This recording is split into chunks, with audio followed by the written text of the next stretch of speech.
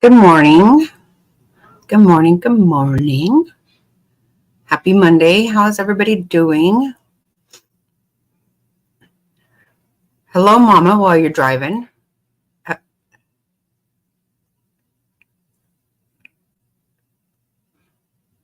Oh, you're right. Wow. You were all over it, girlfriend.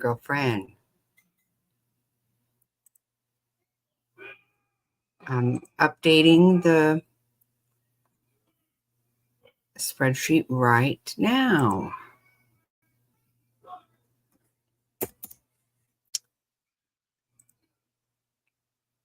Good morning, Canine Charlie. Oh, you know what? I meant to tell you. I was going to answer. I was trying so hard to get through my email last night.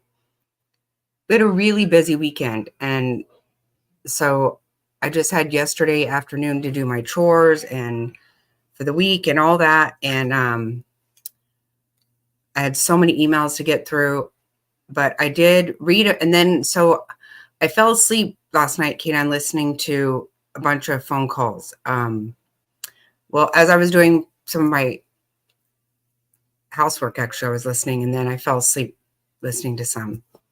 So thank you so much for doing that too. That was really nice of you to contact them and stuff. That was really awesome. But I wanted to tell you, I wasn't ignoring you. So I'm glad you're heading up north. Oh, really? Oh my goodness. Well, good luck, Mama. Wow. All I can think about is that picture of him I saw last week and those eyes. Oh, beautiful. What a beautiful baby. Beautiful little boy. Hello, Queen.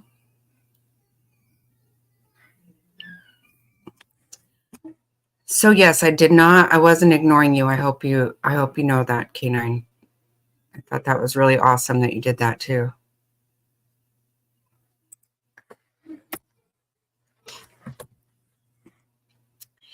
And hello, Life with Mommy. How have you been? Haven't seen you for a while.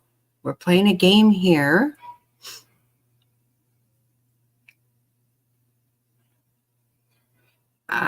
Let me see. Let me get you on here.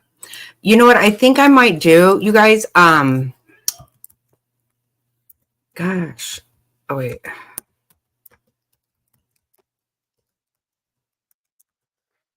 There we go now.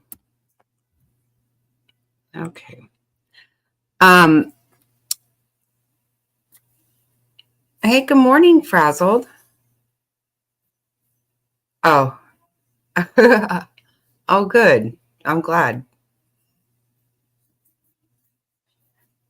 Frazzled is in the room. So I wanted to say, you know what? There is so much going on with so many cases like right now. But I don't want to be, saying, oh, we're watching the trial and then I come in and talk about all kinds of other crap. I think if Jack is napping or something, like maybe at some point, like right after I finish this live, or maybe during lunchtime or something, there's so many things to update on that is just, that I really feel like we need to talk about some of it. My goodness. I mean, it's,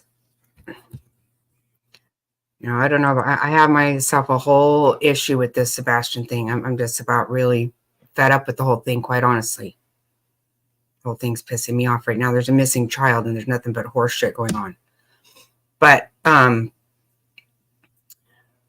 we have one of the people charged and arrested for Preston Lord's murder. He's actually come up with $1 million bail. I don't know what's going on there. I mean, he's the one with he's not the one that family's millionaires. So I don't know, something. He already had the schools and his doctor, but the state requires this one. And of course it's pricey since I don't have Medicaid, but it's required so he can have an aid. Oh, yes, exactly. I bet. I bet. See, isn't that crap? I bet it is. That's just it. Yeah, one of them. Yeah. And if I understand everything just right, he actually had to, it was $1 million bill and he paid it apparently. Wild, huh? Yeah, there's so many things going on. And I just can't with this whole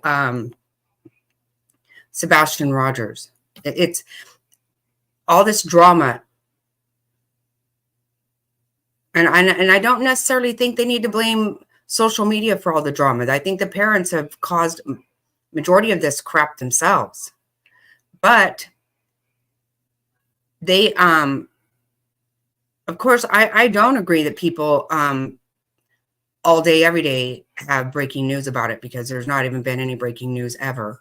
So to me, that's not only clickbait, it's, I don't know what it is, but I don't play that. I don't do it.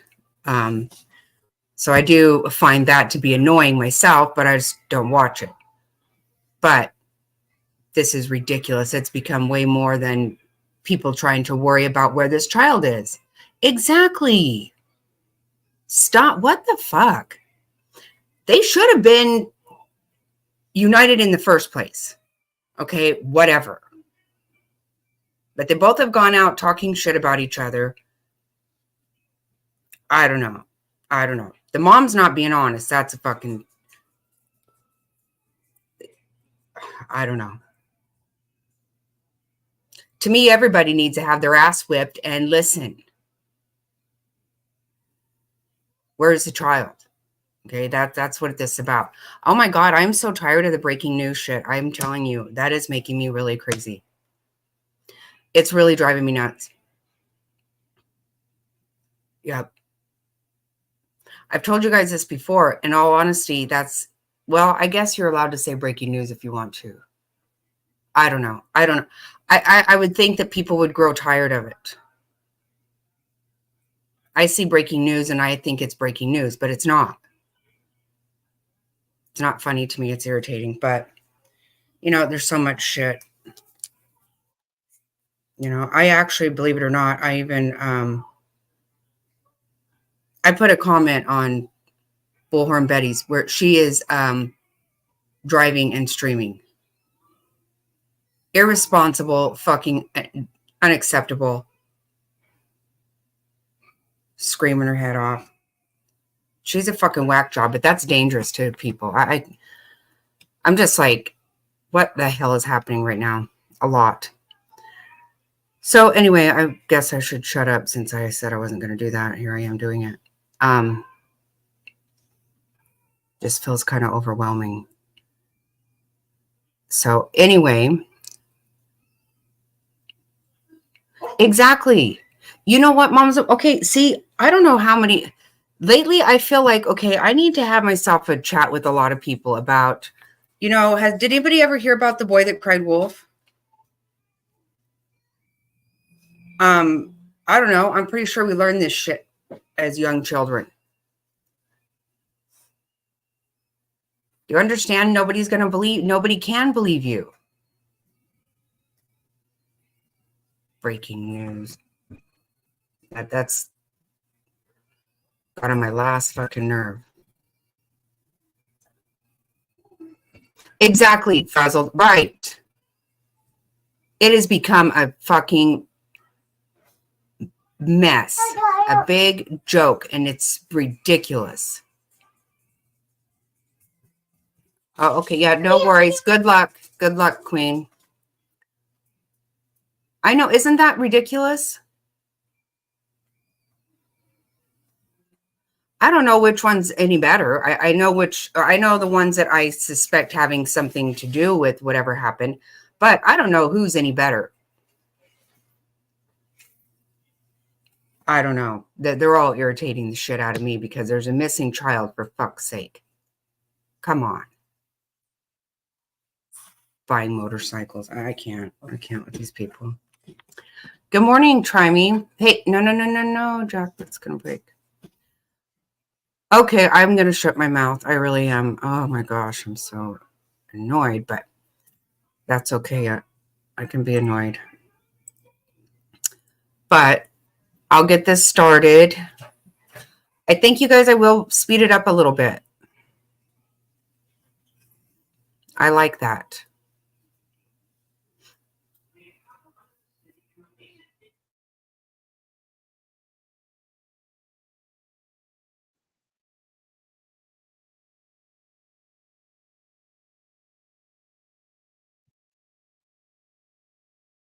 Here's all present account for you. All right, thank you. Please be seated.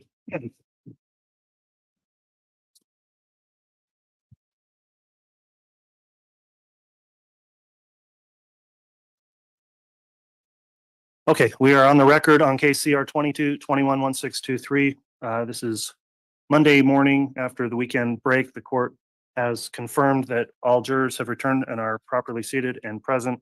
I'll also note the court received the juror affirmation from all 18 of the jurors. So thank you again for following the court's continuing admonishment and instruction during the breaks. We're ready to continue with direct examination this morning. I'll note the state is here present. Prosecutors Wood and Blake, Mr. Wixom and Miss Beatty, as well as Mr. Pryor here with the defendant, Mr. Daybell. Officer Hart was on direct examination as we broke for the weekend, and I believe the state has additional direct. Is that correct, Miss Blake? That is correct, Your Honor. Thank you. All right. If you'd go ahead and call your witness, then we'll have him return to the stand. The state will call Agent Hart.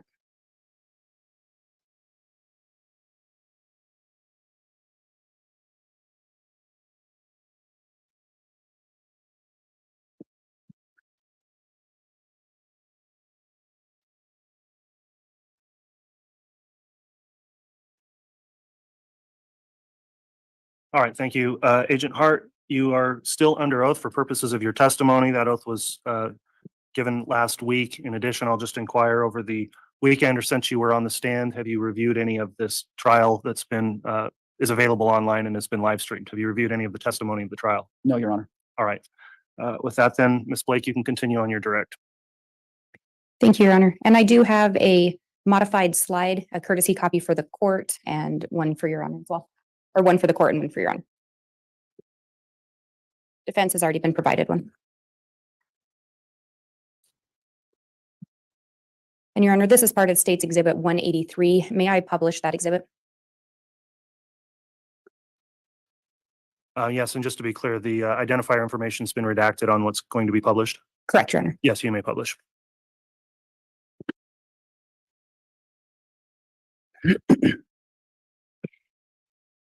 Agent Hart, we were here last Friday and we had been talking about some texts exchanged regarding Charles' death. Do you recall that?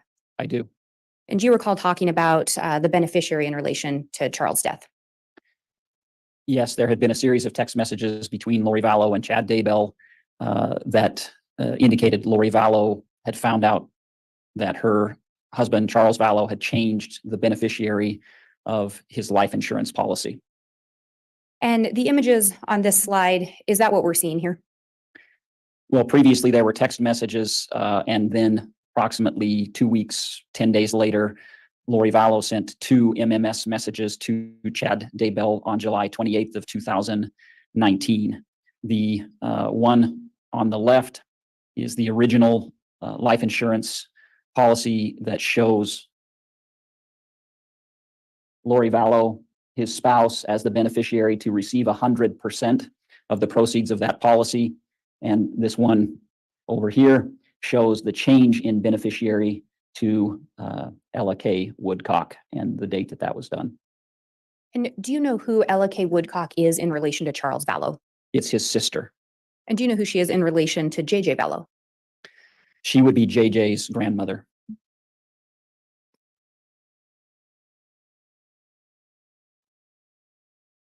And again, these messages were sent to Chad Daybell.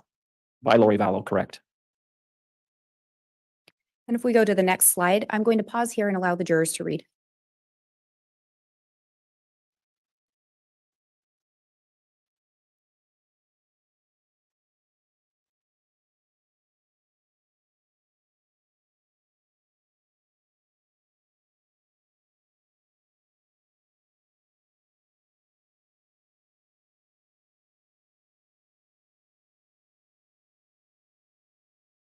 And Agent Hart, when we look at these messages, we talked before, there were additional messages in the iCloud account. Is that correct? There are thousands of text messages in the iClouds, yes. And with these particular messages, were there some preceding messages in relation to these?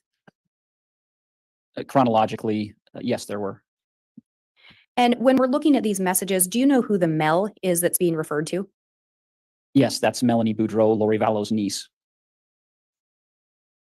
And what was it about these particular messages that caught your attention? What caught my attention was the conflict that existed between Lori Vallow and Chad Daybell as it relates to their relationship. At this point, Charles Vallow has been dead for almost a month, and Lori Vallow wants her and Melanie Boudreau to travel to Rexburg, Idaho to spend time with Chad Daybell. Chad Daybell is, of course, still married to Tammy Daybell, and so that It's sustained. So you were indicating that Melanie Boudreau and Lori were wanting to go to Rexburg to visit Chad. correct. And can you read the date on these messages into the record? The date of this text string is August 7th of 2019. And then at the bottom, are there some that carry into the next day? Correct, August 8th of 2019. During this time, do you know if Tammy Daybell was still alive? She was. So in this context, it appears that Lori's telling Melanie, we just had a big fight. Do you know who that's in reference to? That's in reference to Lori Vallow and Chad Daybell.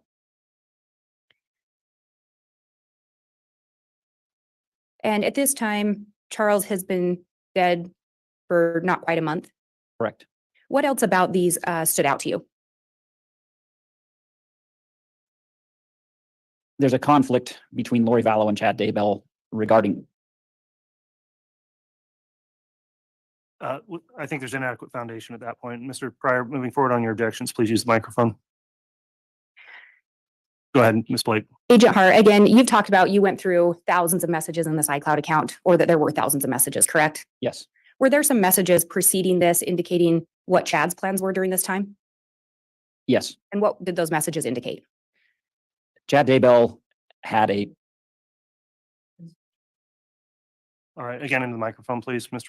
Pryor, or maybe your mic's not on today, but. Okay, could we get that checked, please, to make sure the microphone is functioning at defense table?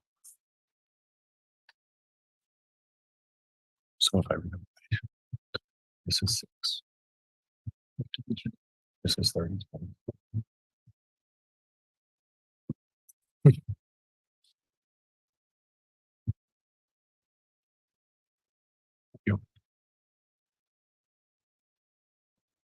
Okay, apologies. Ms. Blake, would you ask another question? I'll defer ruling on that objection. Go ahead. Agent Hart, did you review messages that indicated what Chad's plans were during this time frame? Yes, it's a scheduling conflict. Lori Vallow wanted to visit Chad Daybell. Judge, I'm in object. It's unresponsive. Your Honor, may I respond? Well, I'll sustain the objection because the answer was what Chad's plan. The question was what were Chad's plans, and the answer was what Lori Vallow wanted. I think that's outside the scope of the question and the foundation that's been laid. So it's non-responsive. You determined that Chad Daybell had different plans during this time? Judge, objection. That's leading. Your Honor, he's already answered that. Overruled. Yes, he had a family vacation planned. So in reference to the big fight, based on your investigation, were you able to determine what this text thread was about?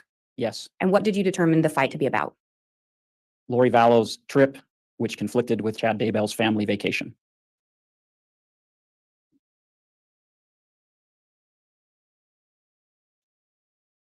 And when we look at those last 3 messages, did anything about those catch your attention?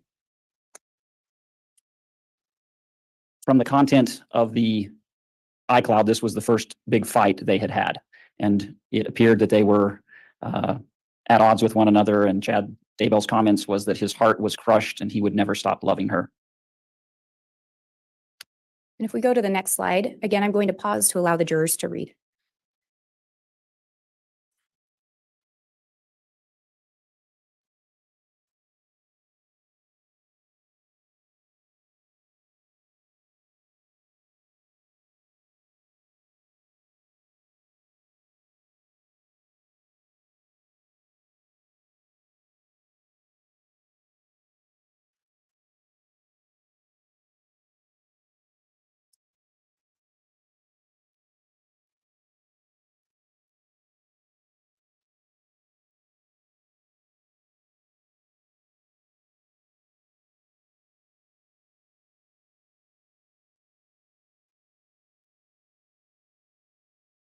And Agent Hart, can you indicate the date of these text messages? Yes, it's towards the end of the day on August 8th of 2019. Is this a continuation from the conversation we saw on the previous slide? Correct. In looking at this, was there something that stood out to you? Yes. And what was that? If you look at the date and the time, you can see that Lori Vallow has ceased to communicate with Chad Daybell for approximately a day. And this lengthy text, line 1300, is a very clear example of how Chad Daybell used his supposed visionary powers to manipulate Lori Vallow. Judge, I'm going to object. Calls for speculation. Overruled. And in this, sorry, let me back up.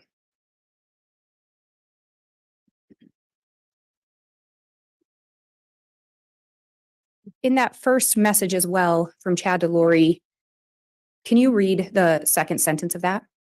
Saddest day of my life. And again, you indicated Lori had quit communicating with him after the previous message that we saw.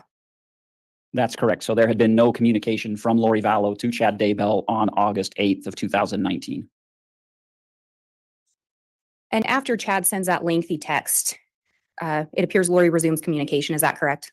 Yes, And can you read into the record what she said? I love you.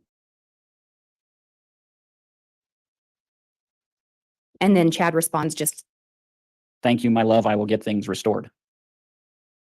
so in that lengthy one, he indicated that he may not be able to protect her anymore.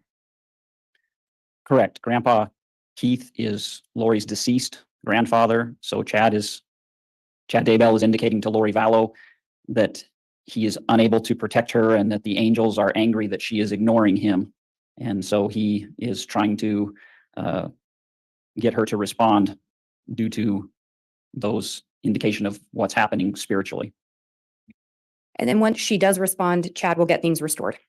That's what he indicates, yes.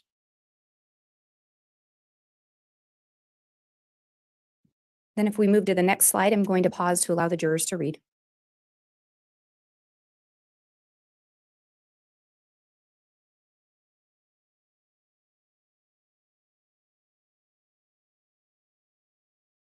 And will you indicate the date this message was sent? This is August 10th of 2019. And what about this particular message stood out to you? Well, I think this is an example of how Lori Vallow manipulates Chad Daybell. And this image was sent along with the surprises or waiting text. Is that correct? That's correct. And again, on August 10th, is Tammy Daybell still alive? Yes. Moving to the next slide, and again, I'll pause to allow the jurors to read.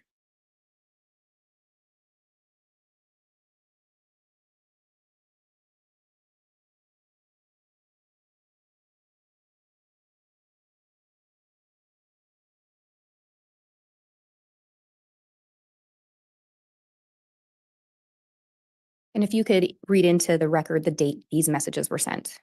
These are August 10th of 2019. So these would have been sent after that image that we saw in the previous slide. Correct. What, if anything, about these caught your attention? There had been several messages preceding these two messages indicating their ability to connect spiritually, to enter into portals, to be together outside the physical realm. What stood out to me about these two messages is that both Lori Vallow and Chad Daybell understand that's not real and it's not true. Lori Vallow says, I wish you were really here to experience this with me. And again, saying, I wish I could wake up and kiss your sweet, tender lips for real. So to me, that indicated an understanding between being together truly in the physical realm in which we live versus this alleged ability to portal and be with one another spiritually.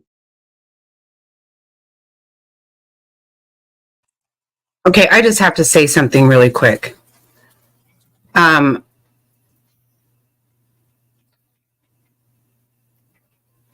Seriously, the angels aren't happy that she's not talking to him. Can you believe that? Wow. I cannot with people. Who the hell That is so ridiculous. It's manipulating and it's immature and it's stupid. God, I was so annoyed by that.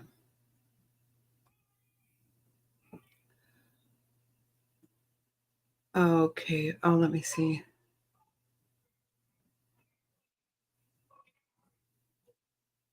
Oh, okay, okay. Okay, love Louie. Good to see you.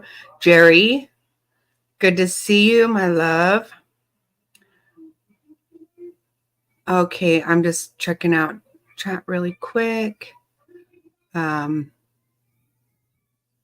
Psycho brother. Okay. Yep, that's who it is. I guess everyone will listen with me. Oh, you're sorted or dead. I don't know what that means.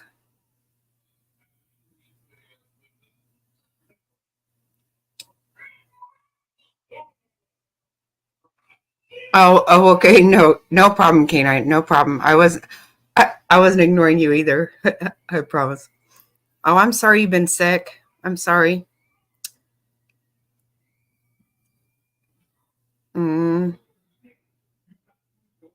They are. That's just, can you imagine a grown man who's married, by the way?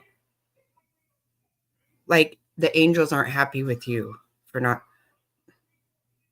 I'm telling you. I don't know who the hell could hang around these people because they are straight weird. Anyway, I had to mention that because it just really agitated me, actually. But I'll shut up and get right back. Uh-oh.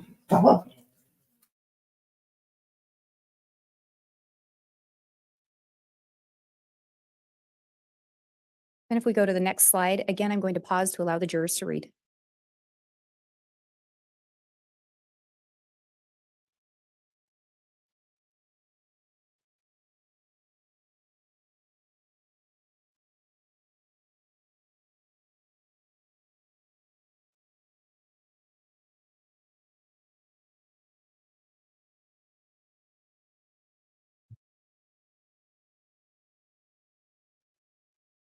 Can you indicate the date these messages were sent into the record? Yes, this is August 11th of 2019.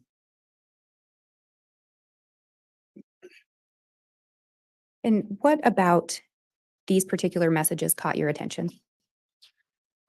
These 4 messages are the beginning of a text string that occupies this slide and the next 5 slides. And it's a lengthy back and forth between Chad Daybell and Lori Vallow regarding a vacation that Chad Daybell is going on with his wife, Tammy Daybell, and other relatives. And in relation to that trip, can you read the last sentence of that first text? Partly why I am so sad is my Boise trip has turned into a trip with extended family. Not happy about it. And then if we move down to that third message, was there something about that that caught your attention? Well, these are Chad Daybell's own words. He says, "I can't take much more. So trapped." So it's an indication of how he's feeling. I as have it not, relates to Gerri. his current situation as it suggested- existed on August 11th of 2019. Try me, bitch. I don't think either one of them believe in it. We move to the next slide. I think they Pause both to allow are. the jurors They to read. believed in money and sex and Humpty Dumpty. Ukulele.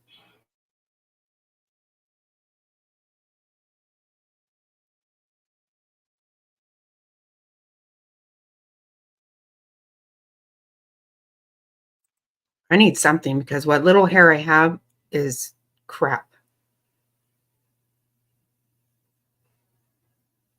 Oh. Woohoo.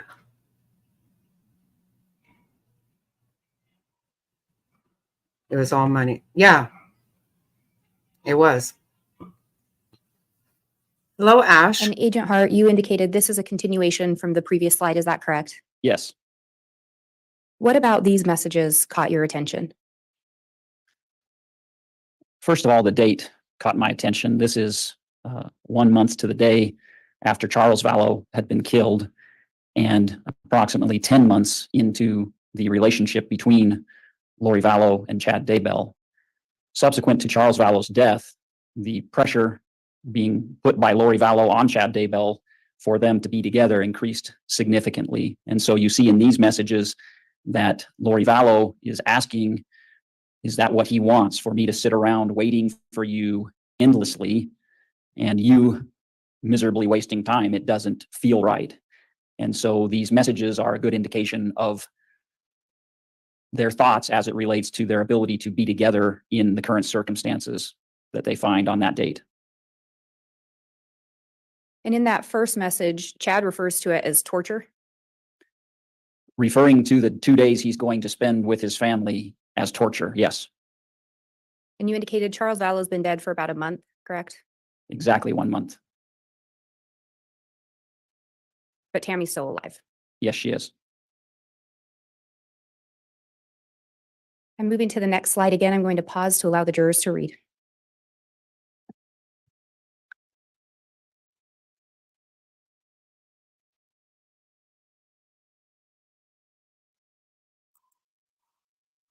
Wow, Gerri. That's a lot.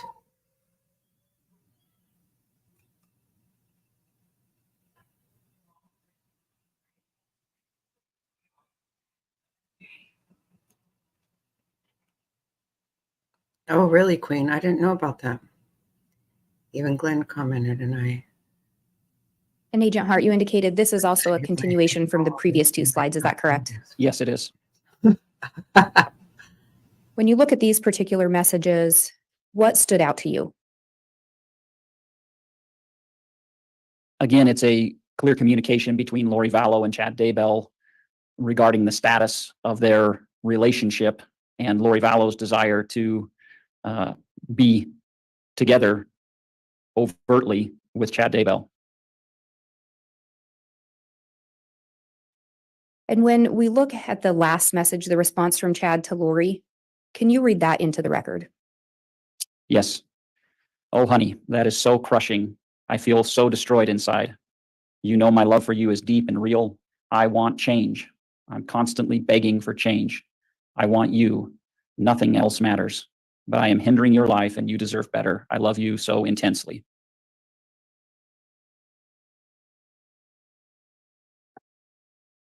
And at this point in time, again, Charles died 1 month ago, correct? Yes. But Tammy's still alive. Yes. And moving to the next slide, again, I'll pause to allow the jurors to read.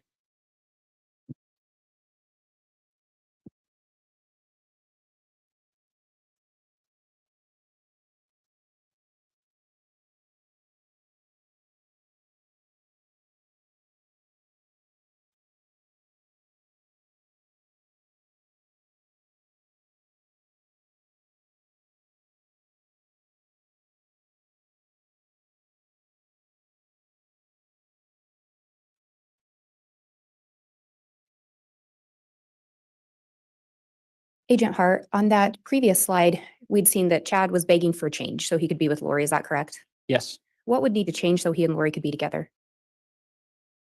Judge, objection calls for speculation. Sustain.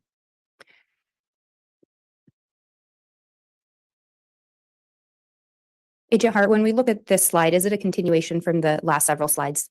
Yes, And it's still on August 11th of 2019. that's correct. What about these messages stood out to you? This demonstrates Lori Vallow's impatience for this plan that I've testified to previously about the life they want to live, where they want to live it, and their plans to be together and conduct missions together. And so Lori wants that to happen. And that can't happen while Tammy Daybell is still married to Chad Daybell. And again, to remind the jurors, in these messages, did you ever see any indication that Chad was intending to divorce Tammy? Never. Did you ever see any indication that Chad was intending to separate from Tammy? No. If we go to the next slide, again, I'm going to pause to allow the jurors to read it.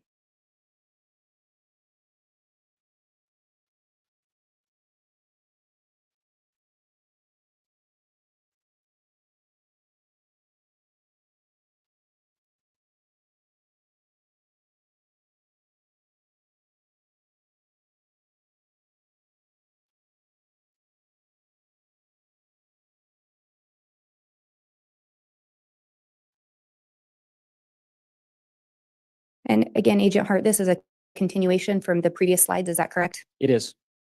What about these particular messages stood out to you? Previously, on August 8th of 2019, when this conflict about Chad Daybell's family vacation came up, we saw the text message about Grandpa Keith and that the Angels were angry that Lori Vallow was ignoring Chad Daybell.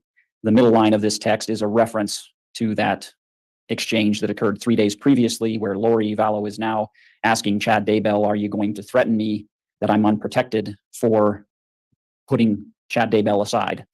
And his response is absolutely not. I'm so upset at the circumstances. I'm demanding they protect you more than ever. So this was a tie back to the August 8th conversation with Chad Daybell. And again, an indication that Chad Daybell can provide some form of protection. Correct. And moving to the next slide, I'm going to pause to allow the jurors to read.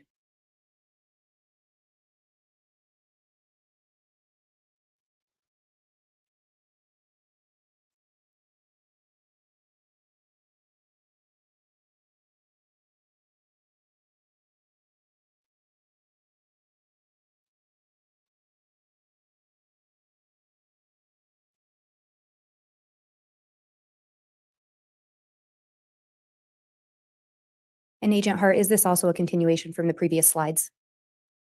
Correct. This is the final slide for this text string. And with this one, if we break it down a little bit, looking specifically at that second text from Chad to Lori, are there certain things in that text that stood out to you? Absolutely. What were those? The first is, it's mainly the second sentence. We are surrounded by telestial relatives that are simply obstacles. Do you know what the reference to telestial relatives would be in relation to? Or actually, let me back up. Through your investigation, did you learn or determine what telestial relatives would be referencing? Yes. What did you learn that to be? The word telestial derives from the LDS faith. It is the lowest level or degree of glory or heaven. And then there are levels above that. So it's a reference to the lowest level of heaven as it's perceived. And the specific word next to that is relatives. Yes, And these telestial relatives are being described as simply obstacles. correct. And then what did Chad say regarding that? What's that next sentence, if you could read it into the record? I'm so sick of it! Exclamation point. And there's a response from Lori, but then looking down to the last message from Chad back to Lori, anything about that one that stood out to you? There's a couple of things that stood out in that last sentence. Yes. And could we go through those one by one? Yes. What is the first one? Chad Daybell states very clearly what his greatest desire is. I want to be with you. That is my greatest hope and dream. And again, during this time, Cammie Daybell's still alive? She is. What else about this message stood out to you? The last sentence is telling in my mind. I would happily join you tomorrow if it felt like heaven would not strike us down.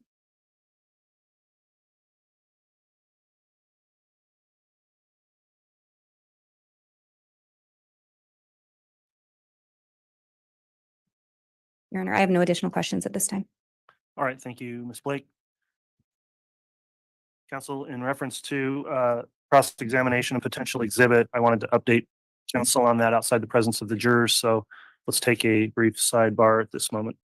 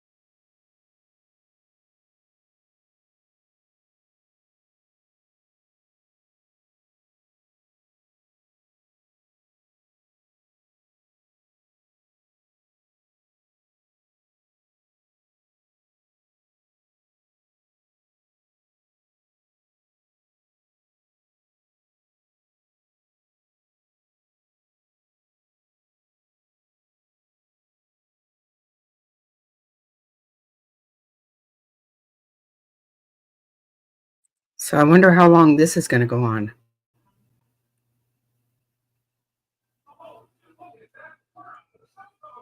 Whose voice? Yeah, how do you like that? He demanded that she be protected. Can you fucking get over this shit? It's unbelievable. It really is. But they made it very clear that these family members were in the way. I don't know how long this sidebar is going to last.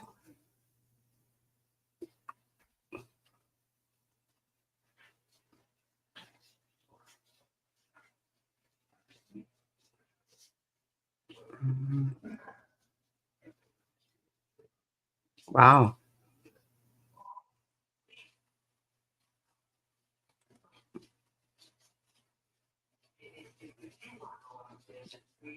Oh, wow.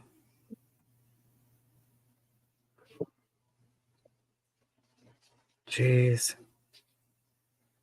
So did they just take afternoon or their morning break?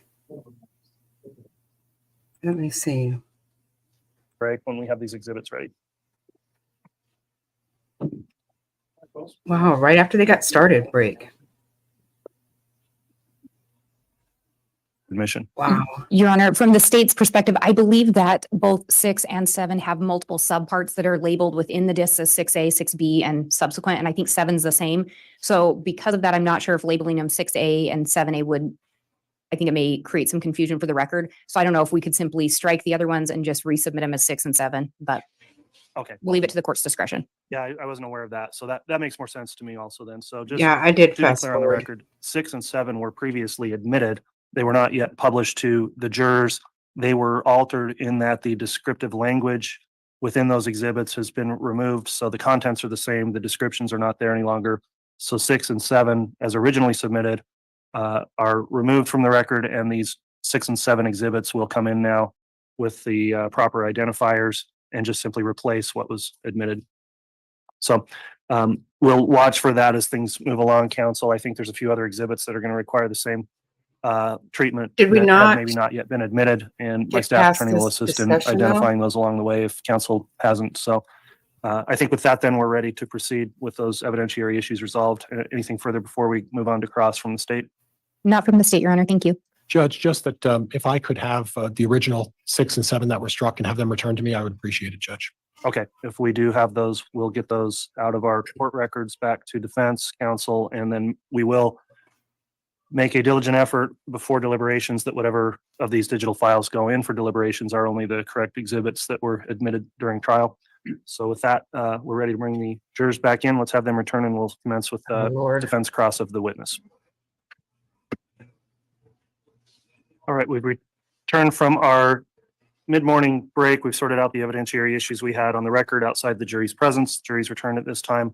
Agent Hart remains on the stand, still under oath for testimony. The state concluded direct. So at this time, Mr. Pryor, if you'd like to Yeah, conduct I did. cross-examination, I you did can do so. start late And on permission to approach purpose. the We podium. do that. Yes, So thank you. yeah, I fast forwarded through it. It was a long sidebar, and then they ended up going to break. When they came back, they were still figuring it out. I just wasn't sure what was happening, but right now the jury's back. So this guy is not on here all day today. Gerri Hart.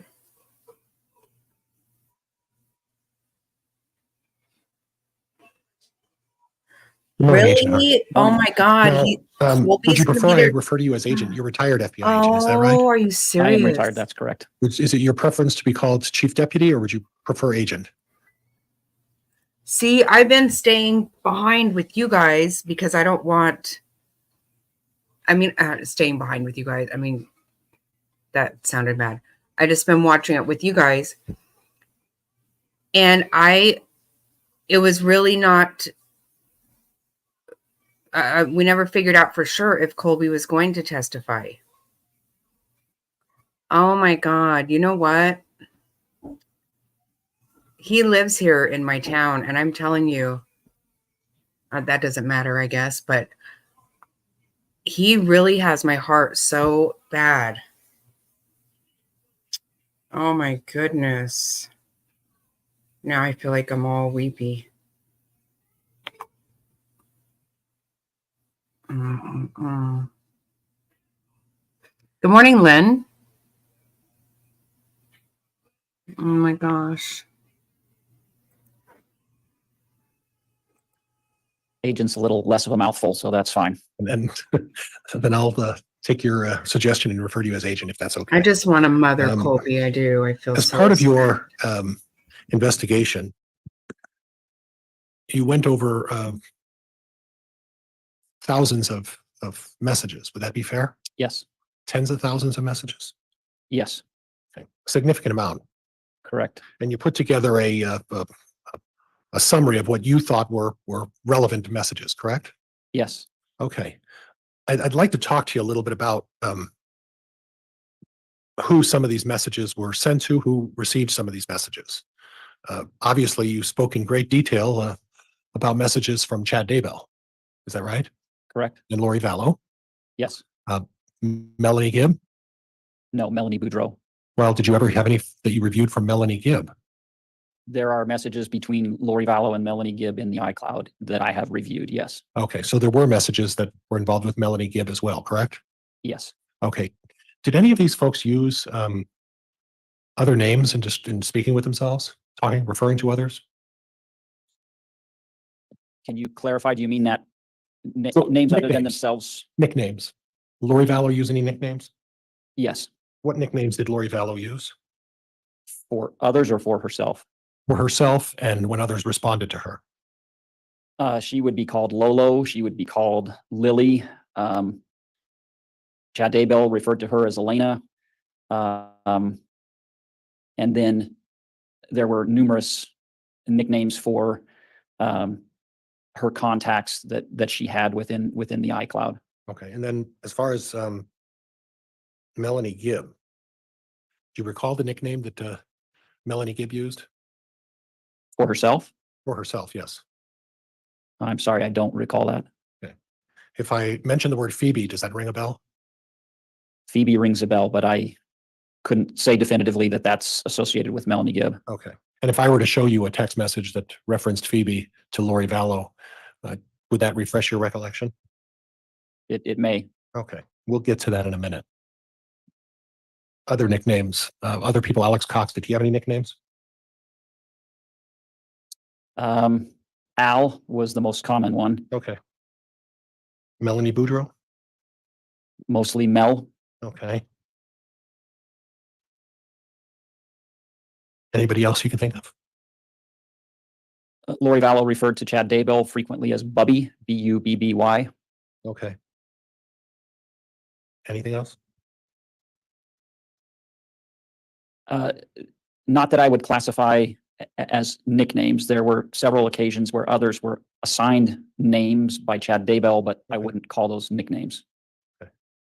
Okay, now if I could have Elmo put up, Madam Clerk. Thank you, love Louie. What are we going to put on Hey, the? Pat. I'm going to ask the officer. Hello, Marion. Referencing 183. 183, Judge. 183 has been admitted, so, and Mr. Pryor's mentioned before, there's a light and zoom feature on that Elmo for clarity. I say everybody gets a new name and I will be giving it to you. I think I'm going to be the next prophet. Prophet of bullshit. And there's a light there as well somewhere. There's a light switch that gets rid of the shadow. I know, right? There you go. Thank you. It is. Wouldn't make it without any help, Judge, I promise you. So I want to start towards the end of what we talked about. And you talked about your analysis of this particular Pretty sure I spotted a discussion portal or over here. chain of text messages. I And this is think from I the did. Lolly Time at iCloud, Lori Vallow, right? Correct. And the last line, I want you to read 824 again for me. Of course. I want to be with you. That is my greatest hope and dream. I would happily join you tomorrow if it felt like heaven would not strike us down. And you interpreted this in what way? I don't believe I interpreted it at all during my We think testimony. he's I read it into gross, the Mary. record And we on think he direct. looks like Okay. Humpty Dumpty Well, and I- smells like I'm cheap a bit baloney. curious. I think he's I a wanna be pussy with you. panty waist piece That's of Chad shit. responding that he wants to be with Lori Murderer. Vallow, right? Correct. It's my greatest hope and That's dream. He why wants to have a just, you know. relationship with her, right? He says, Yes, I mean, they've been in a 10-month relationship at this point, but I think he Okay. wants that relationship to be overtly known to everyone. Okay. And you said a 10-month relationship. So 8/11 of 2019.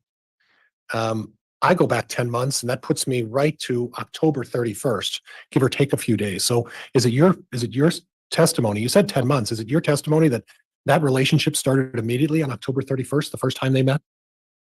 Essentially, yes. Okay. So they were in a physical relationship from the first time they met? No, I testified that their physical relationship began the second time they met in person, which would have been November 15th through the 17th of 2018. And your interpretation of what that physical relationship in 2 weeks later was what? What type of physical relationship they have 2 weeks later? Chad Daybell wrote about it in great detail. They were kissing, fondling each other, in bed with each other, taking each other's clothes off. Okay. And that, are you referring to the Jack and the Elena story? Is that what you're referring to? James and James Elena. and Elena. I'm sorry. Yes. I said Jack. James and Elena. Excuse me. You're talking about the James and Elena story, right? Correct. And you know what Chad Daybell does for a living, right? I do. He's an author. Yes. He writes books about no, that's not what he does for a living. experiences that people have, whether religious or otherwise. If you make right? money is how Yes. you, And with every author, there's a little bit of something you exaggeration do or, for a living. artistic He didn't make creativity any whenever money you're writing as an books. author. Would you agree with me? Sucks at that.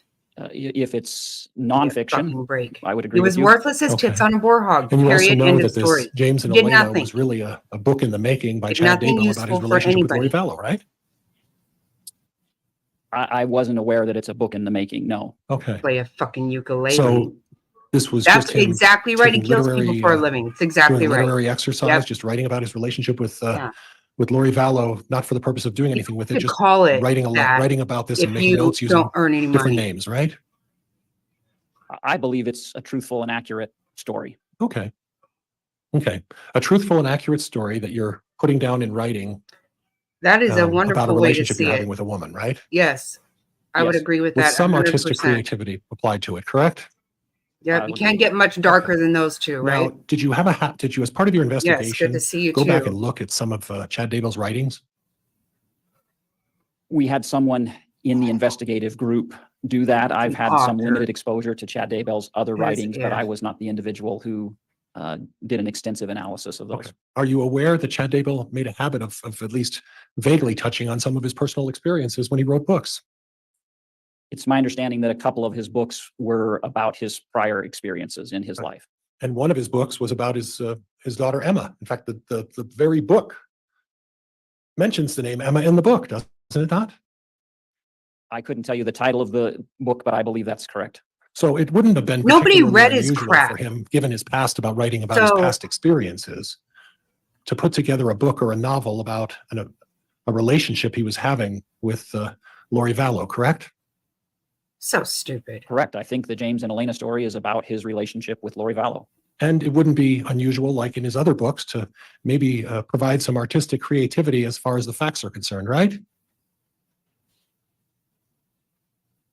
It would depend on which facts you're talking Why about. why would he know So what that? you're saying to me is that if the facts are helpful to the prosecuting attorney, he's not making it up. Objection, Your Honor. Argumentative. Move to okay. strike. Sustained. Okay. You don't know which facts are creative in this story that he was writing Lori Vallow, do you? I know that we were able to vet and verify an extensive number of facts from that story. Okay. I couldn't tell you whether the explicit sexual detail is accurate or not, but Okay. the other elements are accurate. Okay.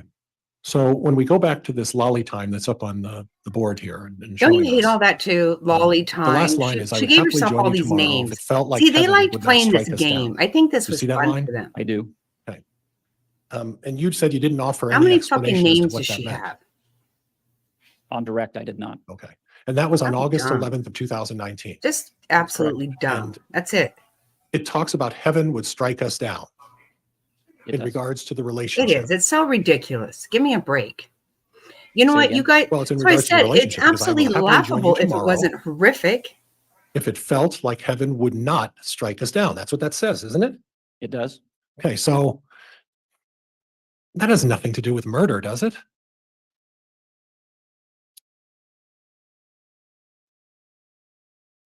I don't know that I could say entirely that it doesn't. Okay. Does it have anything to do with the fact that maybe Mr. Daybell felt he couldn't divorce his wife Tammy? I don't know whether that's what that's in reference to or not. Could it have anything to do with the possibility that Chad Daybell, as this so-called visionary who gets these premonitions, wouldn't leave his wife Tammy until his premonition came true that she would pass away? Objection, Your Honor, misstates the evidence or the prior testimony. Overruled. You can answer that, officer. Again, I don't know what was in Chad Daybell's mind as it relates to why heaven would strike him down if he joined Lori Vallow at that point. Tens of thousands of text messages, right? Yes. I didn't see in any of these. And if you have them in the other 10,000 that you went through, show me the one that says, hey, this is Chad. Let's kill the kids. Objection, Your Honor, argumentative, and tries to put evidence not in fact, Overruled. facts not in evidence. Well, it's question on cross. It's overruled. Show me the text. It says, let's kill the kids. Well, that is our, Mr. Pryor, if you want to ask if there's a text, that would be different. Is there a text that says, let's kill the kids? There are several texts that talk in detail about the deaths of those two children. Yes. Oh, well, in detail about the deaths and what happened during their deaths, right? Not let's kill the kids, are there? Wait a minute. What do you mean what happened during their? What I'm saying is that there's references to Tylee and JJ throughout text messages, correct? Yes. Okay. But there is not a text message that says, let's kill the kids, is there?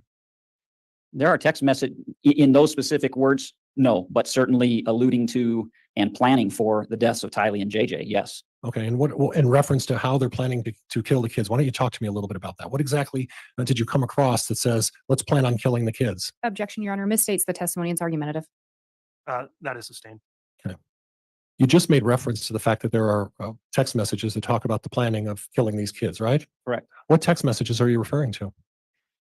There are several text messages between Lori Vallow and Chad Daybell that refer to a plan to take the children and Chad Daybell's ability as a supposed visionary to understand when that might happen. Okay.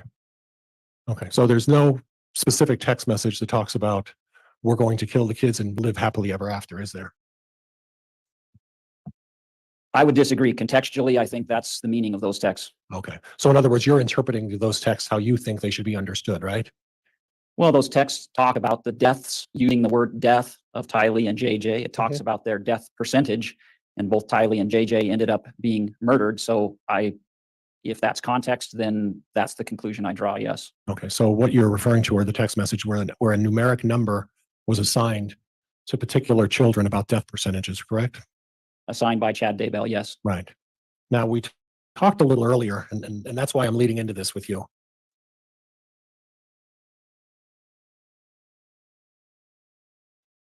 And you could probably help me a little bit. My recollection is you were talking something about Allie Bloomer, right? Yes, that's the second slide. Okay.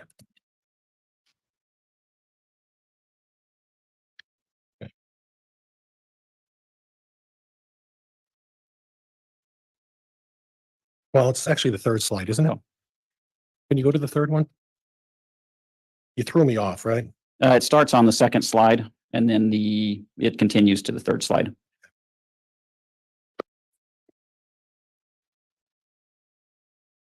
So you talked about the fact that because Chad Daybell put a numeric number on the children, that was the reason they were killed, right? No, I wouldn't state it that way, that was the reason they were killed. Okay. That supported your theory that they were killed because they were put a dark number on them, right? I believe the dark number provided the justification for Okay. them to carry out those acts. Okay. Okay. So when we go down to line 3000, would you read that one for me? The first two sentences? Yes. Allie Bloomer is 4.1 dark. Her cop husband is 3 dark. Okay. Now, to your knowledge, are Allie Bloomer and her husband dead? To my knowledge, they are not. Okay. So when you assign a number Oh dark, my God, I explain this to cannot me. with You this probably know better than fucker. I do. How about, no, the fact that they were killed is what make that sound like they needed to die, or whatever, however you worded that. No. Oh my God. And you know what? Allie and her cop husband, I don't think they were going to get any money from them, were they? No, it's people who are dark that they're going to get money from and that are stopping them from being together. Stopping this motherfucking Humpty Dumpty from playing his fucking ukulele in Hawaii. Yeah, while acting like he's going to be the warrior of the end of times. Oh, I swear to God, I hate this fucker. Do. You can't sugarcoat this shit. They were Is this something murdered. that's part of the LDS faith? Not to my knowledge, no. Is there a reference in the LDS faith to light and dark? Light and dark. Yes, there's reference throughout the Bible and the LDS faith to light It and is dark. endless. It's So if there was previous so testimony by sick. someone who suggested that light and dark is not part of the LDS faith, they're either mistaken or they're not being truthful. Would that be fair? I don't think light and dark, as assigned by Chad Daybell, is part of the LDS faith. That's not what I asked you, sir, and I appreciate you answering that way. What I asked you is that there is light and dark in the LDS faith, right? Objection, Your Honor, asked and answered. Overruled. It's overruled. There's a light and dark in the LDS faith, right? Yes, Okay, so what we're talking about is that there's a numeric system here. Is that what you're telling me? That Mr. Daybell's using? there is a numeric system that Mr. Daybell is using. Okay, and you've never seen this with anybody else ever putting a numeric system on light and dark, correct? I have not. Okay. Okay. And Allie Bloomer and her cop husband are not dead, right? To your knowledge? To my knowledge, they are not. So do you know how this dark numbering system works? Is high good or is low good, or how does that work on the dark spectrum? From what I've been able to decipher based on my participation in the investigation, the higher the number, the worse it is. Okay. So if you're a 1 dark, that you're better off being a 1 dark than you are being a 4 dark, right? Correct. Okay. Okay. All right.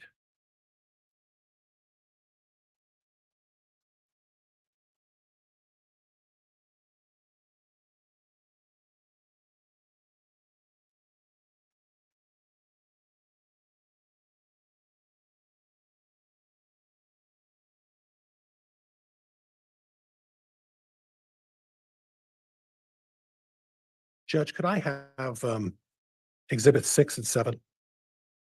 Yes, I'll have the bailiff bring those over.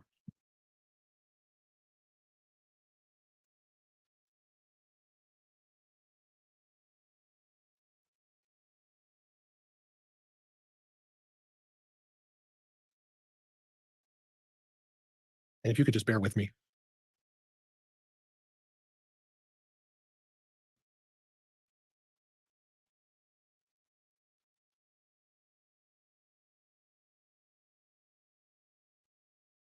While I'm waiting this to warm up a little bit, we'll move on and talk about a couple of other topics while I'm.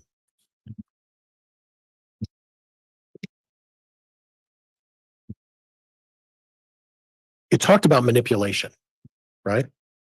From both Chad and Lori. Yes. Now, Mr. Pryor, just on the exhibit you've got continually being published there, if you're done with that, would you remove it from being published?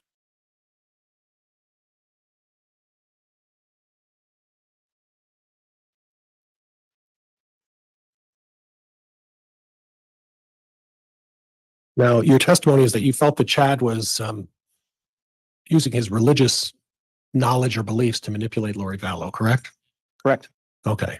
So he was suggesting that because he has so much insight that he's with these religious insights that he's able to convince Lori Vallow to stay with him because he has religious insight. Is that correct?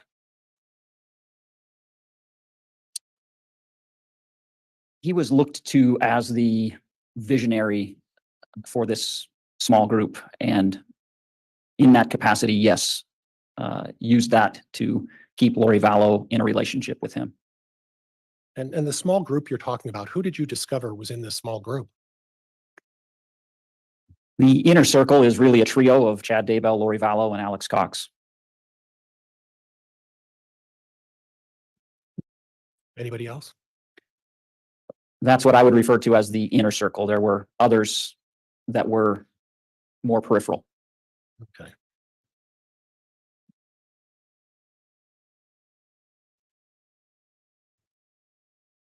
And when you say more peripheral,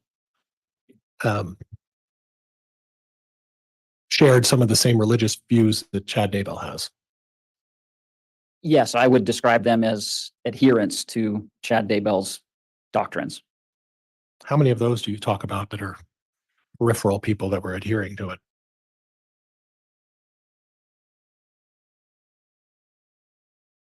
Six to 10. Would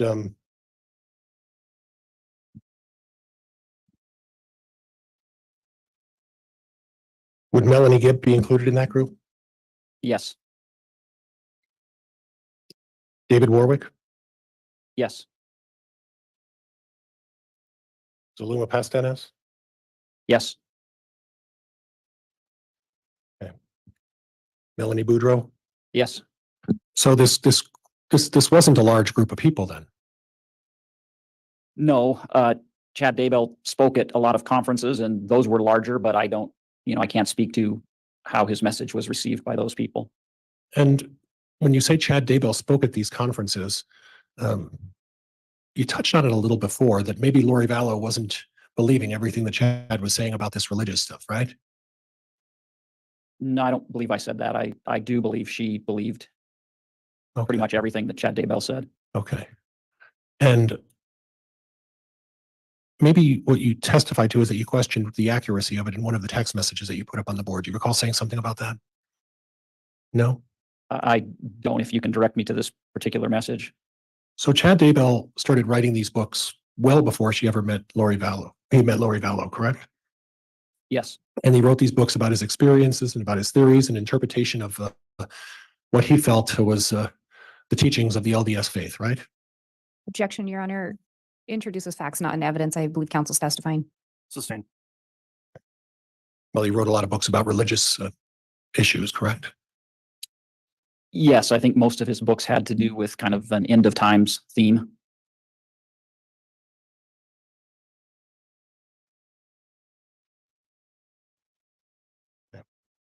And he would go on these various, go to various places and speak about his books and try to sell books. Correct. This was sort of a way to market or to make a living by talking about various religious feelings about religion, and then he'd go on and speak to people, and then in the meantime try to make a living or try to make money selling these books to people, right? Yes, And the predominant audience that he would go to, these encampments, these gatherings, these various locales, for the most part, they were centered around Utah, correct? no, I mostly, St. George, Mesa, there was one in Boise. Right. So Well- the Intermountain West. And you beat me to the punch because I was about to start with Utah, then say Arizona, then say Idaho. But the predominant audience that these books were marketing to were people in Utah, Arizona, Idaho, correct? That's where he spoke. Yes, And they were predominantly marketed to people of the LDS faith, right? I think so. And they were marketed to the people who would want to go to these various seminars about preparing for the end of time, right? Yes, And these people weren't all members of a cult, were they? not to my knowledge. And there were various audiences who would show up and listen to Chad Daybell talk and sell his books, right? Yes, So the fact that he has Lori Vallow, Alex Cox, Melanie Gibb, and David Warwick, who were friends of his, right?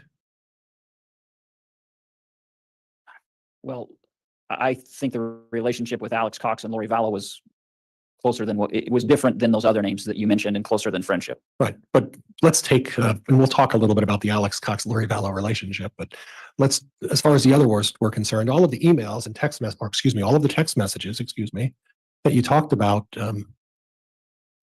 they had a recurring theme. These people were friends, right? Yes, And these friends talked about religious beliefs, correct? Yes. And these religious beliefs may not be what everybody else believes in, but they seem to have a consistent theme, and they were all consistent in believing whatever Lori, Chad, David, and Melanie were talking about. Would that be fair? I think that's fair. Okay. So when you talk about a group, we're really talking about a group of friends who have some maybe not traditional beliefs, but have religious beliefs, correct? Yes. Okay. Now, the text I put up there from Lori to Chad, and it's the one line 836. Oh, wait, let me know when you're ready. Mhm. You okay? You all set? Yeah. Okay. Would you take that as being would you take that as being in somewhat of a sarcastic tone? No, I think Lori was pushing Chad and was serious. Okay. So you should give all of your love and your attention to your wife and family. That's what she's saying, right? Yes. I'm just a distraction. Go have fun with your family. There's nothing sarcastic about that? Well, if you look at Chad Daybell's reaction, which is that is so crushing and I feel so destroyed inside, I don't think he took it as being sarcastic. Okay. I really do want you to. I just can't be in the way anymore. If things change, then we can talk, but we have nothing until things change. So she's basically drawing a line in the sand and saying, unless something changes, we have nothing to do with each other. Would that be fair? Yes. Okay. So what she's doing is she's saying that unless something happens, either you divorce your wife or you kill your wife or your wife dies, you don't have me. I agree. Okay.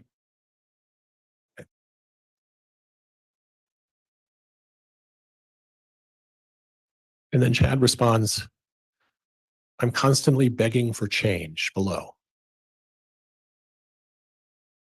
You see that? I do. But I'm hindering your life and you deserve better. I love you so intensely. Okay. You see that? I do.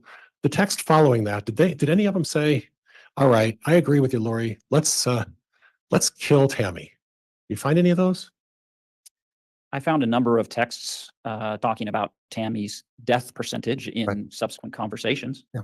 You're also aware that Chad Daybell, maybe you're not, but are you aware that since 2016, Chad Daybell had been talking to these public audiences about the fact that Tammy was going to have a very short life?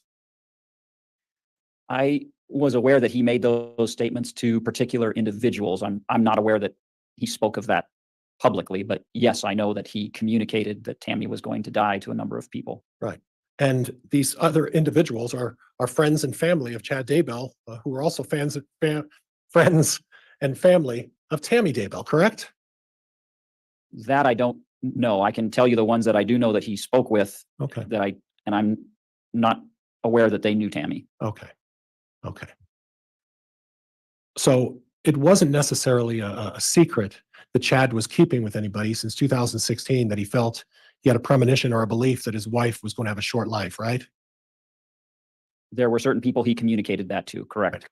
And when I'm reading through the text messages and you went through your presentation, am I wrong when I'm reading these messages to read into this that Chad was waiting for Tammy to pass away, and that was what the delay was, correct?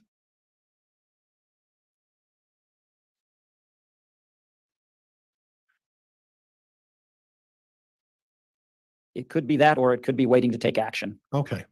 So we don't know what it was, right?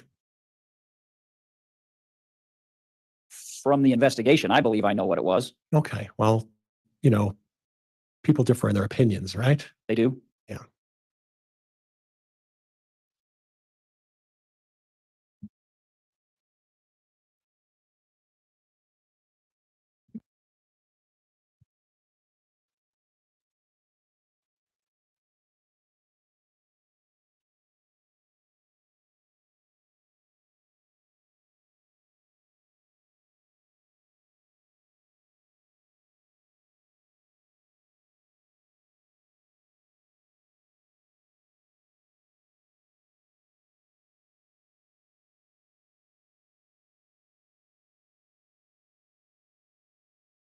And Judge, could we approach for just a minute?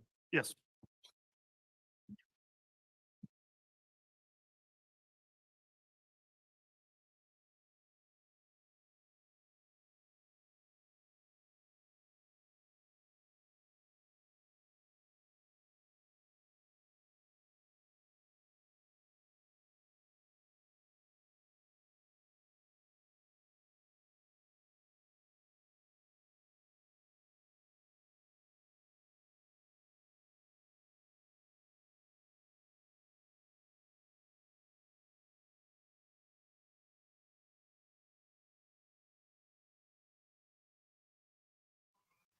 Hey, happy Cappy.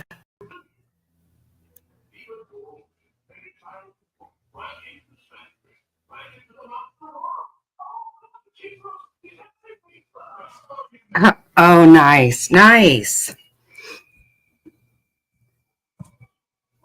Chad is disgusting. He makes me sick, and I can't. You know, you do have to think these things about these people because they ended up being dead. Okay, yeah, we wouldn't be here if he just talked this smack. Stupid ass. It was Melanie Gibb, is that correct? I testified that I wasn't 100% certain of that, but I don't. He dispute bad that wants that's- Melanie Gibb in on So at this, the top, and I this is a am text right there message with from him. Phoebe, from the lolly time to Lori Vallow. Would you read the first Melanie line? Gibb needs to be in prison too. I'm doing pretty good. Thanks. I love you so much. I'm going to teach right now, teaching about discerning and shutting off dark portals. Okay, and then the one below that. See, teaching. I could see the darkness so clearing last night when I was teaching last night. Their eyes were dark like marbles. Okay, now Oh, the date of sorry. those messages was when? July 25th of 2019. Were you aware during your investigation where Melanie Gibb was teaching on that particular occasion? Sorry about No, I'm that. not. Thank Okay. you. You are aware that Melanie Gibb taught classes, variety of different things about vibrations and about light and dark, correct? I wasn't aware that she taught classes. I know there was a podcast and group discussions and things like that. Like she would go to encampments or she would go to programs and be a speaker talking about a variety of religious topics, correct? Yes, Okay, so when Melanie Gibb talks about dark portals, is that something she's talking about that's consistent with the LDS faith to your knowledge? not to my knowledge. Okay. When she's talking about eyes being like dark marbles, is that also something that's consistent with being of the LDS faith? Not to my knowledge. Okay. Okay. And to avoid, and Judge, we can bring that down now. I'm done.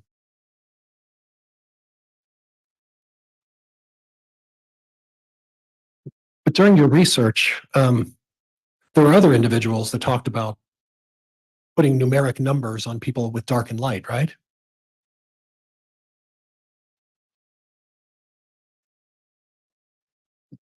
There was one single instance in all of my review where Lori Vallow disputed a designation made by Chad Daybell. So that's the only other time I'm aware of anyone else putting those numbers on Okay. individuals. Okay. And all I want to do is just have you confirm then for me. In the review of all of those 10,000 plus text messages, are you telling me that other than Lori Vallow and Chad Daybell, they were the only ones who talked about dark and light and put a numeric number on someone? I am testifying that the only times I saw those numbers being generated, with the exception of one occasion, were all by Chad Daybell. Okay. Okay. And all of the people that were designated, well, so other than Chad Daybell, your testimony then is that nobody else put numeric numbers on people as it related to dark and light. Is that right? Objection, Your Honor. Asked and answered. Sustained.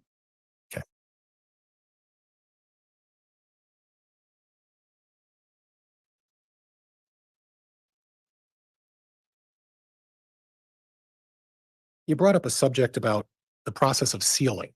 Remember that in the very beginning of your testimony? It's part of the James and Elena story, correct? Right. But you also explained that what sealing is in your definition, right? Yes. Okay. Now, I understood sealing to be part of a marriage process when two couples of the LDS faith go into a temple and they perform a private ceremony. Is that what you understand it to be as well? Yes, when two people go to get married, correct. Right. And that is a process in which, and I don't want to go into We don't need to go into significant detail about this, but it's a religious symbolism to show that they have an intent of wanting to be together the rest of their life, right? Correct. And they're basically sealing themselves to each other in essence, right? Correct. Okay. Has nothing to do with death or anything like that. It has everything to do with the celebration of the marriage ceremony, correct? It's a marriage ordinance that's performed in LDS temples. Okay, all right.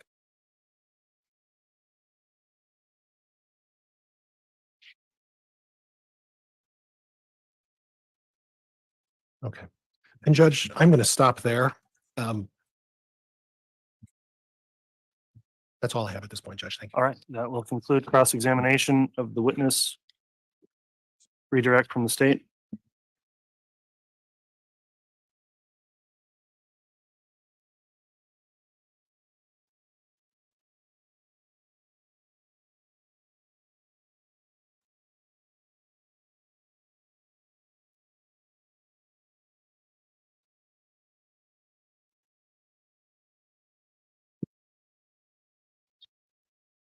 Agent Hart, you were just asked about the ceiling reference in one of those messages. Do you recall testifying about that before?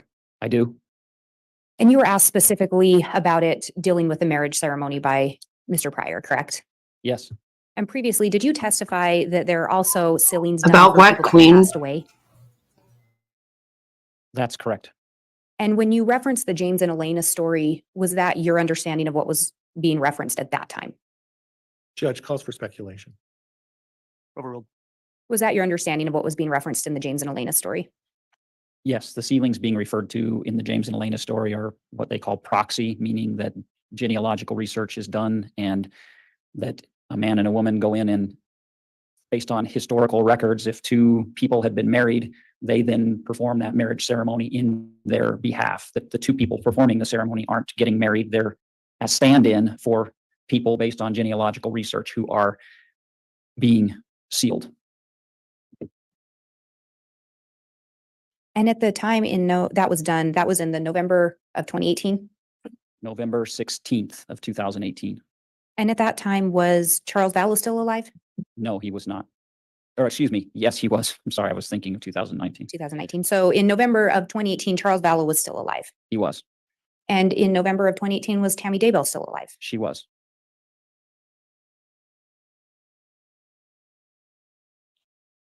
And is part of the idea behind the sealing that you would be married for eternity? Judge, leading question. Sustain. When we looked at those messages, if you recall, was the indication that Chad believed or was indicating he and Lori would be married eternally? That's precisely what was stated in Chad's writing.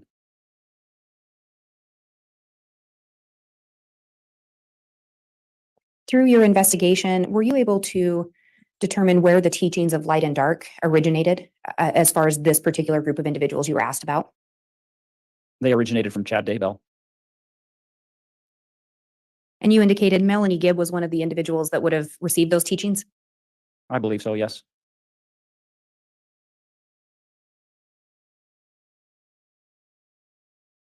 You were asked some questions about levels and light and dark, and specifically in reference to Allie Bloomer. Do you recall that?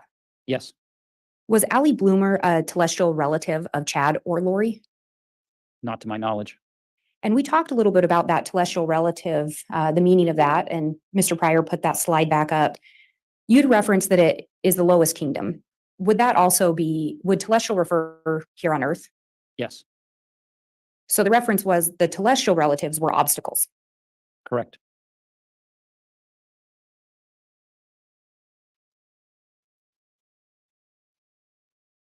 Through your investigation, did you learn if Charles was ever deemed dark? Charles Vallow? Charles Vallow. He was. Did you ever learn whether Tylee Ryan was deemed dark? She was. Did you ever learn whether JJ Vallow was deemed dark?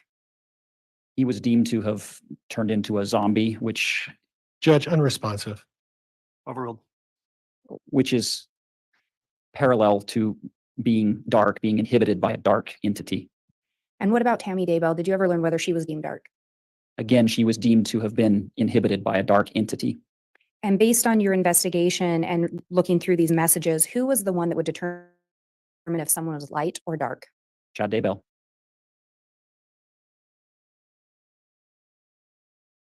And of those 4 relatives that we talked about, are you aware of their current status? All 4 are dead. I have no further questions. All right, thank you, Ms. Blake. I don't think we got outside the scope of cross there or direct, so won't permit recross for this witness. That will conclude the testimony of Agent Hart. Is he going to be recalled potentially by either side? He is going to be recalled by the state, Your Honor. And he's going to be called by the defense as well, Judge. All right, Agent Hart, going forward, then you're still under the court's exclusionary order, which disallows you from watching this trial or discussing your testimony or anybody else's testimony before you return to testify. I'll question you about that when you retake the stand in the future. So please abide by that exclusionary order. And with that, you may go ahead and step down, and thank you for your time. You're welcome. Yes, I'll have the bailiff retrieve that exhibit, please. And where we took our break already this morning, we'll intend to go forward till lunch. Does the state have another witness to call at this time? Yes, Your Honor, the state would call Sydney Woodbury Shank.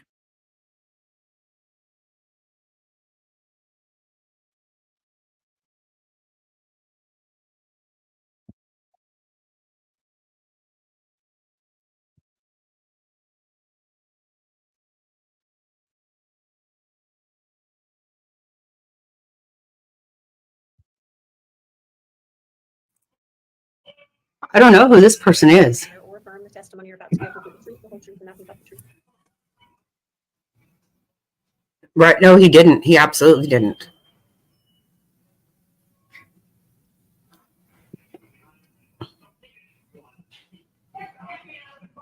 Yeah, I loved it. All right, the court will note the witness has been placed under oath at this time, so I am going to inquire. This case has been live streamed and available for view by the public in general or anyone interested. So, Ms. Woodbury Shank, have you watched this trial or observed any of the trial testimony since the trial began? No, Okay. Have you discussed with anyone else your testimony, anyone that has testified in this case? no. All right. Thank you for your responses then, Mr. Wood. If you'd like to inquire on direct, you may. Thank you. Good afternoon. Could you state your name and spell your last name for the record? Yeah, it's Sydney Shank, Schenk. Ms. Shank, what state do you currently reside in? I currently reside in Arizona. Did you, have you ever lived in Rexburg, Idaho? Yes, in 2019, I lived in Rexburg, Idaho. What were you doing there? I was attending college at Brigham Young University, Idaho. Were you working at the time? I was not. Were you looking for work? Yes. What kind of work were you looking for? I, in the past, have nannied and babysat. I enjoy watching kids, so I went on a website called care.com, looking for a job opportunity to be a nanny. Through care.com, did you ever meet a Lori Vallow? Yes. So I posted a job listing that I wanted to nanny, and she replied to my listing, and we got in contact on the website, and then later messaged through text and set up a time for me to come meet her and her son JJ. Where did you meet her? I met them at her townhome in Rexburg. And do you remember approximately when you met her? Yeah, it was September 18th. And did you, through that conversation, did you learn if JJ had any special needs? Yes. So she mentioned, yeah, he has autism and that he had difficulty focusing at times and had some behavioral difficulties at times. And yeah, that he needed extra help. When you met with her, did she say anything about her husband? She did. She mentioned, as we got to know each other, that they had just moved to Rexburg from Arizona and that her husband recently passed away from a heart attack, and that JJ was kind of struggling to understand that. Did she tell you anything else about JJ? Not really that day, just yeah, that he had autism and some difficulties. Did she speak with you at all about a daughter named Tylee? She didn't mention her name, but she did say she had a daughter that was living in town, attending college, and that sometimes she would come to visit and do laundry or come home for dinner, and sometimes would babysit, but that she didn't like babysitting without being paid. And so she wanted someone else to come in and help her. And so, from your understanding, was this daughter living in a separate location than Lori Vallow? From what I understood, yes. And this was on September 18th of 2019. Yes. Did she hire you to watch JJ? Yes. So we had discussed coming in the future and coming the next day. She needed to go to the airport to pick up a friend and she needed some help watching him just for a few hours. So I came the next day on the 8th or the 19th to watch JJ. Did she, and approximately how many hours did you watch him that day? I want to say 3 to 4 hours. Did Lori say anything to you about JJ's medications? She did. She, when I arrived, explained like what to feed him and some activities to do. And then also that if she got home later, that I could give him some medication to help him sleep. So tell us about watching JJ. What do you remember about that experience? I remember him playing with the neighbor kids the majority of the time, and it was going fine. He was a fun kid, and he eventually went over to the next door neighbor's house to play. And I fed him some dinner before he left. And eventually his mom was going to come home soon, so I went back and picked him up from the friend's house. And he seemed really upset and just sad. They had a little tiff about sharing toys or something, and he was pretty upset. And I tried to calm him down best I could, but he had some behavioral difficulties calming down and was getting a bit aggressive and angry. Did you have any other contact with Lori Vallow that night? I did. So she came home from the airport with her friend, and her brother was there, and she tried to help me calm down JJ. And just in the midst of kind of him freaking out, I just left and she paid me. Yeah. Did you have any further communications with Lori Vallow? I did. So a couple days later, I messaged her again, hoping to work again. This, from my understanding, was going to be a longer term job that I could work for her few times a week as she needed it. And asked when I could come back. And she said that JJ went with his grandparents for a month and that she was in Hawaii for a month. And that after that month had passed, I could reach out to her again to reschedule another time to babysit.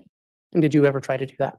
I did. Yeah, I called her and texted her and never got a response back. From that point on, I didn't speak with her at all. So you never heard from her again? No, Did Lori Vallow ever mention the name Chad Daybell to you? no, So you, through your contact with her, you never heard of a Chad Daybell? no, never. Your Honor, that's all the questions the state has for now. All right, Ms. Pryor, cross-examination.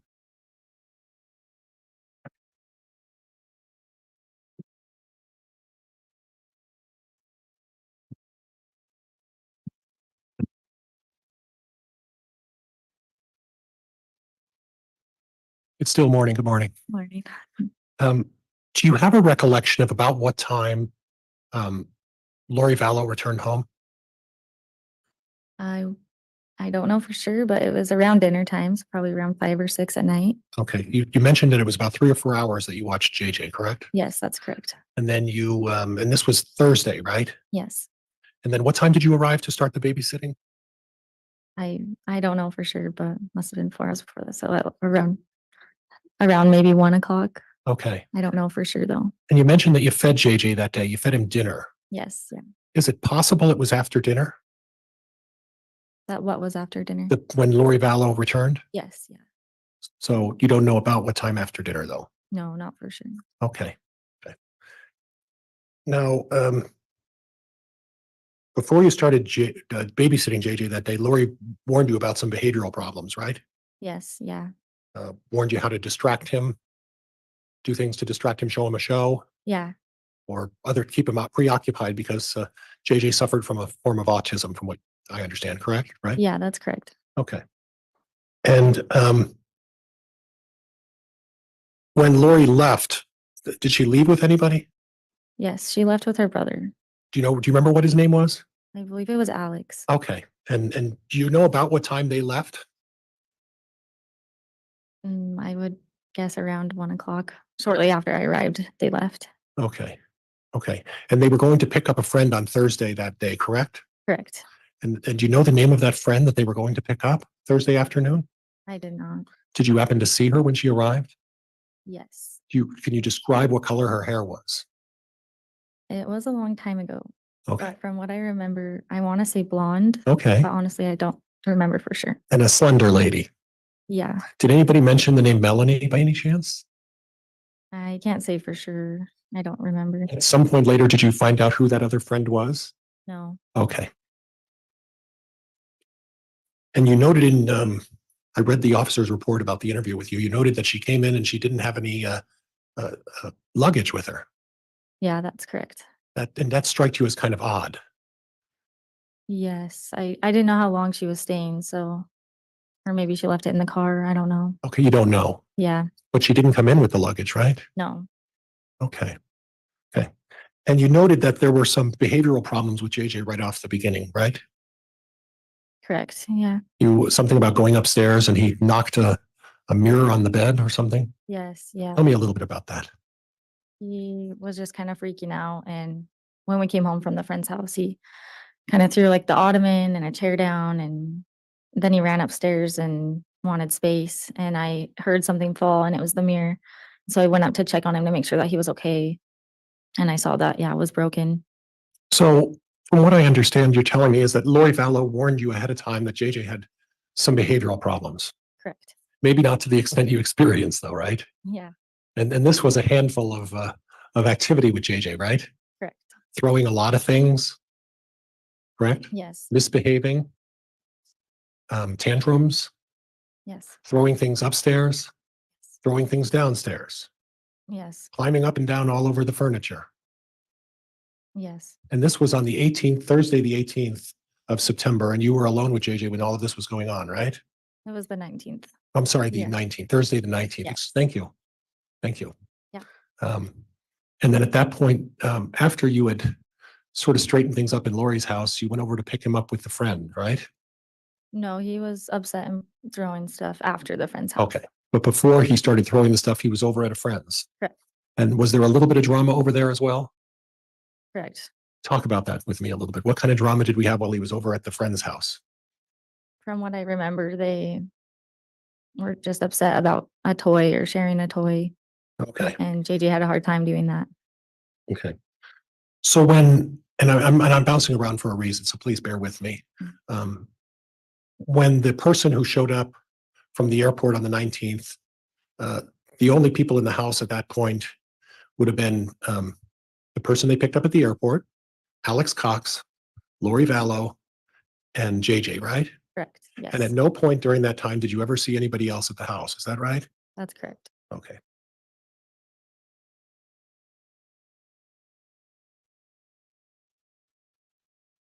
You never heard anybody mention the name Chad Daybell, did you? No. Now, were you aware that JJ and Tylee had a very close relationship? No, I wasn't Okay. aware. But interestingly, you noted to the officer that when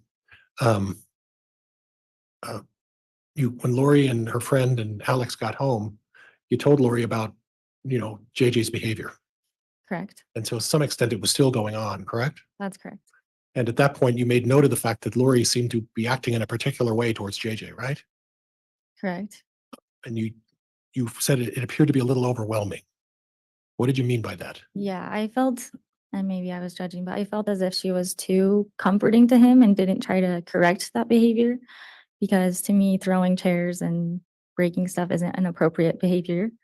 And instead of correcting that, she was more just emotionally there for him and like being very sweet and kind to him, which I guess is a loving mother. But to me, that was a little strange that she wouldn't correct that inappropriate behavior. Right. And you viewed her behavior as over nurturing? Yeah. She went over the top. Correct. She was cuddling him too much. Correct. Yeah. Okay. And all of this behavior that you saw, the active behavior by JJ at that time, did that continue on while you were there? Lori was there, Alex, and this other person? He seemed to calm down a little more once she came, Okay. and it improved a little. Okay. And lastly, while you were there, the person that they picked up at the airport, when all of this behavior was going on and you were trying to explain to Lori, did the person who they picked up at the airport, did she ever use the word zombie? No. Did Lori Vallow at that time ever use the word zombie to describe Alex's erratic behavior? No. Did Alex Cox ever use the word zombie to describe JJ's erratic behavior? No. Did anyone in that house at the time when JJ was acting up, used the word zombie. No. Did you ever hear the words from JJ using the words zombie? No. I have nothing else. Nothing on redirect. All right, that concludes the testimony of this witness then. Thank you for appearing today. Will this witness be recalled by either side? Not by the state. Ms. Pryor? No, Judge. Oh, Okay. it's on, Judge. No. All right, that concludes your testimony then. You may be released. Thank you for appearing today.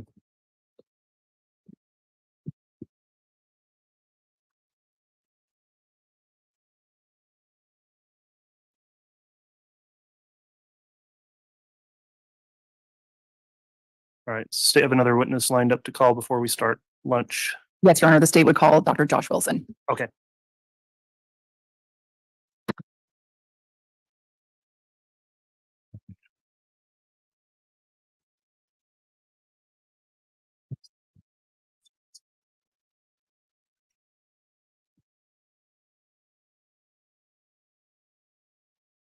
solemnly swear or affirm the testimony you're about to give will be the truth, the whole truth, and nothing but the truth, so help you.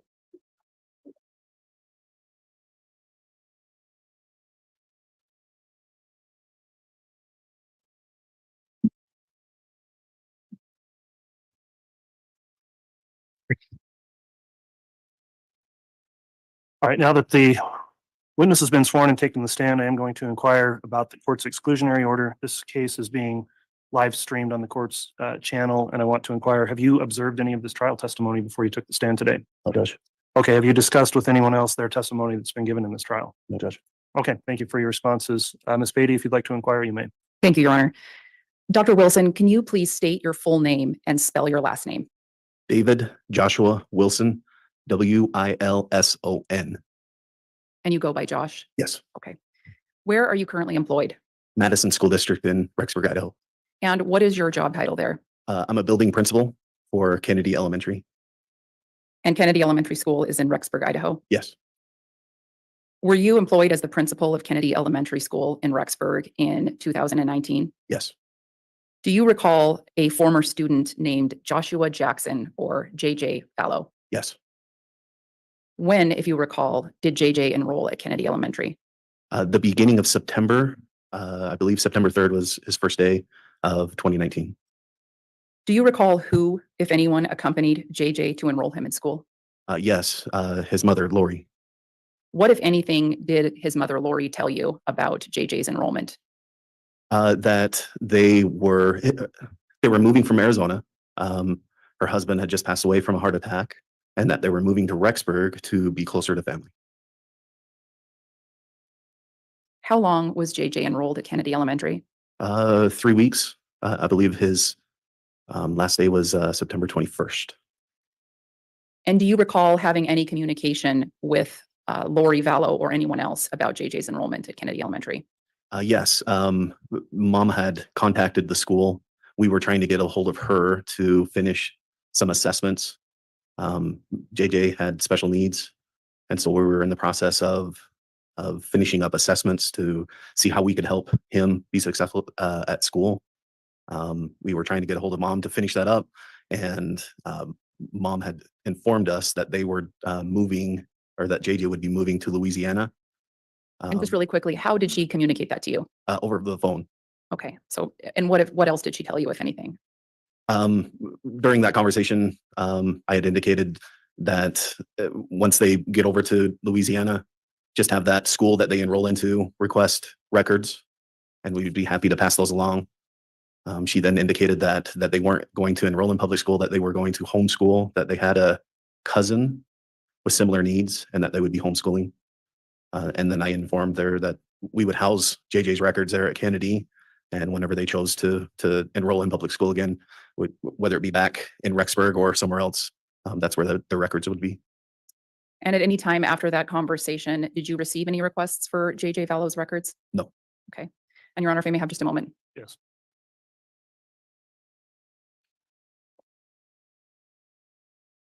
And Your Honor, I have no further questions for this witness. All right, thank you, Ms. Beatty. Any cross-examination, Mr. Pryor?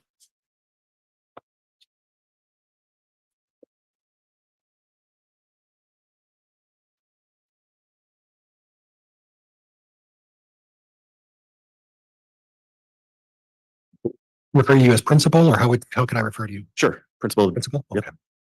So principal, from what I understand, the discussion with Miss Fallow was by way of a phone conversation. Is that right? Correct. Did at any time was a child enrolled in the school at Kennedy Elementary? Yes. And did that child attend the school? Yes. And for how long a time did that child attend the school? About 3 weeks. Okay.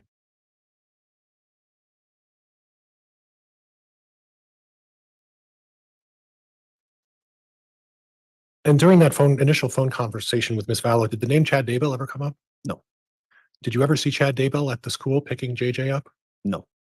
Did you ever have any mention of any kind whatsoever in the 3 weeks that JJ Vallow was at your school of the name Chad Daybell? No. I have nothing else. Thank you, Judge. All right, any redirect?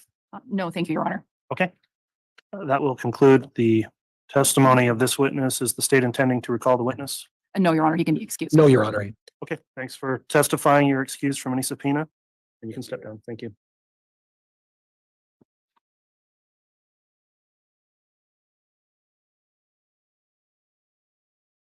They have another witness lined up. Yes, Your Honor, the state would call Wynn Hill.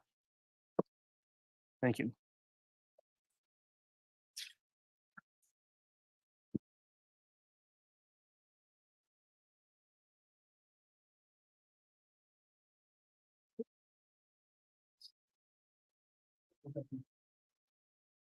That or affirm the testimony you're about to give will be the truth, the whole truth, and nothing but the truth, so help you God.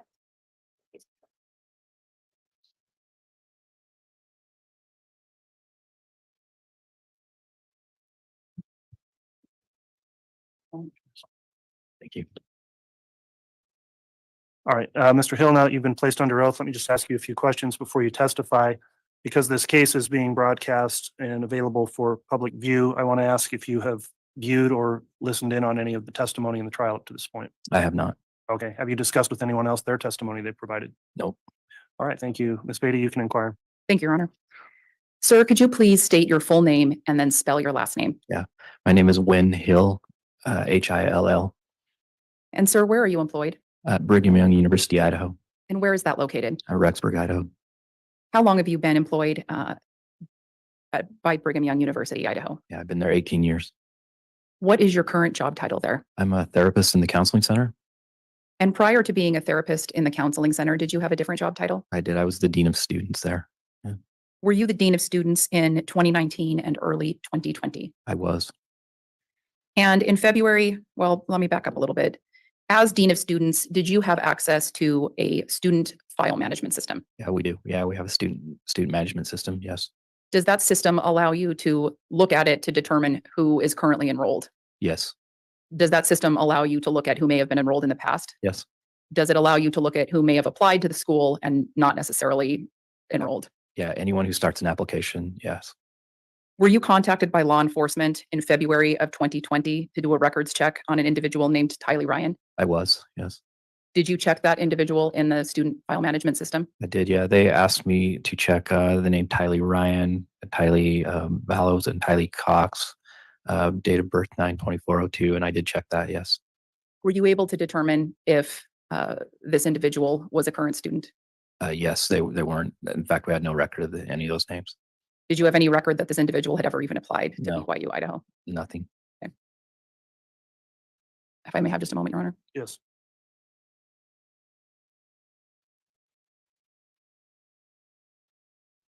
And Your Honor, I have no further questions for this witness. All right, thank you, Ms. Beatty. Mr. Pryor, cross-examination. No notebook, so it's going to be short. Did you ever have an occasion to talk to Lori Vallow on the phone? No. Did you ever discuss an application with anybody? Alex Cox, Lori Vallow? Nope. Did you ever discuss an application, or did anybody in your organization discuss an application with a Tylee Ryan? Not that I'm aware of. Okay, and obviously you'd never heard the name Chad Daybell in relation to any application process for Tylee Ryan. Is that right? That's correct. Okay, nothing else. Thank you. Any redirect? No, thank you, Your Honor. Okay, either side intend to recall the witness? No, Judge. No, Your Honor. Okay, that'll conclude your testimony then. Thank you for appearing. You're released from any subpoena, and you can go ahead and step down from the witness stand. Your Honor, may we approach? Yes.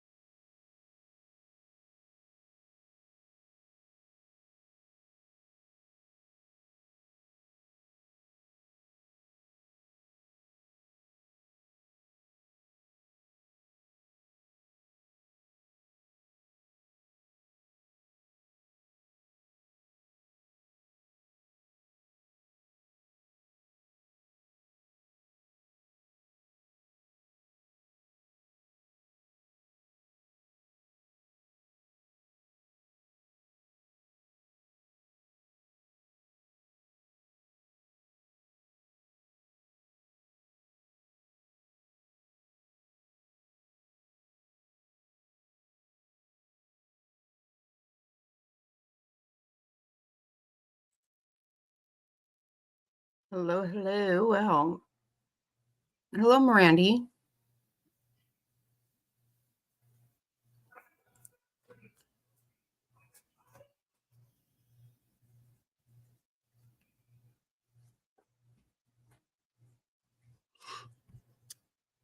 I am. I would like to know what's going to happen here. Yep, I have a feel. Yep, we're going to go right into lunch.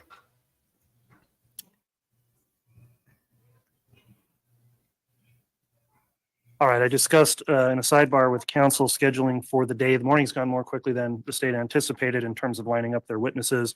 We're going to take the lunch recess at this time. We will take a longer break today in order to allow for appearance of afternoon witnesses.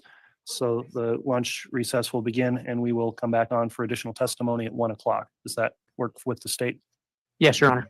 defense? Yes, Your Honor. Thank you. All right.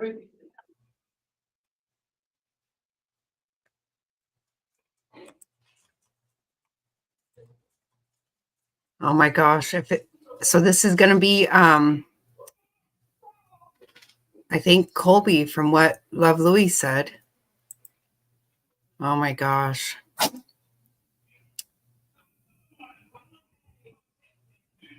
feel myself getting emotional already. Oh my God. Phew. This could be very triggering, guys, if it is Colby. Okay, that's, oh my gosh.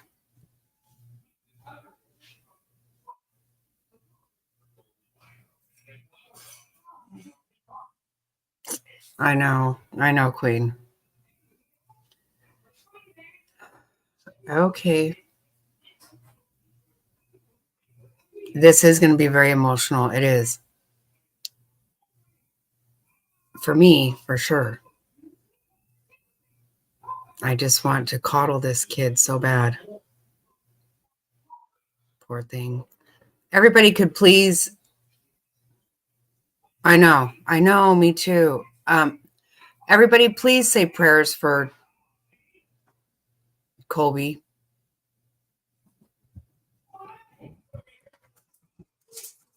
Yeah, hopefully you'll miss it.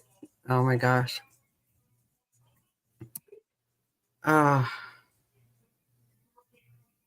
Yeah, me too. Me too. All right, here we go. Yikes, yikes, yikes.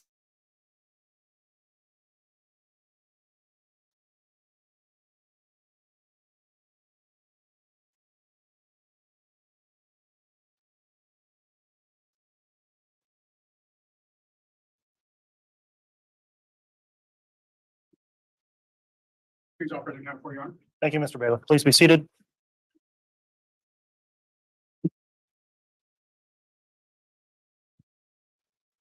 All right, we're back on the record on case CR 22-21-1623, State of Idaho versus Chad Daybell. We just completed the lunch recess and the state continues with its case in chief. The state may call its next witness. The state calls Colby Ryan.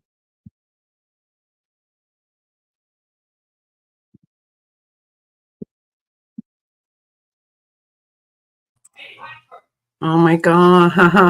Oh. Solemnly swear or affirm the testimony you're about to give will be the truth, the whole truth, and nothing but the truth, so help you God. Yes, thank you, Love Louie. Yes, everybody please give prayers for this poor kid. Oh my God. Oh, it breaks my heart.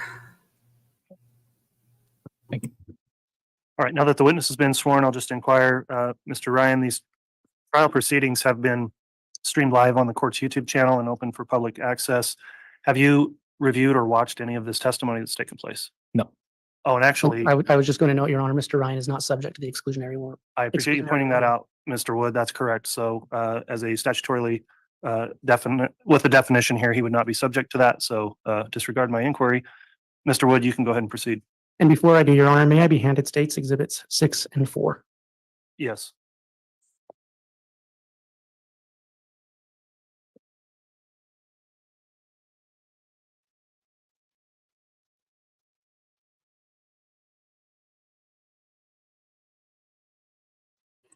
I know, sis, don't you think he looks like Good afternoon, Mr. Ryan.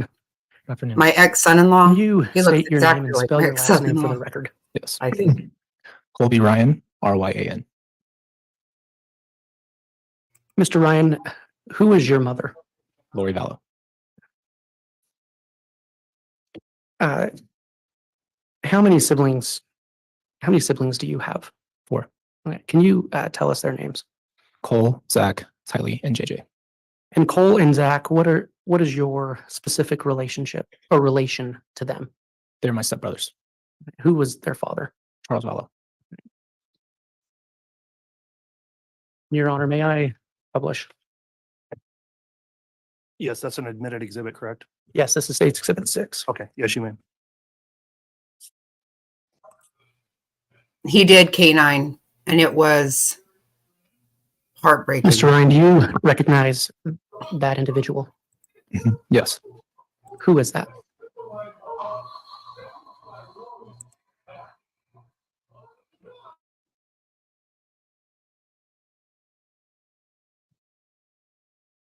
That's my sister Tylee. What is your Oh my specific God. relation to Tylee? She's my half sister on my mom's side. So you share a mother. Mhm.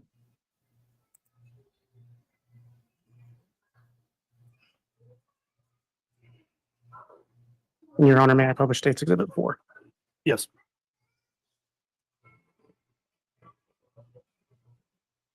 Mr. Ryan, do you recognize that individual? Yes. And if you need a drink of water, I don't know if there's tissues up there. I'm good. Who is that? That is my brother JJ.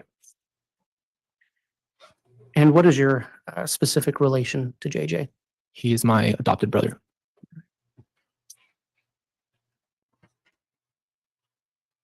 Do you recall when JJ was adopted? Yes.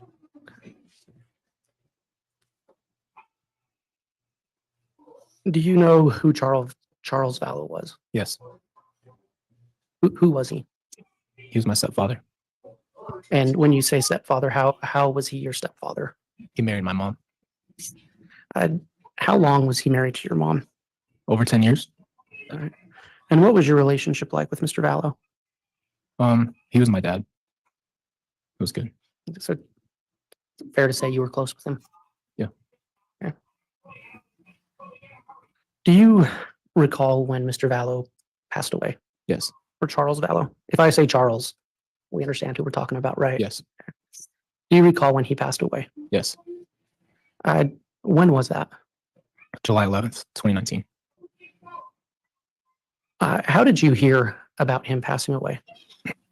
My mom called me and told me that he had had a heart attack And do you remember about what time of day that was?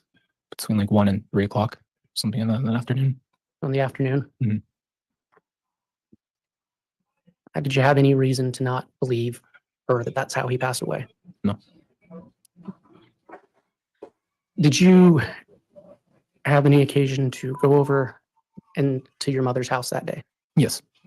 And where was that house located? In Gilbert, Arizona. Do you know approximately what time you went over? And I got off at work at 7, so around 7:30, 7:45. What happened? I know, What was the right, first thing you Gerri? saw when you got there? Tylee opened the door and hugged me, and she was crying. And then I saw my uncle Alex sitting on the couch with a bandage around his head. And then I saw my mom in the backyard, and that was it. Did you go into the house? Yes. Did you see your brother JJ there? No. Did you speak with Alex Cox at all that night? Yes. How did that conversation go? What did he say to you? Objection, hearsay. Statement of a co-conspirator, Your Honor. Overruled. Tell us about the conversation with Alex Cox. Well, and before we do that, what was your relation to Alex Cox? He was my uncle. And you testified you saw him with something white wrapped around his head. Yes. Did you speak to him at all that night? I asked him what was on his head, And he said that Charles had hit him in the head with a bat and that he had shot him in self-defense. And is that how you learned how your stepdad died? Yes. Did he tell you anything else about that altercation? No. And did you ever have any other occasion to speak to him about that altercation? No. You said you saw your mother that night, and what was her demeanor? Calm. Unrattled. What did you think of that? I thought it was crazy. So I was freaking out and she seemed to not care. And did you speak to your mother that night about how Charles had actually died? Yes. How did that conversation go? She told me there was a fight and ran through it very quickly. And it was just in shock. I can't remember exactly what she said, but she just basically gave me a very quick version of the story. Did she tell you why she had lied to you earlier? No. Do you remember if you asked her? I don't remember. Did you ever speak with Lori Vallow about Charles Vallow's life insurance policy? Yes. When was, do you know if that happened multiple times? I know she'd mentioned it growing up. She talked to us about what would happen if either one of them, something happened to them, what would happen. I think it was a few weeks later that she brought up that she was not going to receive any of the money from Charles. Let's just take a quick step back. When you say a few weeks later, what do you mean a few weeks later? After Charles was murdered. And she told you then that she was not going to receive that money. Yes. From that conversation, was it your understanding that she had been expecting to receive that money? Yes. And okay. When Charles was alive, did you ever have occasion to speak with Lori Vallow about her and Charles's finances? Yes. Was that something that came up often? Yes. About how often, to the best of your recollection? I would say maybe monthly, Okay. maybe once a month. And what was the general nature of those conversations? From what I understood, Charles would work and then receive like a bigger amount of money, and then it would kind of run out, and then they'd make another bigger amount, and then it would run out. So it's kind of the nature of the conversation would be that they were running low on money, something to that degree. Okay. Was that a common theme then? Mm. And just to be clear, the common theme that they were running out of money. Yes. Do you know who Tylee Ryan's father was? Yes. Who was that? Joseph Ryan. And I know that you and Joseph Ryan have the same last name. Yes. Was he your biological father? No. Okay. But did you take his last name? Yes. And do you know if Mr. Ryan is alive or deceased? He's deceased. And do you recall when that happened? Summer of 2018, I think. Something around that time. You don't remember the exact date? No. And were you aware if Tylee Ryan received Social Security benefits after Joe Ryan passed away? Yes. How did you learn that? My mom told me that she would be receiving benefits. And do you know if she received that monthly? Yes. Did you ever receive money from Tylee Ryan? Yes. How would that usually happen? Venmo. She would Venmo me. Would you ever ask her for some money? I did, yes. And about how often would that happen? Maybe I can recall asking Tylee specifically a couple times. I would mostly ask my mom, and Tylee would be the middleman between those transactions. So I'd ask my mom, and she would tell Tylee to send the money. Speaking of that, to your knowledge, did Lori Vallow ever send you money by sending it to Tylee, who would then Venmo it to you? Yes. And how did you know that? I would ask my mom, and then she said, "Okay, Tylee will send it over to you."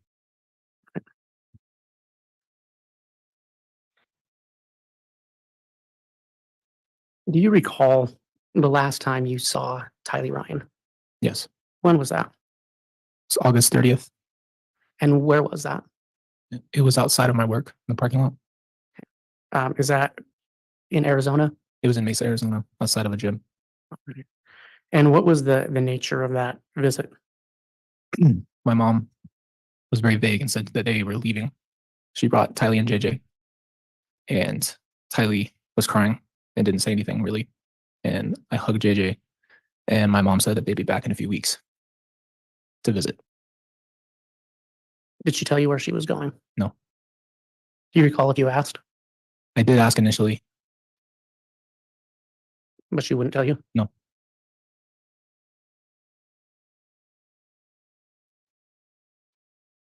Did you receive or did you exchange text messages with Tylee Ryan on September 8th of 2019? Yes. What was the nature of that text exchange? I think I had asked her to send money. And I think we had talked earlier that day a little bit. I didn't talk to her directly, but I had heard her voice and they said that they were on a trip.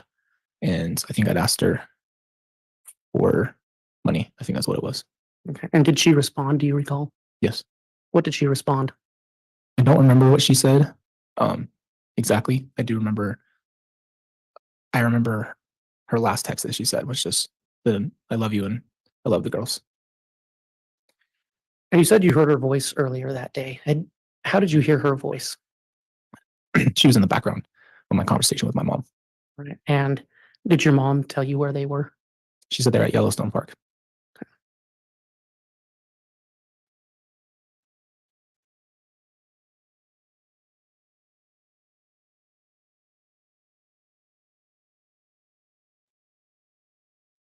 Did you ever have a conversation with Lori Vallow after Charles's death about Tylee's Social Security money? Yes. What was the nature of that conversation? So if I recall, she said that Tylee's money was not going to be everybody's money since she Judge, didn't can I have have some foundation as to what time, date, place this discussion took place? So foundation objection, Mr. Wood? Your Honor, I'll ask a few more questions. Thank you.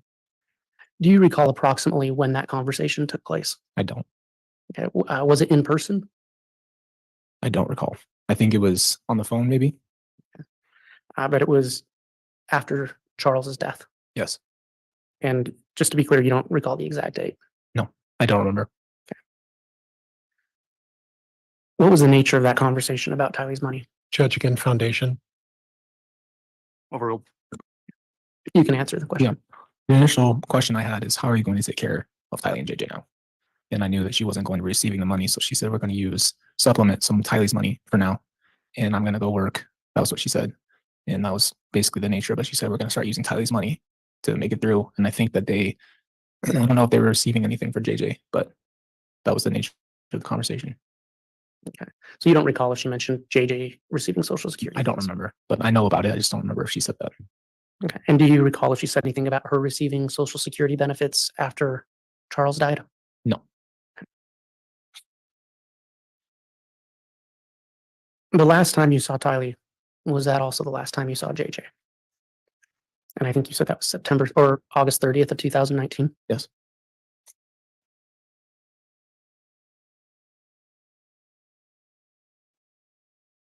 I want to talk to you about November 27th, 2019. Okay. Were you contacted by the Gilbert Police on November 27th of 2019? Yes. What was the purpose of that contact? They came to our door looking for Tylee and I think JJ as well. I specifically remember them asking about Tylee first. And what did you tell them? I said I didn't know where they were. Do you recall if you told them about the last time you had seen them? I think so. I think so. At that time, had you been concerned about Tylee? Yes. Why is that? Our conversations were not normal. The way her dialect in her text, the way she spoke wasn't matching up. And I had texted her for her birthday and just things of that nature. Just wasn't getting calls, wasn't getting any contact in a normal way and was always avoided. So I thought maybe she was upset with me, but I just didn't want to pressure her because I know she'd been through a lot. And so you mentioned text messages. Was there a change in those messages? Yes. How so? Just little things like if you capitalize the letter I in periods and emojis, just things like that. Things just didn't sound right. And it just felt off when I was receiving those texts. Do you recall the last time you spoke with her on the phone? The last time I directly spoke with Tylee was on the 30th with JJ on FaceTime. So the same day that I saw them. So you FaceTimed with them later that day? Yes. And then you never spoke with her again on the phone?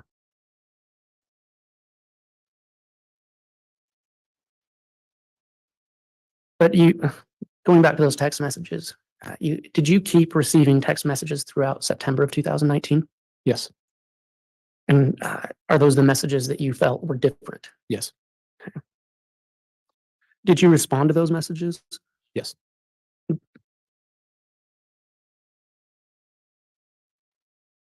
After the beginning of September, did you continue to receive money from Tylee's Venmo? I think so. Do you recall how often? I think maybe a couple more times. So maybe 2 or 3. And did you receive any more money from Lori Vallow? Yes. And how did you send that? So she started sending money after I had not heard from her since that day. She started sending money on Cash App. I think she made a separate account and just tried to send money, and it kept denying it because it was a new account. I think it was all through Cash App at that point at just random times. Okay. And was it in response to you asking for money, or was it just sent? Do you recall? It was just sent. Yeah.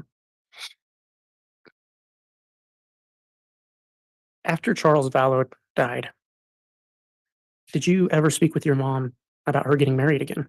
Yes. And do you remember when that conversation was? Maybe a few weeks after After he passed away? he was gone. Yes. What did she tell you about that? It wasn't really a conversation. She just said a one-off thing like, I'll be married again soon. And I disregarded her and told her that I think that's crazy, or maybe she's talking about in the next life. It wasn't a real conversation. It was just a comment she made, and I completely dismissed what she said. So she didn't give you any details about who she was marrying? No. When she was getting married? No. Other than soon? Just soon. Yeah. Okay. Did your mom ever mention the name Chad Daybell to you? I don't think so. No. I know she was becoming spiritual, if you want to call it that, for a long time, but she doesn't. I only knew Melanie. I didn't know anybody else that she was spending a ton of time with. And when you say Melanie, which Melanie? Melanie Gibb. Okay. Yes. Did you contact your mother after November 27th when you were contacted by the Gilbert police? I immediately contacted her after they left. And what did you say to her? I asked her what is going on. Why are the cops asking where Tylee and JJ are? And she said, I think she asked me like, what did they ask? And I said, they asked for Tylee and JJ. And I said, what's going on? And she just proceeded to say, I'll take care of it. Don't worry about anything. And then she's like, that's it. Like, oh, I got it. At that point, did you know where your mother was? No. So she had never told you where she was? No. We speculated based off of the Yellowstone thing, but I didn't have an idea where she actually was. And so you didn't know she was in Rexburg, Idaho? No. And she never told you that? No. Did you try to contact your mother on Thanksgiving? Yes. Did she respond to you? No. Did you ever have contact after that with your mother before she was arrested? I think she sent an email not too long, maybe within a couple of weeks. And the nature of the email was, everything's fine. Everything's going to be okay. Don't worry about me. I've got Jesus on my side, blah, blah, blah. But basically just saying it's okay. I've got things handled.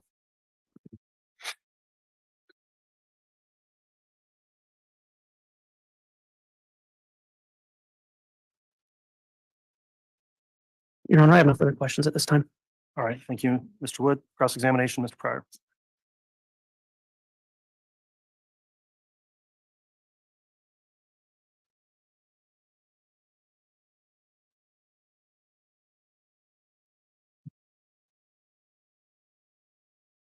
Good afternoon.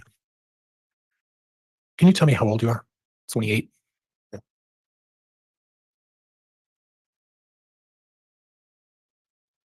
You mentioned a number of times that you were receiving money from Tylee and Lori. Is that right? Mhm. And 2018, 2019. Yes. Sound about right? Yeah. 4, 5, 6 years ago. Yeah. Financially, is there a reason why they were sending you money? We were just a young family and I just needed help and I was asking my mom for help. You were a young family with children of your own? Yes. Okay, and just difficulty supporting yourself? Yeah.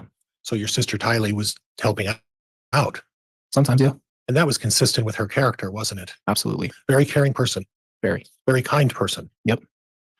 She was, in many ways, more of a mother figure to JJ than Lori was. Would you agree with that? I think she was his big sister. Very caring of JJ, very protective of JJ. Would you agree with that? She loved him. And she understood him better than almost anybody, correct? Sure. He had tremendous challenges as a young autistic, 7-year-old autistic child, right? Mhm. And of all your siblings, you would probably say that Tylee was probably the kindest, the gentlest, and the most understanding of JJ. Would that be fair? Sure. Yeah. Good. Now,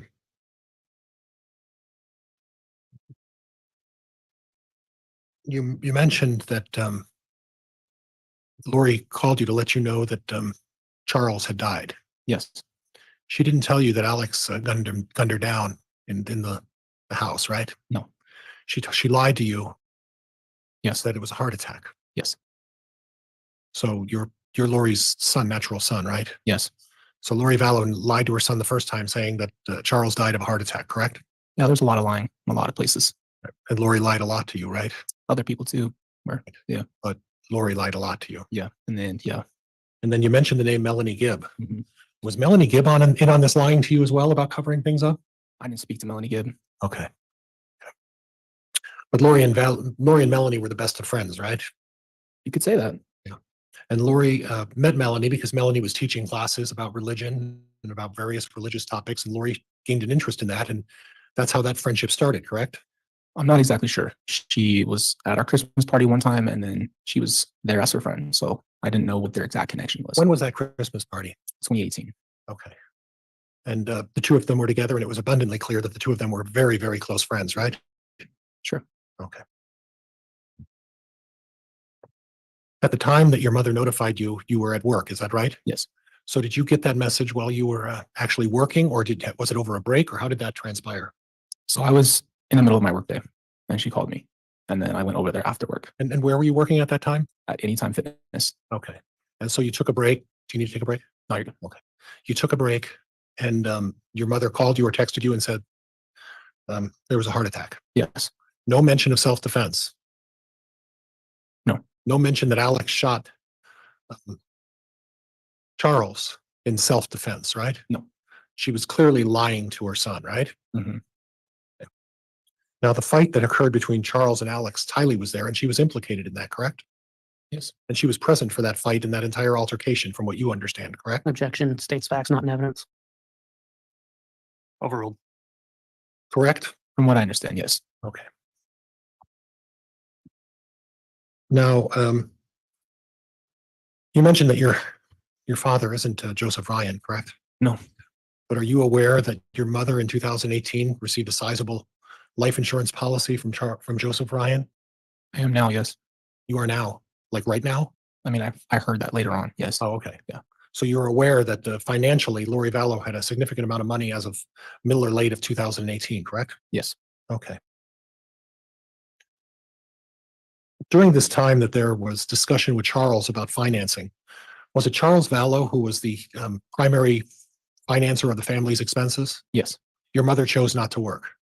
She worked, I think, in the beginning, and then I think he just took over. I'm not sure. I was a child. Okay, so when there was financial issues, it was your mother putting this all on Charles to provide for the family. Is that fair? Yeah. Okay.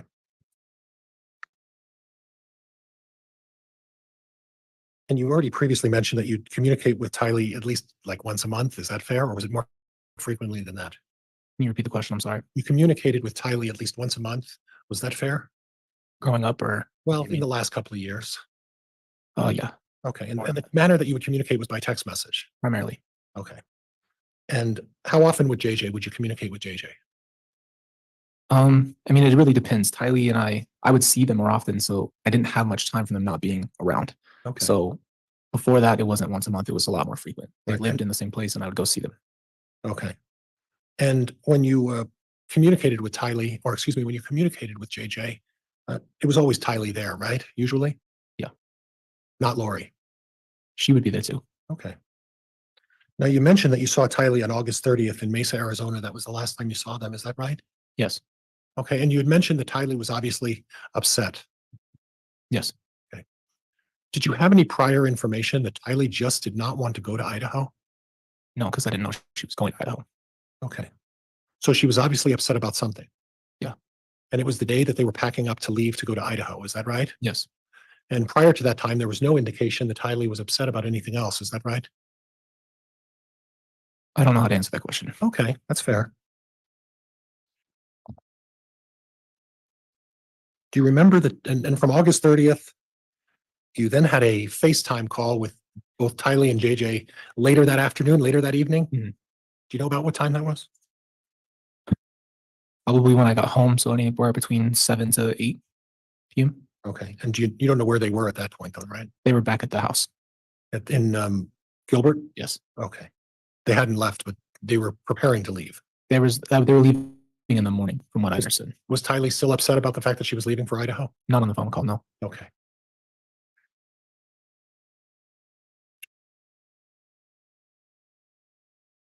Now on the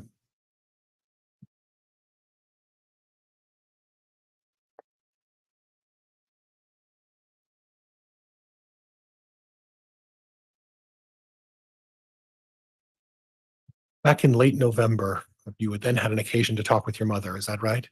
After the Gilbert police spoke with you? Yes. And again, your mother lied to you again. Yes.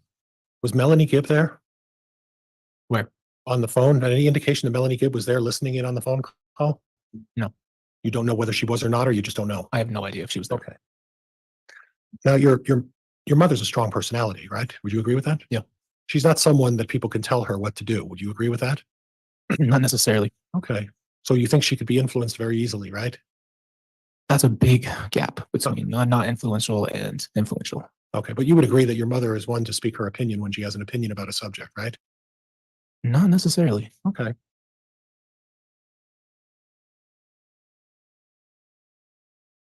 Did you have an occasion to ever interact or observe the way your mother talks to her friends, let's say Melanie Gibb, how she interacts with someone like Melanie Gibb? Yes. And that sort of interaction between them, your mother was a wallflower, or did she tend to speak her opinion when she spoke with her good friend Melanie Gibb? Can you define wildflower? Wallflower, someone very passive who wouldn't argue, someone who would just accept the way things are. She did not like confrontation. Okay. She avoided it. So take that for what it is. I don't know. Okay. So if getting in a discussion with Melanie Gibb, she would avoid confrontation. Is that what you're telling me? Yes. Okay. Did she ever tell you in late November, after the police called you, that JJ and Tylee were with Melanie Gibb? No.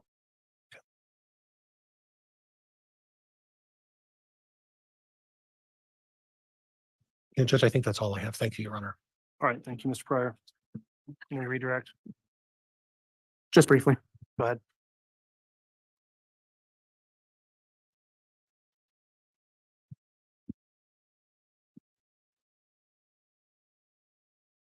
You were just asked about kind of your mother's personality. Mhm.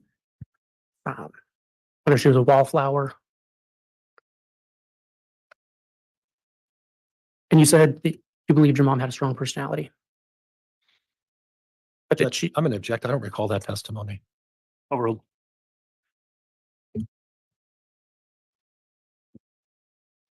but you said you thought your mom could be influenced. Yes. Earlier, you testified that your mom had become more religious over the years. And you were asked if she could be influenced. Yes. Do you believe your mother was influenced by Chad Daybell? Objection, Judge. Grounds. It's speculation. There's no foundation to base what he's basing this on. It's a question of belief. It's overruled. 100%. I think she could be influenced. Yes. Okay, and my question was, do you believe she was influenced by Chad Daybell? Judge, again, I'm going to object. Foundation, speculation. Overruled. Yes. Thank you. Your Honor, I have no further questions. All right, on that very last point, if you'd like, Mr. Pryor, recross. If not, we'll be concluded with the witness. And just limited to that last line of questioning you objected on, I'll allow recross. Your Honor, I would just note, I think that question was directly in line with with his cross. Understood. I'll allow the recross. Judge, am I permitted to go forward? Yes, but only on that last question or two. Now, in August of 2018, or August of 2000, excuse me, August of 2019, you had never heard of Chad Daybell, is that right? Correct. And you testified previously that your mother said, please let me get to the quote. And it was a few weeks after Charles passed away, and Charles passed away in July of 2019, right? You said, I will be married again soon, but she didn't specify who she was talking about, right? Correct. And at that point in July of 2019, you didn't know very much about Chad Daybell either, did you? No. Had never even heard the name, right? No. And then in August, almost September of 2019, correct? Yeah. You had never heard of Chad Daybell. You didn't even know where or why they were going to Idaho, did you? No. And then we fast forward to November, 2 months later, within 60 days, you have a conversation with your mother about where's JJ, correct? And at that point, you'd never heard or mentioned the name Chad Daybell, is that right? Correct. And then subsequent to that, you mentioned the fact that your mother, there was a call and a communication where your mother had been locked up. And at that point, you had a confrontation call with her. And at that point, you never heard about Chad Daybell, correct? No, in December of 2019, there was a release, and that's how we found out that she was married Okay, and that the kids were missing, and that's how we found out. okay. So after December of 2019, after everything started processing, that's when you drew this conclusion that Chad Daybell must be influencing her. It wasn't anything up until December of 2019. Is that fair? I mean, they ran away together. So Well, I understand that, but Yeah. prior to December of 2019, to your knowledge, Chad Daybell wasn't even in the picture. Is that right? correct. Yeah, I have nothing else, Judge. Thank you.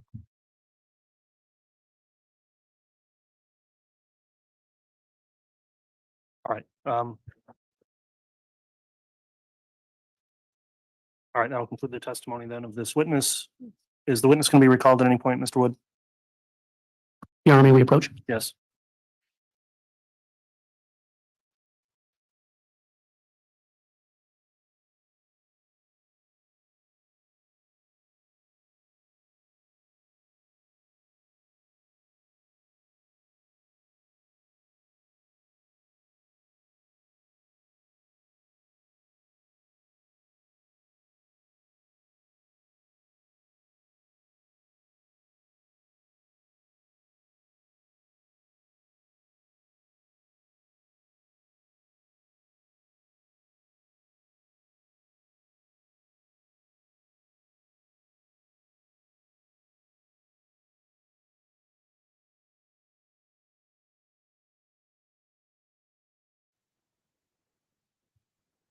All right, that'll conclude the testimony of Mr. Ryan then. Mr. Ryan, you potentially may be recalled at some point in this case. If so, you'll be contacted either by the state or the defense. Otherwise, you are permitted to step down, and that concludes your testimony for today.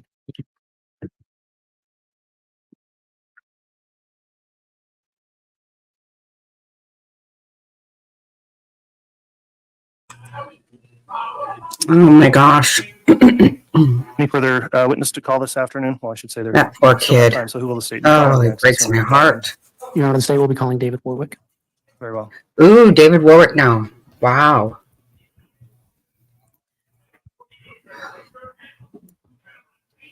Then Zulema, right? I wonder if Summer's going to testify in this one. Huh. Wow.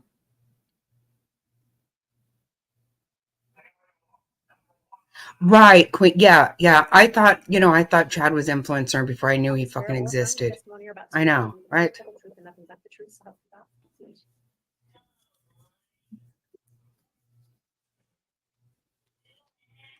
Now, these two aren't divorced, but they were not together, right? I can't figure out their shit. I don't know. I really don't care, actually. They're all All right, now that the witness has been sworn, let me just inquire, Mr. Warwick, have you viewed or listened in on any of the testimony that's taken place in this trial since it started? No, All right, have you discussed your testimony with anyone else? no. Very well. Mr. Wixom, if you'd like to inquire on direct, you may. Thank you, Your Honor. Mr. Warwick, will you please state your full name for the record and spell it? David Dale Warwick. Please spell it for the reporter, please. Oh, spell it. Sorry. DAVID DALEWARWICK. Thank you. And Mr. Warwick, where do you live? Pleasant Grove, Utah, What do you do for a living? a general contractor. I'm going to ask you some questions, drawing your attention back to roughly 5 years ago. Are you familiar with the name Chad Daybell? Yes. How are you familiar with his name? I think since 2012, if I recall. When did you first become familiar, or how did you first become familiar with his name? There was a book that he had done done a book with Julie Rowe. And I just knew that he was the author or publisher of that. At any point in time, did you have any contact with Mr. Daybell? At that time? At any point in time? Yes. When did you first have contact with him? He reached out to me to wanting to do a book with me. Do you recall approximately when that occurred? 2015 is what I'm thinking that was. How did he reach out to you? He's communicated. He's called me, he's texted me and emailed me, and I just can't remember which one was first. Had you ever initiated any of that contact? No. What was your reaction to his request that you write a book? I just said I needed to think about it, and because of the content, I needed approval from above. So did you decide ultimately to write a book for him? No. After that initial contact, however it came, did he continue to reach out to you to request this? Yes. How often did he reach out to you? Probably 3 or 4 times over a year. How did he do that? Text and email mainly. I think we only had 1 phone call. What was your reaction to those continued requests? I just said no. At any point in time, did you ever have any personal contact with Mr. Daybell? Yes. When do you recall that first happening? The first time was at a meeting in Rigby, Idaho. And tell the jury about this meeting. What was the meeting? It's they were having a meeting about priesthood power and dealing with the darkness of this world and evil. Who was having the meeting? John Miller. And approximately when did this meeting occur? If I remember right, it was fall of 2015. And why did you have occasion to attend that meeting? Because John Miller reached out to me. Did you asked me to come? Did you know Mr. Miller before this? I did not. Did you have any understanding why Mr. Miller had reached out to you? Yes, I had done a few firesides, and anyway, so people got to know me through others that way. So he reached out to me thinking that I would be interested in this. I think you indicated that this meeting occurred in Rigby, Idaho. Yes. And where in Rigby was this meeting? Where? Mhm. It was at his home. Do you recall who all was in attendance at the meeting? Not everybody. Most of the people I didn't know. Who do you recall and was at the meeting? John Miller, Larry Holton, Tom Harrison, Bob Walker, Hector Sosa. Now, some of these guys I met because we carpooled up, so that's why I remember their names. But then the others that were there, that's where I met Chad. When you were at this meeting, did you have any occasion to have a conversation with Chad? Yes. Can you explain to the jury what was the conversation about and how did that come to be? He just came up and said that he was going to go to his house, and he wanted me to come over. He said Julie Rowe and a few of her associates were coming, and they actually showed up at this meeting too. And anyway, I said, "No, I'm not here. I'm here for this meeting." And I didn't want to go. I wanted to stay because I was asked to be at this meeting by the host. So what was Chad specifically asking of you? he just asked me to come with him. And did you eventually do that? Yeah, he went and talked to John Miller, and they were having a lunch break. And John said, "Yeah, go ahead and go. It'll be okay. Just, we can just resume when you get back." At that point, did you want to go? No, I didn't, but there was some curiosity to what's going on. So, but I just went out of respect. And where did you go? We went to Chad's home Where was his home located? in Rexburg. What did you do at his home? We walked around his property, and And this is the first time I had met Julie Rowe also. And basically she was helped telling him how the property was to be laid out and organized for tents to be set up and a building to be built for preparations. Why did Julie Roll explain this information? What was her basis of understanding? My understanding is she had a vision or she was having visions. I wasn't informed on the details of what was going on. It was more of a meet and get acquainted. Who did you recall meeting anybody else at that meeting besides Ms. Rowe? Let me withdraw that and be clear. While at Chad's property, do you recall meeting anybody else besides being there with Chad and Ms. Rowe? Yeah, there were several other men there, but I don't recall their names. Did you ever have occasion to meet Chad's wife? Yes, And who was that you met? Tammy. When did you meet Tammy? When we were in their living room, Chad had her come out and introduced us to his wife. Was that at the same meeting that you were there with Julie Roll that Chad had brought you to? Yes. Did Tammy participate in the conversation or walking around the property? No, she didn't. Any understanding why she did not do that? I just didn't feel like she was interested, but that was just my feelings. How did that meeting eventually end? When we got done walking around the property, we just left and went back to John Miller's. Did you have any other interaction with Chad at that point, at that meeting? No. Do you recall any other occasions that you met Chad personally after that meeting? Yes. When's the next time that you recall having met with him personally? There was a conference in Brigham City, Utah that I was asked to speak at, and Chad was there. To the best you can recall, approximately when was that conference? 2017 is my guess. That's the best that'd be my guess. I don't remember exactly. But it was after your meeting at John Miller's house? Yes. What was your interaction with Chad at that conference? We just talked. I saw him over there at his booth when we had a break, and I went and just talked with him for a few minutes. Anything of note in the conversation? No. Did you have any impressions at that point of Chad's just general nature and his demeanor? No, he's just Chad's always been very, very kind, very meek. Anything else about the way he conducted himself or interacted with people at that point in time? No. When's the next time that you recall seeing Chad in person? At Lori Vallow's house in Chandler, Arizona. And when did that happen? August of 2019. What was your occasion for being at that meeting? Lori, I was with Melanie and we were doing a couple firesides in Arizona. And Lori called when we were coming back down from the northern Arizona and said, "Hey, we got some friends here. We'd like you." They wanted her to bring me over to meet me. So they said they were just having like a luncheon. She had prepared food and just asked us to come and stop by. When you say Melanie, are we speaking of your spouse? Yes. And who is your wife, just to clarify for the jury? Who's what? Who is your wife? What's Melanie? Yeah. What was Melanie's last name at the time? Oh, sorry, Gibb. Sorry. And you're still married? Yes. So who do you recall being at that luncheon or that meeting at Lori's house? Chad, Lori, Melanie Boudreaux, I think was her name. Alex Cox, Zulema, and then there was a lady there named Julie. Is it the same Julie Rowe? No. During that meeting, was there any conversation that occurred? Yeah, it was sitting around a table and eating food, and conversation was happening while we were eating.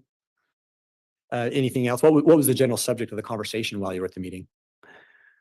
That they were talking about the 144,000 and about the gathering of the 144,000. And I'm going to pause you there for the jury's sake. When you say they were talking about it, who was talking about the 144,000? Chad and Lori, but they were all talking about it. It was not really a formal meeting. It was kind of a lot of conversation, and I was just picking up on what they were talking about. To the best you can recall, what things do you remember Chad or Lori saying about the 144,000? That they were responsible to gather them. It was their call. Now, were these things that Just one of them was saying, let me withdraw that. Was Chad saying these things I don't remember which one was saying it. but one of the two? I would say it was one of the two because they were the host of this meeting. Any reason to think that they both weren't embracing or believing whatever it is that they were talking about? Yeah, yes. Anything else that came up in that conversation besides the 144,000?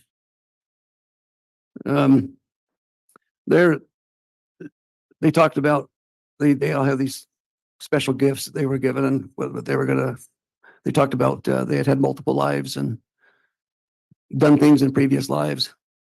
When you talk about these special gifts, did they elaborate at all on these special gifts? It was, yeah, there was, I just remember a couple. One was, had power over the elements of the earth and had to be in certain places a certain time to facilitate whatever God was doing. Judge, I hate to interrupt, but can I have some foundation as to exactly which one of these guests was that talking about that? Mr. Wilson. Thank you. Awesome question, Judge. So you just mentioned this gift about power over the elements. Do you recall for the jury, who was it at this meeting that had those types of powers? Zulema. Were there any other special powers that were mentioned at the meeting? And yeah, that I can recall, no. I remember Alex was to either do or he was told that he was the angel that came to stop Laman and Lemuel when Nephi was being smitten. Is that an LDS reference? Yes. What did Alex think about that or say about that particular belief? He felt good because he was doing something good. He felt good that he was a good guy. And during that meeting, did Chad ever discuss with you any role that he might want you to have in this gathering? At that time, I don't think he did. I think it was for me just to get acquainted. Did you have any discussions with him about your reaction to some of those things that were being taught? Yes. What discussion did you have with him about that? But that if somebody's going to have the position to call the 144,000, that I felt like that would be a prophet of God that would have that responsibility. Is it fair to say that you didn't believe that Chad was a prophet of God at that point? No, At any point? no. So did you tend to agree with some of those teachings that Chad was engaging in that day? Judge, I'm going to object to the characterization. I can respond. Oh, it's overruled. Go ahead. Did you have any disagreement? I'm sorry, let me withdraw that. You can ask the question if you remember what it was. I'm sorry. I'll re-ask it.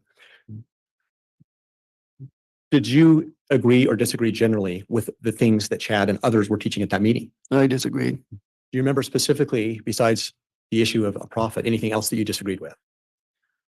Yeah, they did. They talked about Satan having power to push people out of their bodies and taking possession of them, and then the person's spirit would be stuck in limbo. They couldn't go forward because the body was still alive. Did you discuss that teaching with Chad at all? Yeah, I just said Satan was never allowed that power because that's something he wanted to do from the beginning, and God put a boundary there so he could not do that. So you didn't believe these things, is that No. fair? Okay. During that meeting, did you notice anything about the way Chad and Lori interacted with one another? They seemed really close. I mean, they were, they were really friendly with one another. When you said really close and friendly, could you describe that more for the jury? Well, I just noticed when Lori brought the food to the table, she kind of leaned on him as she put his plate down. What did that indicate to you? Affection. For speculation. Judge, Sustained. did you notice anything else about their behavior that indicated to you anything about their relationship? No, Had you ever met Lori before that meeting? no. And was there another time that you interacted with Mr. Daybell? Yes, When do you recall that occurring? it was September of 2019. And what was that occasion? I was at Lori's house to do a podcast with Lori and Melanie. And so I was there for that weekend and Chad came over. When you said you were at Lori's house, where was that at? He was in Rexburg. Did you get invited to come? Yes. And were you in Idaho for any other reason at that point? We had just moved my son up to Pocatello, Idaho, so I was coming up to see them, and I was coming up for the Book of Mormon Evidence Conference. And then, and Melanie and Lori had been wanting to do a podcast, and so I just kind of made a weekend of it. My plan was to stay in a hotel in Idaho Falls, to be in between both places. But Melanie invited me and said, Lori said, stay here, don't need to put money in a hotel, we got an extra room for you. So And that was in reference to Lori's place? Mhm. So yes, for the record. yes. Okay. And can you describe Lori's place that you went and stayed at? So the jury has an understanding of the layout. It was, when you walked in, there was a living room and a kitchen, just one room, and then a stairs on the right that went up to the bedrooms and bathrooms. And when you arrived, who do you recall being at her apartment? Lori and Alex and Melanie. What about children? Were there children there? JJ. Did you have any occasion to interact with JJ when you arrived there? Yes, I tried a couple of times. He was sitting on the couch playing games, and so I tried to just get to know him a little bit, but he was pretty into his game. Did he respond to you then, or? No. And do you have any special needs children yourself, Mr. Warwick? Yes, Can you tell us about that? I have a Down syndrome boy Jack, what's the with relevance of autism. this? Hold on. There's a Oh, pending sorry. objection. I haven't ruled. It's Relevance? Judge, may I argue? No, it's sustained, Mr. Wixom. Okay. Did you have any further interaction with JJ at that point? Just one more time. He had a box and he was cutting windows and doors in it, making a little toy house out of a cardboard box. Did you try to talk to him on that occasion? I did. Any interaction with him then? No, I think you already mentioned Chad was at this meeting or gathering. he showed up at least 2 or 3 times. He was kind of in and out. Do you recall what span of time were you staying at Lori's apartment on this occasion? Friday night through Monday morning. So roughly 3 days? Yes. So when you said that Chad was in and out, approximately how many times was Chad coming over that you recall? I can recall twice for sure. It may have been a third time, but it's When he came, how long would he stay? maybe a half hour to an hour. It was never long. Did you have any conversations with Chad while he was there? Yes, I did. And Judge, could I have some foundation as to when these meetings supposedly took place? Wixom. Certainly. When do you recall, the best you can by month and year, that you were at Lori's house on this occasion? Sorry, repeat the question. Best you can remember, can you let the jury know what month and year were you at Lori's house on this occasion? So September 2019. And so back to the question about Chad. What do you remember talking to Chad about when he first? Judge, again, I'm going to renew my foundation. We don't know which day of the week we're talking about since this was a 4-day weekend. Well, I think that's more appropriate for cross, so Okay. it is vague, but Mr. Wixom, you can continue. Thank you. Appropriate for cross, so Okay. it is vague, but Mr. Wixom, you can continue. Thank you. When's the first time over the course of the weekend that you can remember that Chad came over? Do you remember what day of that weekend it was? It was the weekend, September 20 to 23 or 19 to 23 or 19 to 22. I mean, whatever that weekend was, I just remember I remember the 23rd. So This has been 5 years ago. yeah. Do you remember, you said earlier that you were there from Friday to roughly Monday morning. Yeah. Do you remember which day of that weekend that you first recalled Chad coming over?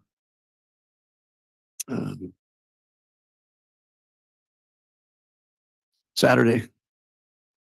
So when Chad came over, explain to the jury what, if any, conversation that you had with him at that time.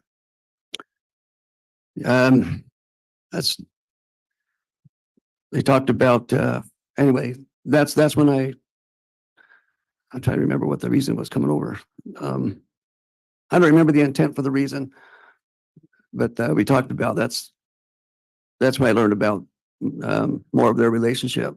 What did you learn? That they were that they had been together in past lives and that they had a mission to do together. Did they explain at that time what that mission was together? Yes. What was it? They gathered the 144,000. Did they discuss any more about their personal religious beliefs along that vein? They just talked about terrestrial buildings that are on this earth that they can see. And What did you understand that to mean? Did you say terrestrial or Yeah. terrestrial? terrestrial. What did you understand that to mean? Just what it says. Did they explain what they thought that meant? They just said we want you to come over and we'll show it to you. So I mean, anyway, it Come over where? was at some park next to a church. So did you leave the apartment and go with them? Well, we didn't go. We just went over there and met with them there. So you left the apartment and met them at the park? Yes. Who did you meet at the park? Chad and Lori and Melanie. And Judge, could I have some foundation as to the date or the day of the week at the time that this took place? Mr. Rickson, it's vague. I'll overrule the objection, but it's up to you. Do you remember which day of the weekend specifically that you would have gone to meet them at the park? Sunday. When you got to the park, what happened? We just walked around the park and they described the building. What did they describe?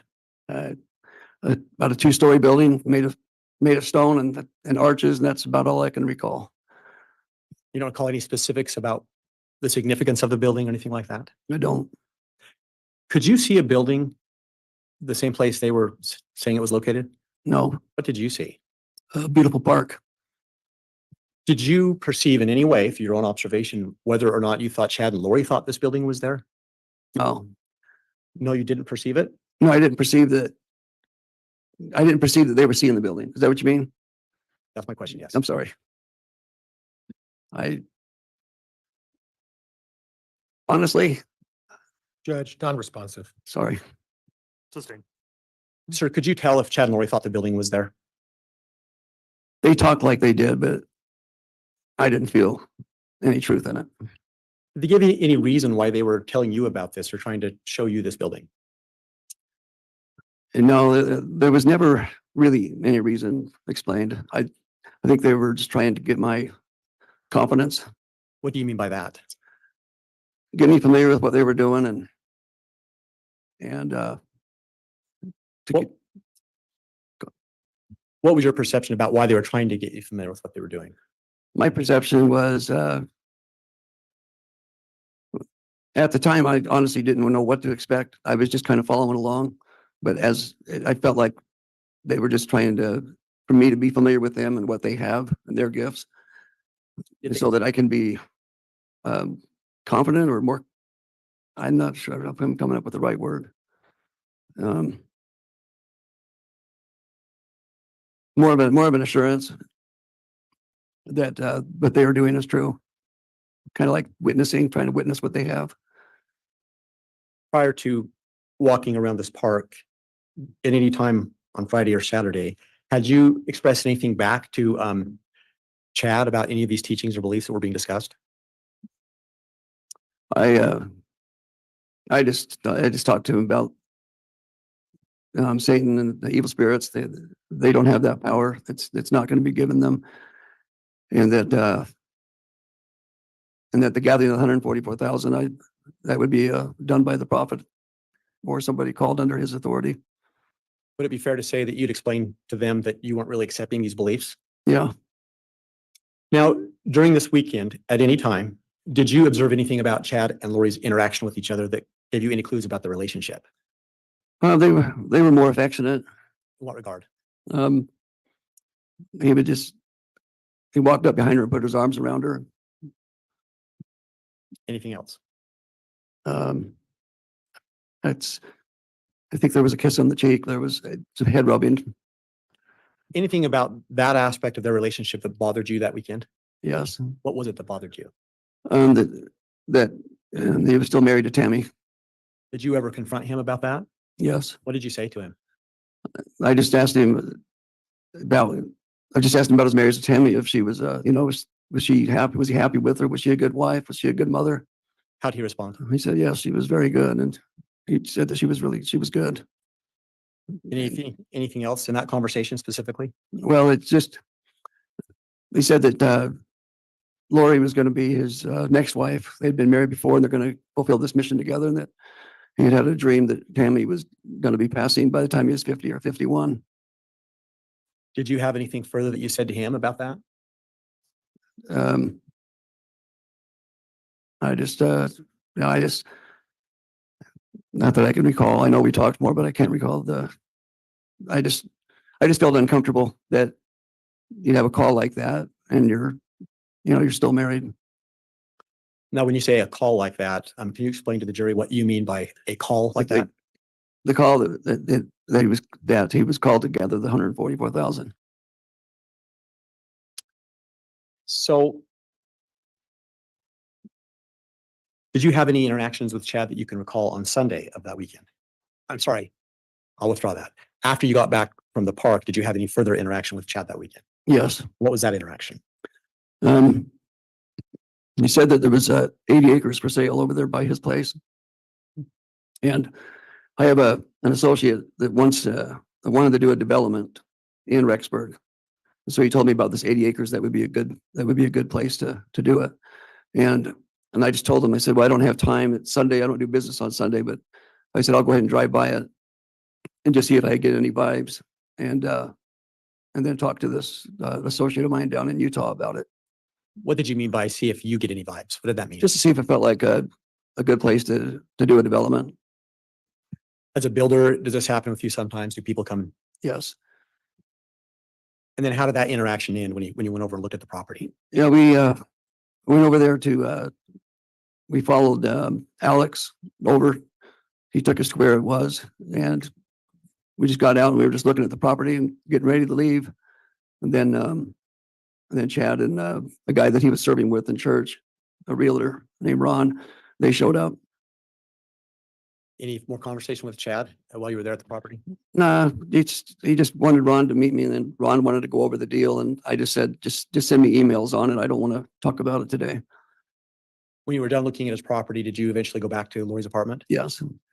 Did you have more conversation with Chad then at the apartment? Not that I can recall. At any point over this weekend, did Chad ever suggest that you would have any role in this 144,000 gathering? Yes. When did that occur? Remember that day?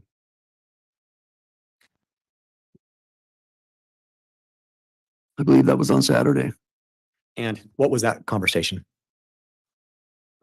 That I was to assist him in gathering the 144,000. And that's actually when I said, well, that would be a call that would come from a prophet. And two, I knew that my life, even if that call existed, my life is not in order to be able to do something like that. Mr. Rickson, I'm going to suggest we take our mid-afternoon break at this time, just give them time. Certainly. So we'll go ahead and try to come back on around quarter till, 10 till if possible, to give the jurors enough time to take a break, and we'll come back on for remaining testimony. Certainly, Your Honor. Thanks. All right, please.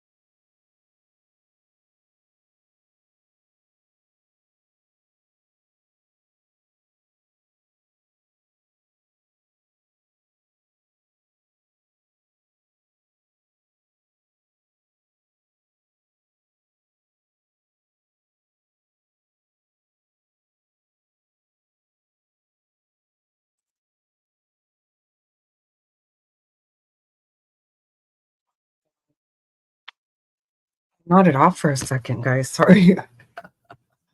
Oh, shit. Hi, Colby.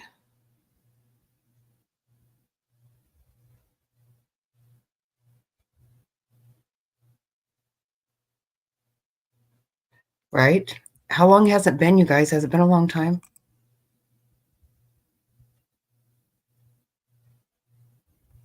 Okay, it hasn't been that long. Shit. I got the baby to sleep and almost put me to sleep.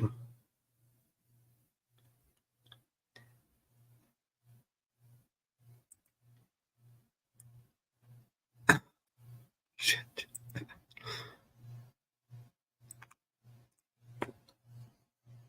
Okay, we've run out of all of our skips.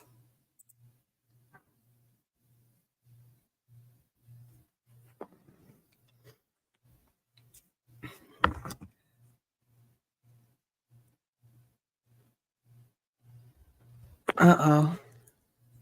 Huh.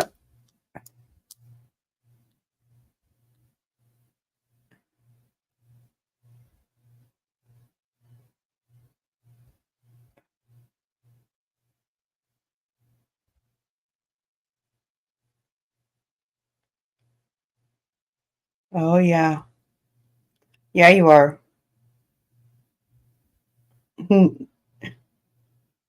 Oh, goodness. Dan's getting ready to be on the move. Oh, it's so cute. He's all happy with himself about it.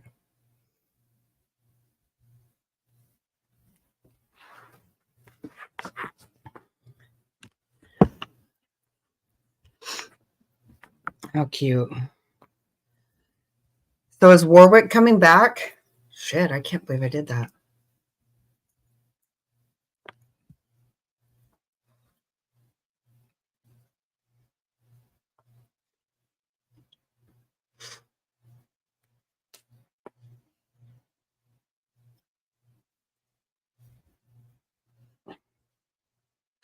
There was something else I wanted us to watch.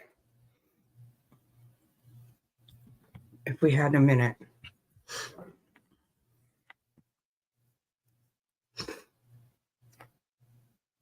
Let me see.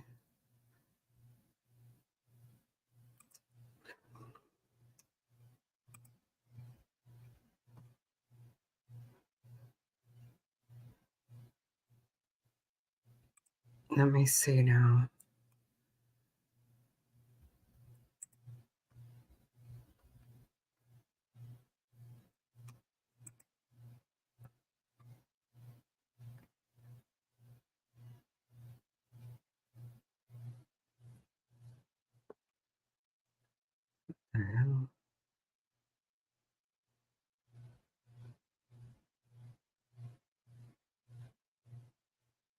I have no idea why the stuff comes up on my thing that it comes up.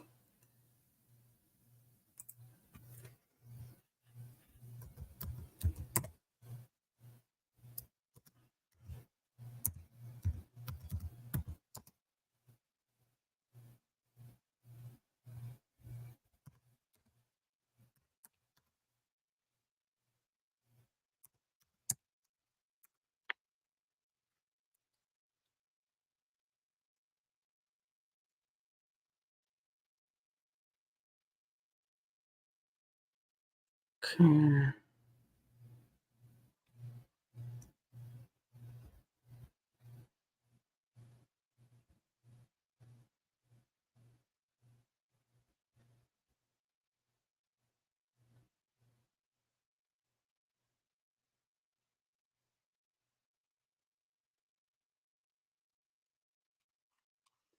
Okay, hold on 1 second.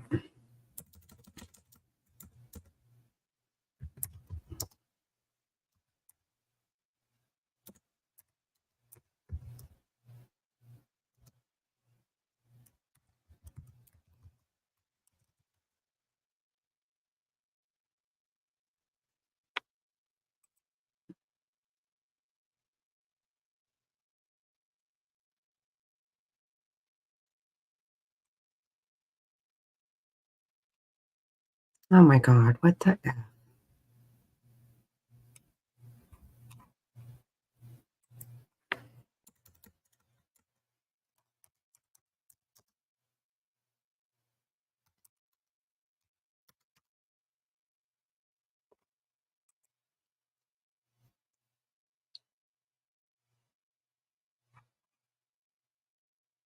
Okay, well, I guess I can't find it.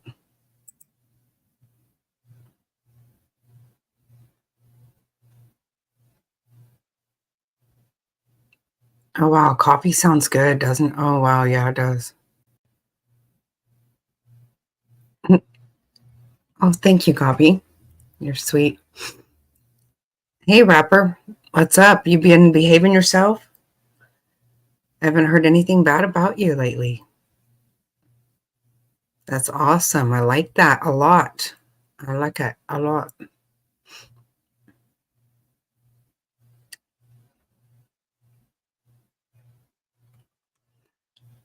Okay, I have something else I could show you that really got on my last nervous.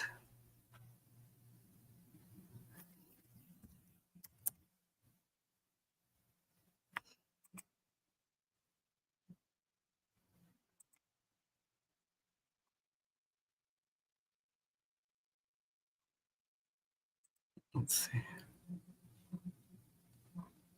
Wait, what is this?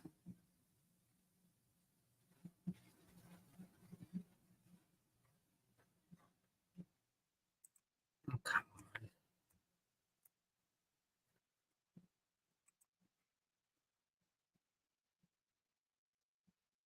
Mhm.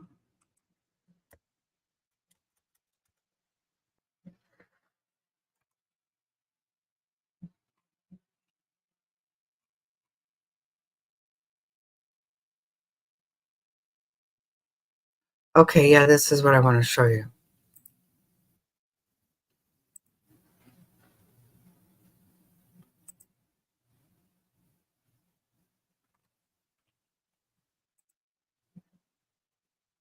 So look at this. Look what she does. You haven't had to spank him or...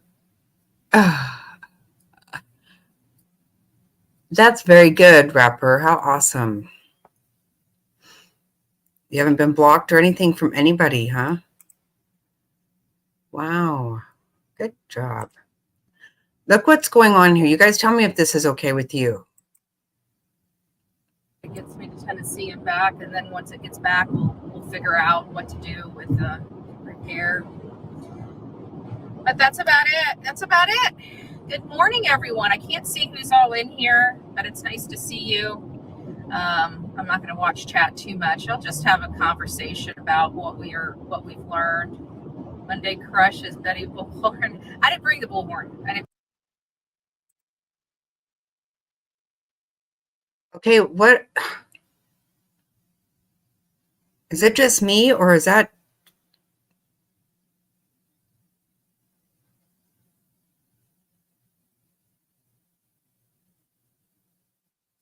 She's driving and she ends up...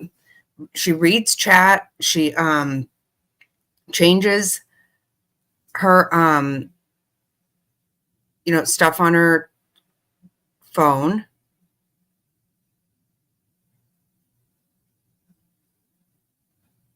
That's totally not okay.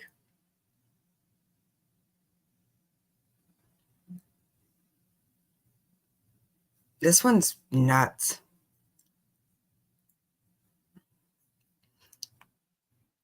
She really is. She'll strike me though for sure. So I'm not gonna... If things rise to the level of needing a bullhorn, I'll go buy one. I mean, for like $15-20. But I don't foresee that happening. I'm out here doing searches. I really don't have time to MF with, the Proudfoots. They're idiots.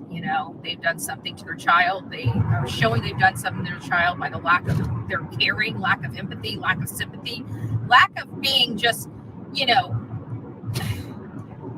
respectful. Okay, listen how she's all... Okay, listen what she says here. She doesn't have time to be doing their stuff. Well, then why are you doing it?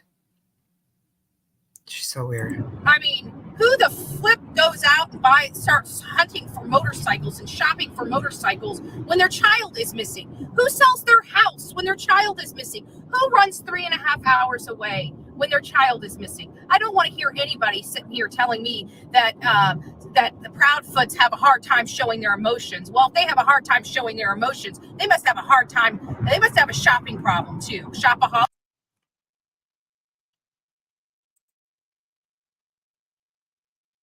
No, she doesn't. Hey, Legs, I didn't see you. No, she should not be driving. Listen, she's so nuts. She does. She always does. But you're saying she doesn't have time to go there. Well, then why are you?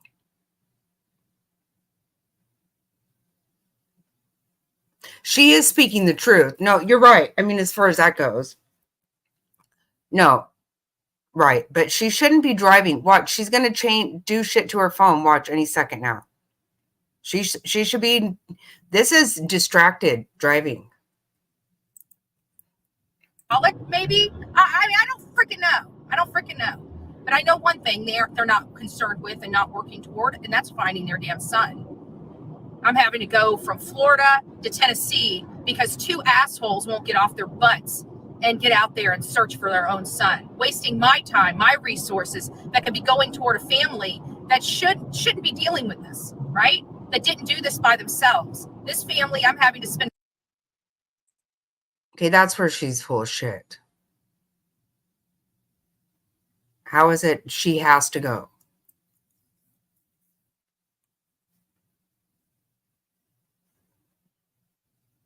She doesn't. Oh, I'm making me a coffee, I can tell you that. As soon as court starts back, I am having me some coffee. And resources on a family that did this all by themselves. It's irritating. It's irritating.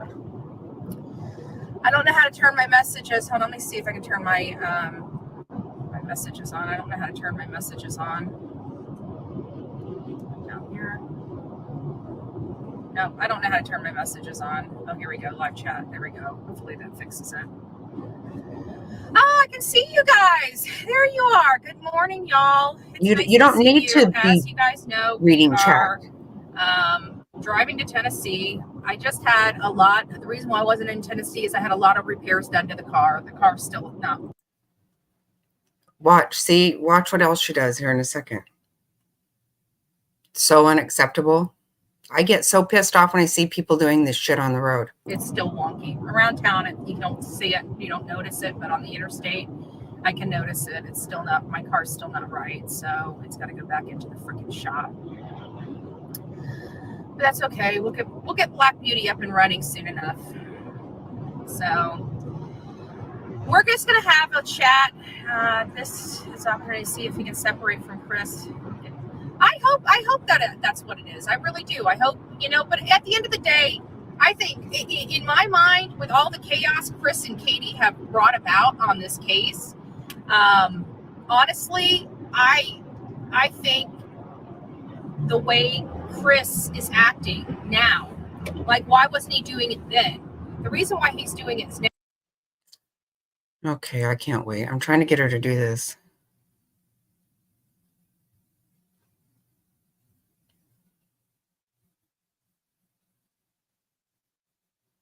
No, yeah, she does look like she hasn't. She always looks like that. She always looks all pissed off and all this. I don't like her. I don't ever watch. You know what, though? But driving is not cool. See, she ends up turning this phone around, turning the watch. Watch this.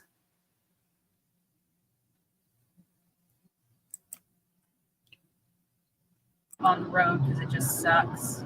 Isn't the sheriff related to the best friend? Proudfoots, yeah. I don't know if he's the best friend. Yeah, my car's definitely not running right. My freaking my check engine light's just steady blinking. I don't know if you guys can see that. See, both of those lights, those yellow lights, that's what I spent money to repair, to get both of those yellow lights off. And guess what? Since I had the repair, they were both off when I picked up the car. And of course, when She will strike me. She will. Yeah, you're right. Well, I did commentary on that, so she better. And that's enough. I'm just showing, look what she did.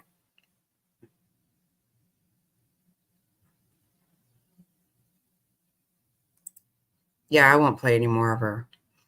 That's not okay, though. That shit scares me.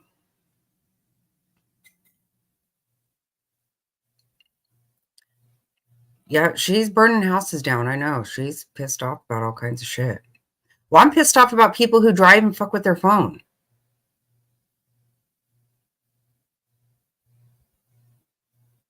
I know. It scares me. I'm like, how are you doing this and not acting like that you are doing something? That's not cool at all. She would get in a lot of trouble here. Yeah, she's in Florida.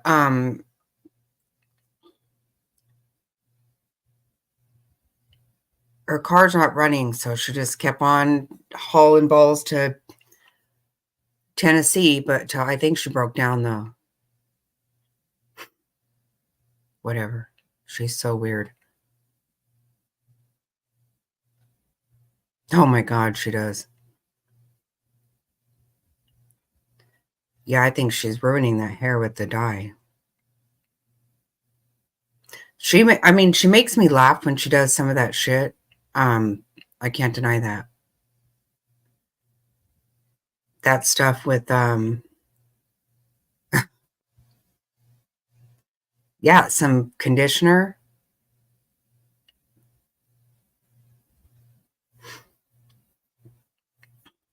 I don't know. Don't I know? It's all, yeah, I can't think of the right word, but you know what? It's so funny. The way she, have you guys seen her lately when she was so damn hilarious? She was all pissed off at JLR and telling him that she was burning the house down. That was it. And the next day she decided somebody else was the one doing that shit to her.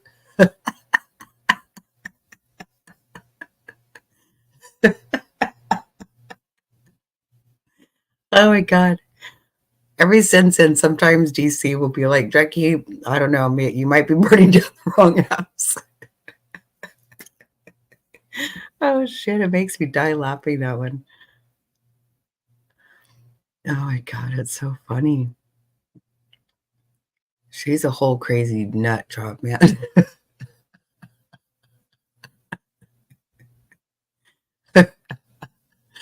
She talks about all this shit in that car, and it is true.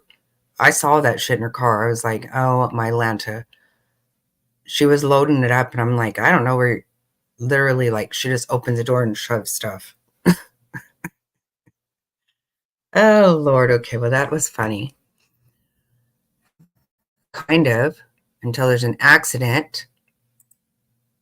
And it's absolutely not going to be funny. Did Frazzled go to a doctor's appointment?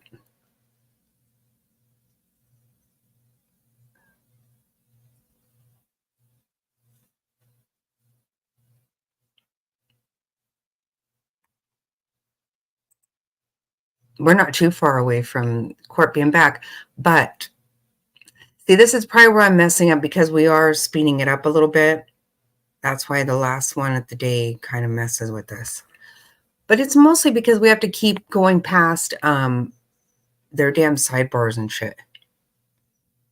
Okay. I hope she's okay. I know they changed her medicine. Okay, what was I going to show you?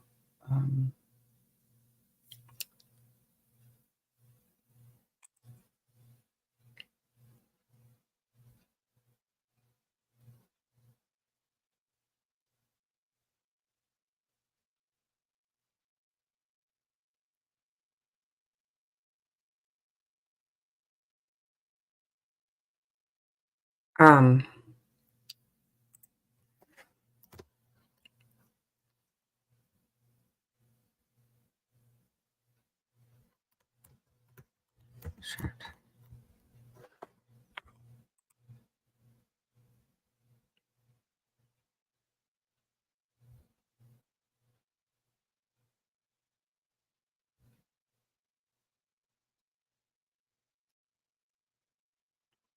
Oh, okay.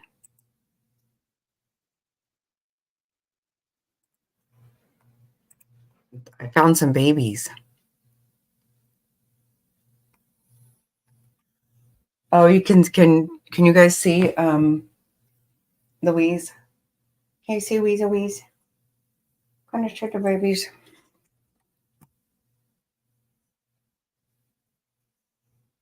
Where's my wall?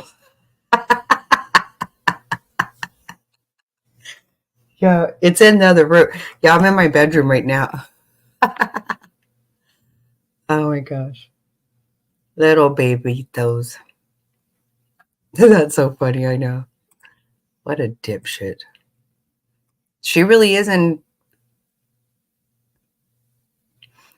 It looks like she really is in rehab, maybe.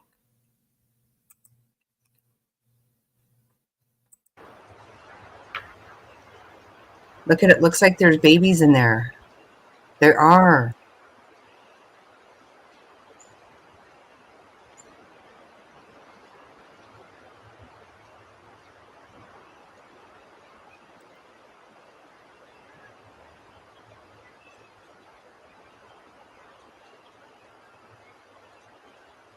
Oh, court's back in session. I'm like, what do I hear?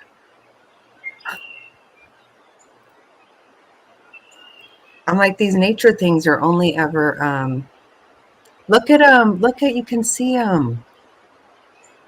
Oh my God, look.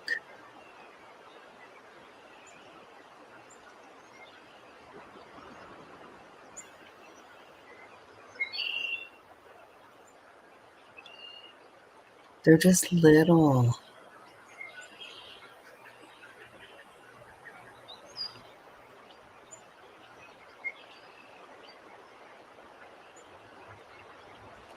Oh my gosh.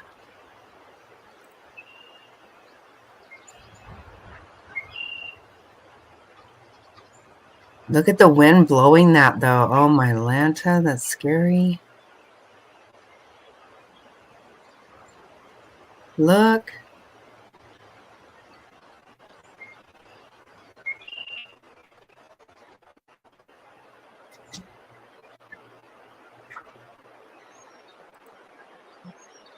I know. I love to check on the eagles.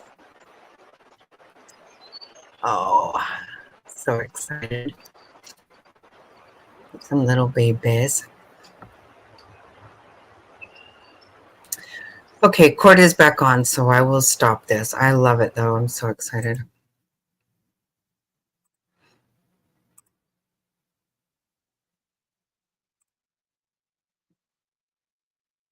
Isn't that sweet? I think Jackie and Shadow didn't have any. They had triplets this time, but they didn't have any. They weren't viable. That really sucked. Maybe we'll have more from them though. I hope so. Okay.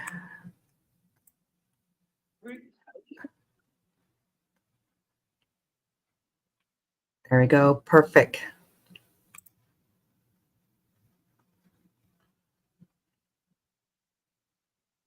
I'm going to get some coffee.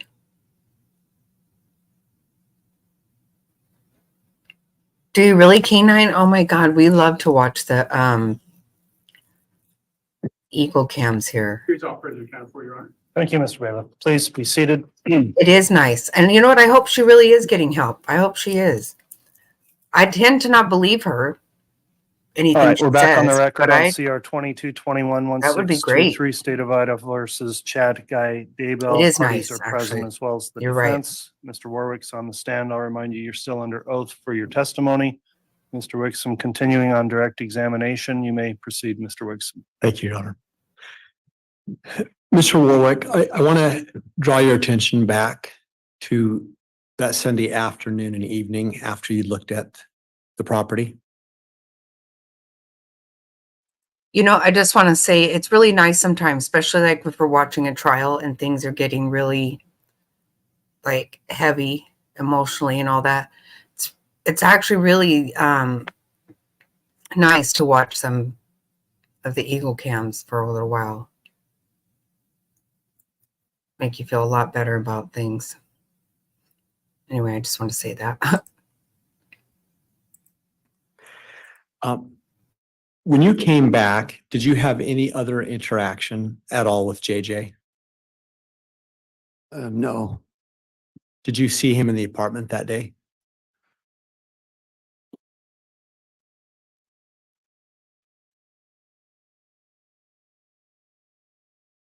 I believe he was there Sunday afternoon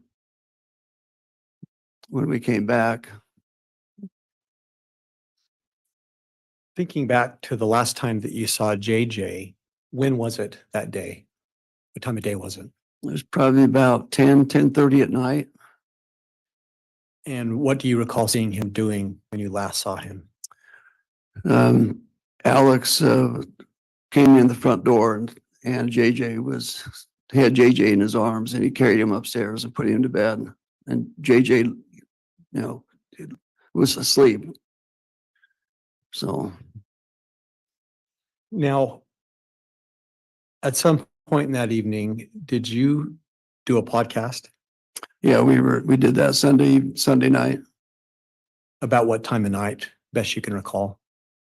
And we started like 7:30 and we were just finishing it up when Alex brought JJ home. And who all was at the podcast and participating? Melanie and Lori and myself. Was Chad there at that time? No, And where in the apartment did you do the podcast? in Lori's kitchen. So was the podcast happening before you saw Alex bring JJ in and take him upstairs? Yes.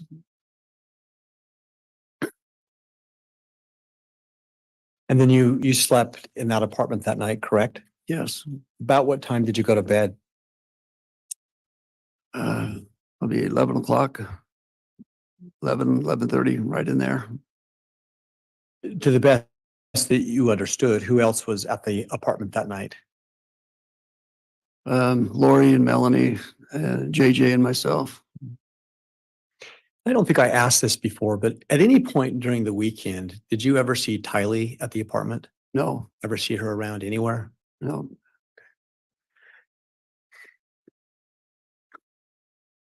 When you got up the next morning, did you have any more interactions with Lori?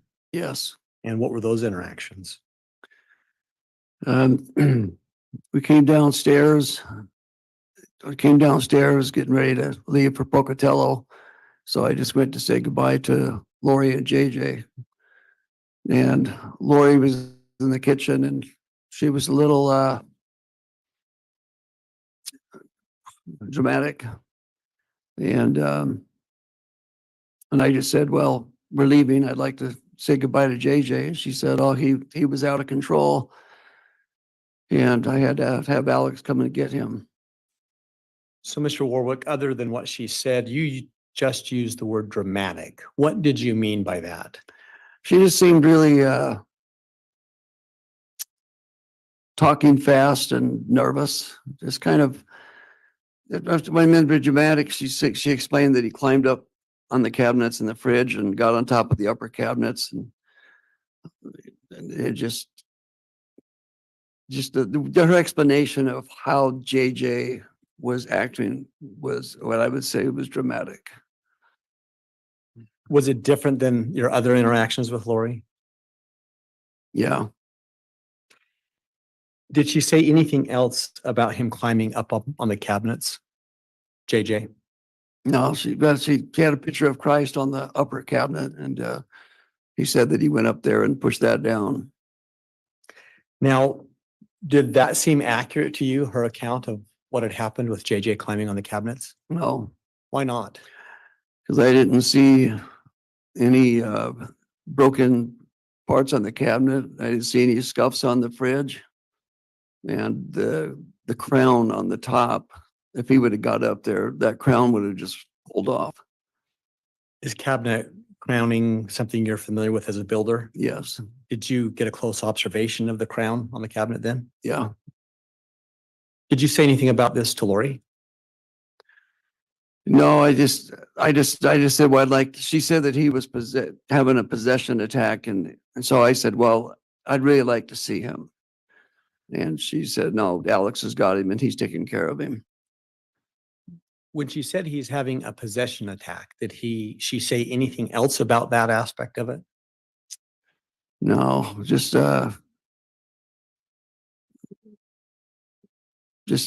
she just said she just couldn't handle it.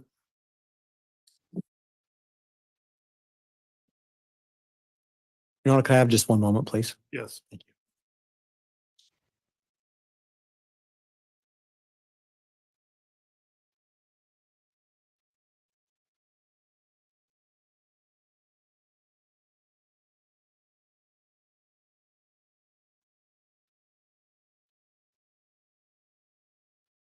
No, I don't believe I have any more questions at this time. All right, thank you, Mr. Wixom. Mr. Pryor, cross-examination.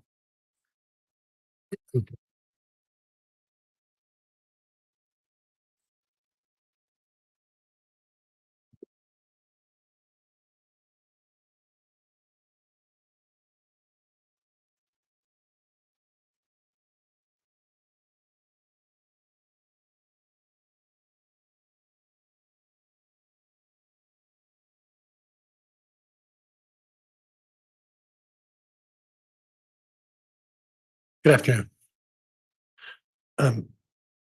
Mr. Warwick, you previously mentioned that you were married to Melanie Gibb. Yes. Okay. What was the date of the marriage? December 10th, 2020.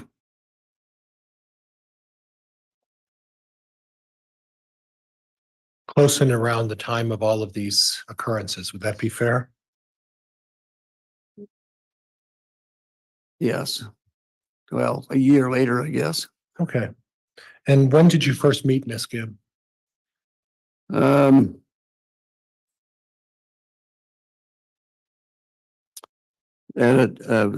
a conference that at UVU. I'm sorry. I'm trying to remember the date. That's okay. Just take your time. We're not in a hurry. Okay. Met her at a conference. I think it was I don't remember the year. It's probably 2000, 2012 or 2013 or 14, somewhere in there. Okay. And then approximately when did the two of you start dating? We started in August of 2019.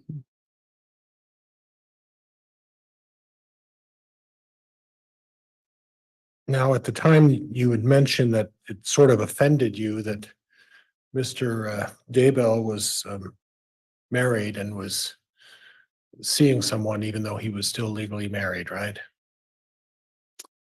Well, in relation to the things that they were,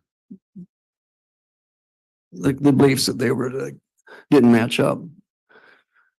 The beliefs didn't match up. Well, what they were saying they were doing about their calling and then seeing each other.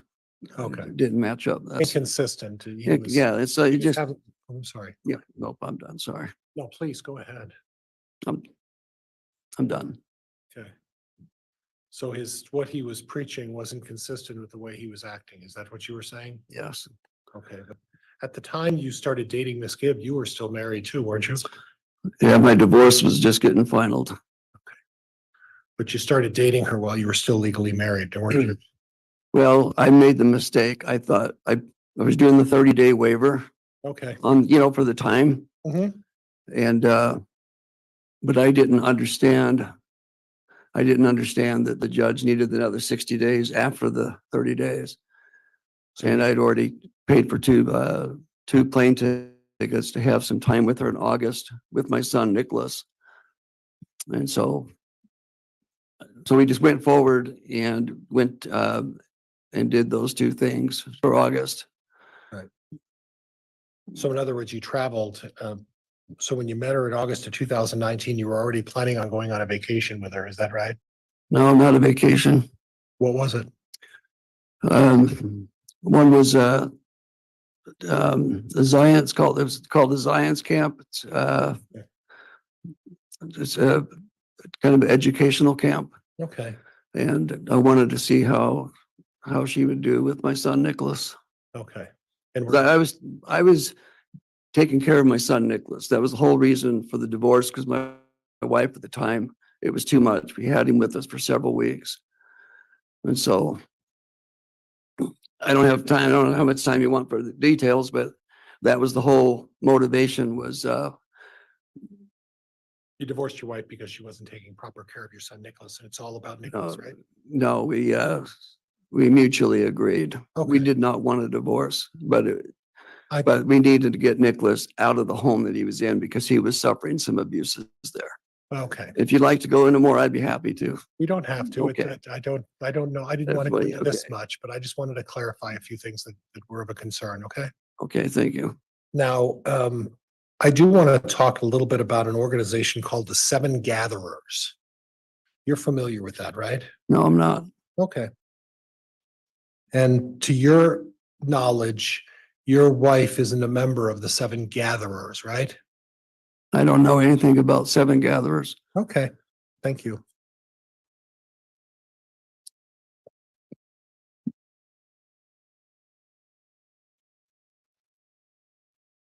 Now, both of you go to various camps and conferences and meetings and speak about religious subjects. Is that fair?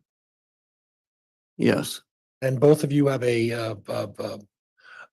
don't want to use the term expertise, a knowledge of certain areas of religious beliefs. Would that be fair? yes. And your particular area of knowledge is in what?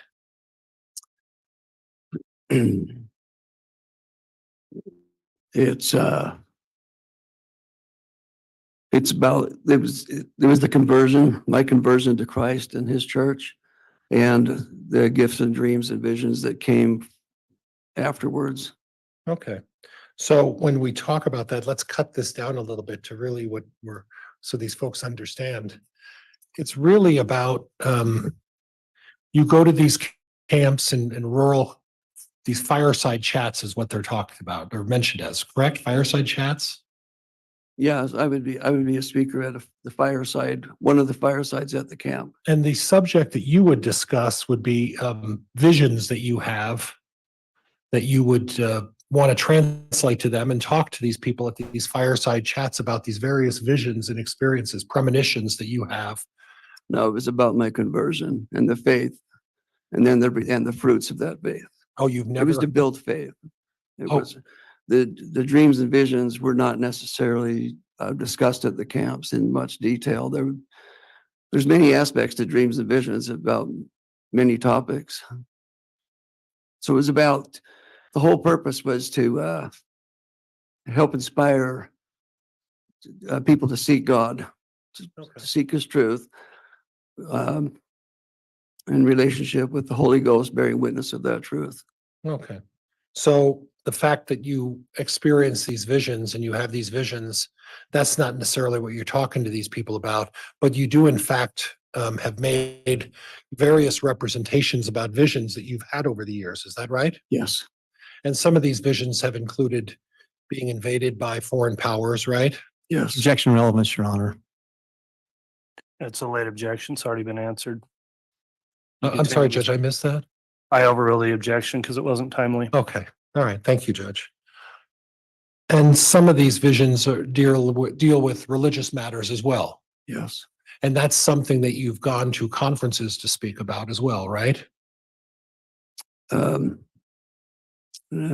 aspects. Right. It just Okay. depending on the topics and then whatever I felt right in my heart that was allowed to be. And really, it's your experience in your it's your experience and your LDS faith that you're trying to communicate with these people and talk about these conversions and things that you've experienced as part of your understanding of your LDS faith. Is that- Objection, Your Honor, Rule 610. Judge, could we approach and have a sidebar? Yes.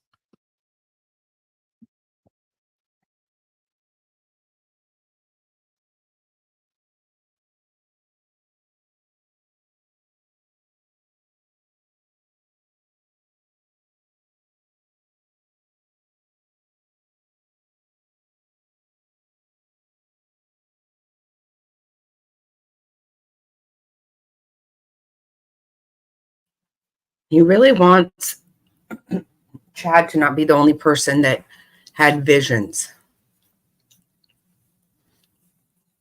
The thing is, you know what? I think most people do have a problem with Melanie Gibb. I don't know a whole lot about this guy.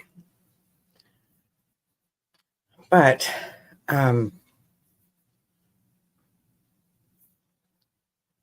I don't think they killed anyone.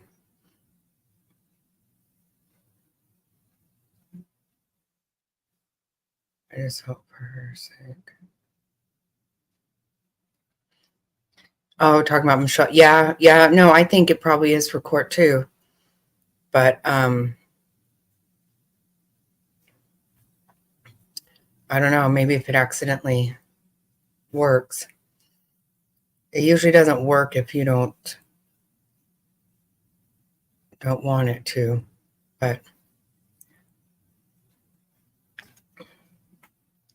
right. Yeah, exactly. Gobby, that's exactly what I think too.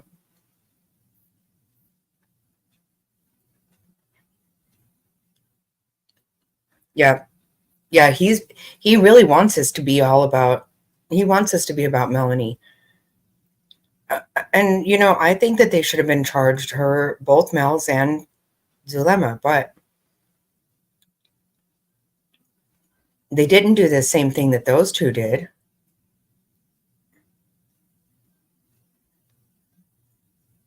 He wants to act like everybody else was the one doing this shit, not Chad.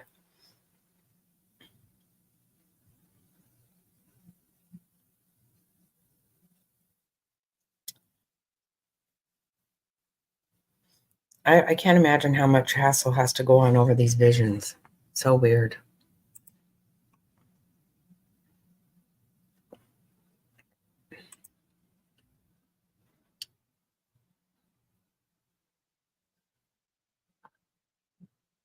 Right. I know. He does. With every other witness too, huh? Yeah. He does.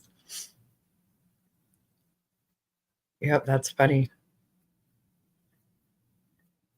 Hey, Marcia. Long time no see.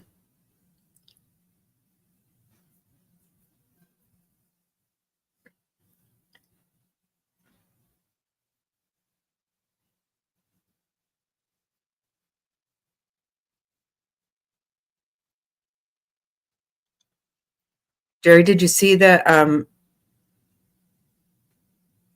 baby eagles?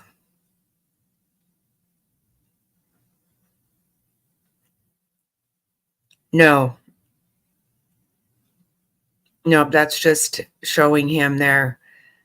Chad Warwick is, no, not Chad. Oh God, I said that all wrong. David Warwick, Melanie Gibbs. I'm not sure where it was at. We barely found it right when they came back on.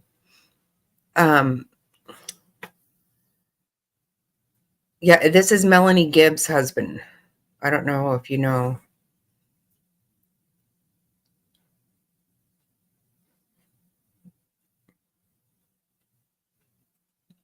Yeah, I didn't think I saw you in here. Let me see if I can find. Dance.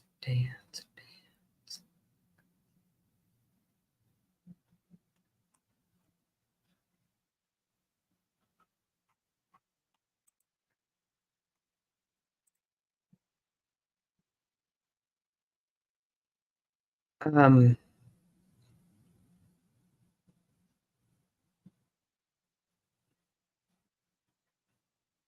oh, it's in Iowa.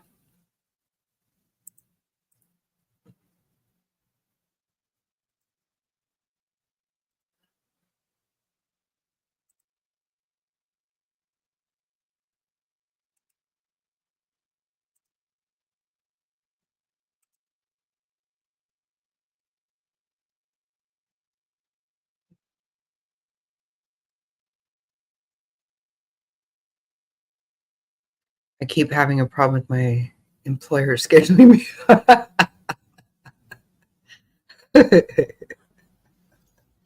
Oh, that's funny. And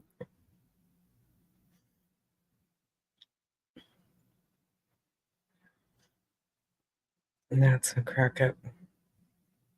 Yeah, how long is this sidebar going to be? Seriously? It's David Warwick. Melanie Gibbs' husband.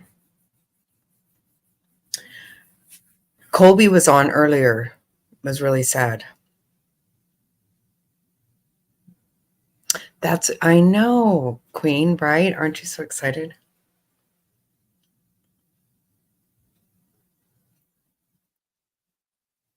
I know, they are so cute, Gerri. Yeah, they're in a sidebar right now.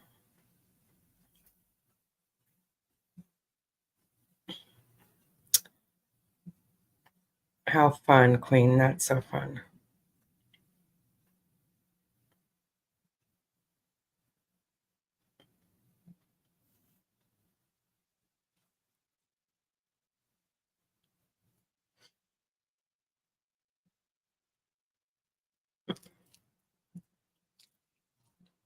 Hello, hello. I need to go and do this.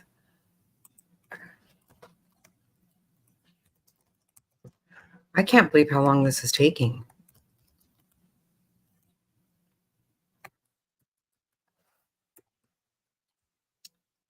Who else?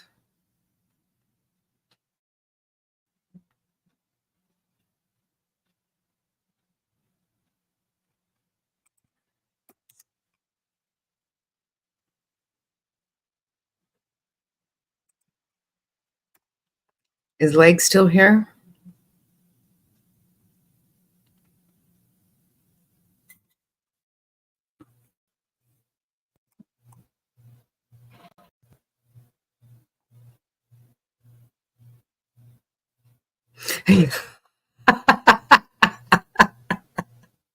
Oh my God. Yes, he is married to Sweet Melanie. He is. You're absolutely right. Oh my God. Right, she's not sweet. It's David Warwick.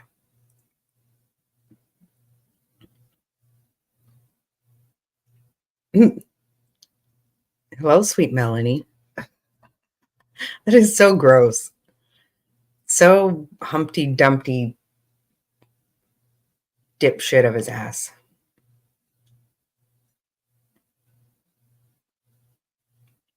He was. He was. Yeah, they do. Yeah, they sure do.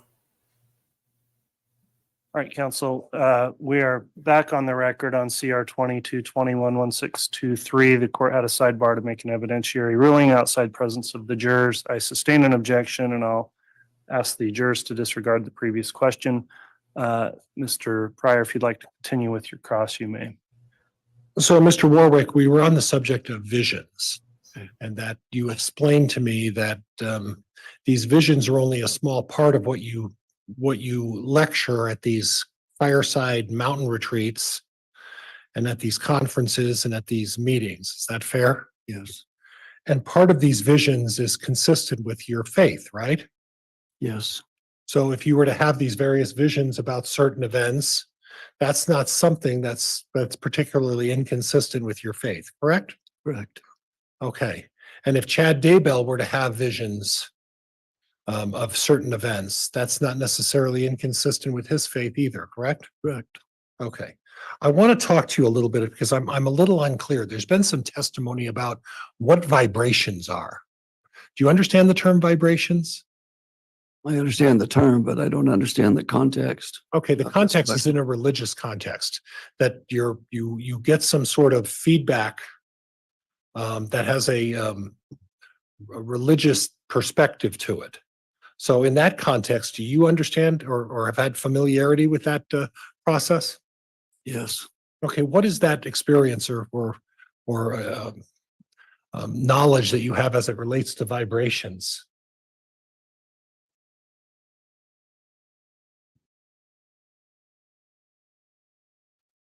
Not understanding what you're after, Mr. Pryor.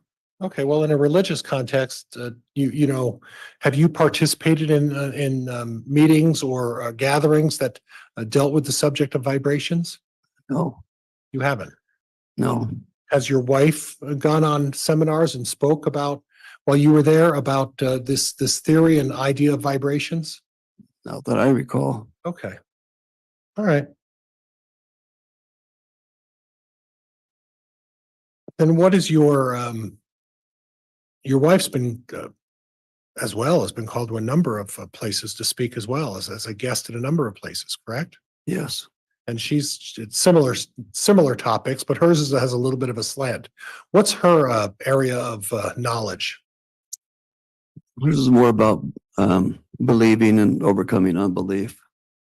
Okay, and be more specific if you could. Okay. Like in what way? Overcoming non-belief? What do you mean?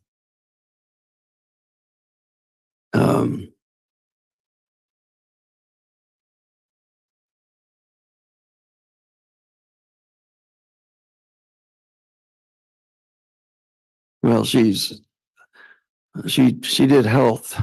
Actually, hers was more on health. The ones that I've seen, because she does foot reflexology Okay, and teaches about the body and works with the nerves through the feet. okay, all right. Because a lot of the speaking things that she had done, I was not involved with. A lot of that had happened before we got together. And the items that she would talk about. I'd never witnessed what she spoke about. By the way, Mr. Warwick, please don't just interject in your Sorry. response in the middle of anyone else talking. It's difficult for the court reporter. And Mr. Warwick, I'm going to be guilty of that too a couple of times. So we'll try to be patient with each other. Okay. Okay. So when you say before you met her, she's been speaking about religious topics before you folks even met, right? Yes. And you guys met again when? Officially, we met the end of May 2019. Okay. But unofficially, you met well before that in what, 2012? Yeah, she was at the line of people and they just came up to tell me that they appreciated the talk that I gave. That was it. And prior to May of 2019, it was she engaged in the same sort of speaking circuit. She would go to these fireside retreats and she would do these conferences well before she ever met Chad Daybell, right? Yeah, but she wasn't, from my understanding, she was not a speaker for years. She just they organized some podcast. I can't remember the name of it right now. Anyway, and that's what they were mainly doing, was podcast. I never recall I'd ever seen her speak at any of these events. Okay. So she would organize these events and she would sort of gather these people and bring the groups together to talk about these various religious subjects, right? Religious and health and child, raising children. There was multiple things that she's let me know that she's been doing. Which one of you talked at these preparedness camps about and you know what I'm talking about, these preparedness camps that you would go up to, right? And what exactly were they preparing for? Oh, they just basically teaching you how to different ways to be self-reliant through growing food, have energy and There was any topic that to be prepared so that, you know, when tribulations or you're able to, you know, provide and be able to do better serve. I there's all kinds of things about how to cook and how to set up camps, all kinds of, You weren't teaching about cooking, right? what's that? You weren't teaching about cooking, right? Nope. You weren't teaching I about, didn't teach. I just gave a fireside. I just shared my story of my conversion. and your visions to some extent, To some extent, there'll be some that would come up, but not much on a Right. camp like that. about some of the things that you predicted that would happen in the future, right? Not that I'd predict, not it was what I was shown. Oh, I'm sorry. I made a mistake. there. Yeah, just, it's not me. Right. It's not you that are making these, they aren't predictions. They're, and please forgive me, you put the right word on it. They're premonitions about things that you saw that you believe you need to share with other people. Is that fair? No, They're visions of things that you see that are brought to you some way and that you believe are things that would occur in the future. Would that be fair? yes, Okay. Now, you've heard the term light and dark. Are you familiar with those terms? yes, Light and dark, would you agree with me that the term light and dark are synonymous with the words good and evil? yeah, yes, They could be interchanged. yes, And it just depends really on your how you're brought up, what terms your family's using. Would you agree with that? yes, Some families will say, this is good and this is evil.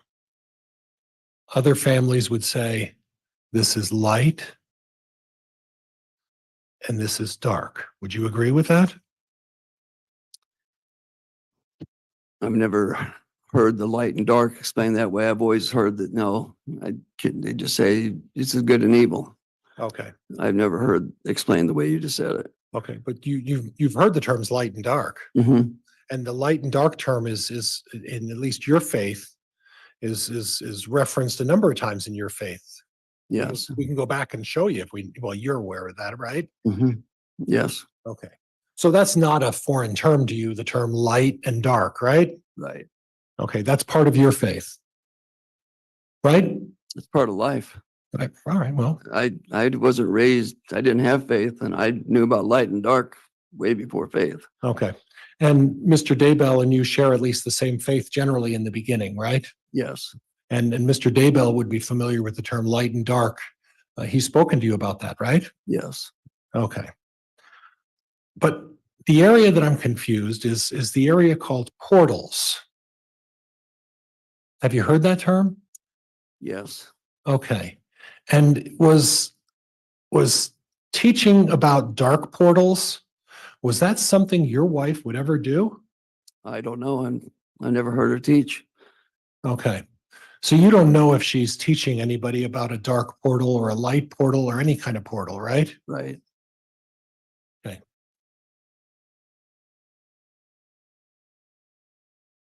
Judge, this might be a place where we can gather up again. It's up to the court. I can either go on or whatever the court prefers. All right, I know it feels like we've had breaks today, but I'm pretty committed to keeping our jurors on the schedule that we've determined. So we are going to take our break for the day. We'll conclude and continue on with further cross tomorrow. Before we conclude, just a few things.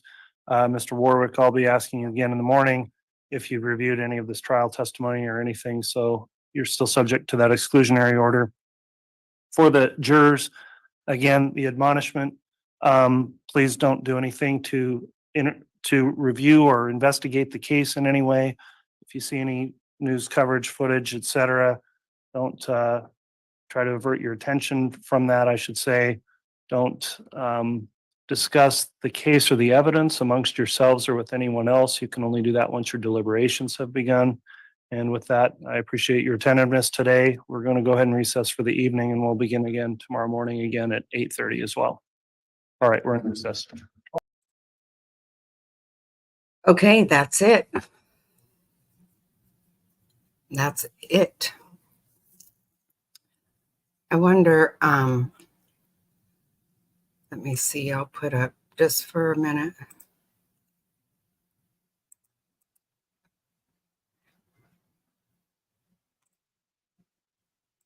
Stop.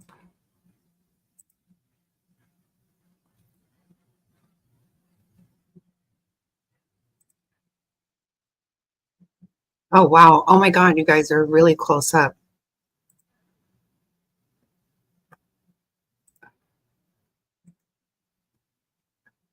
We made it through another day. We did.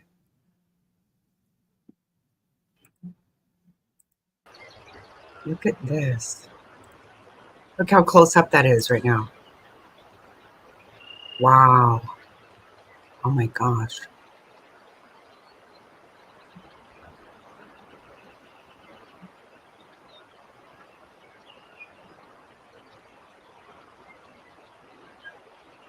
That's wild. I know, right? They're really zoomed in on them.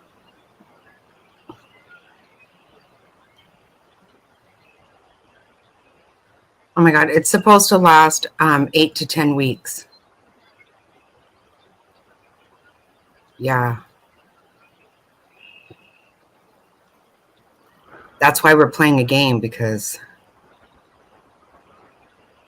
I think there's supposed to be like 90 witnesses, I think, total. From what I remember.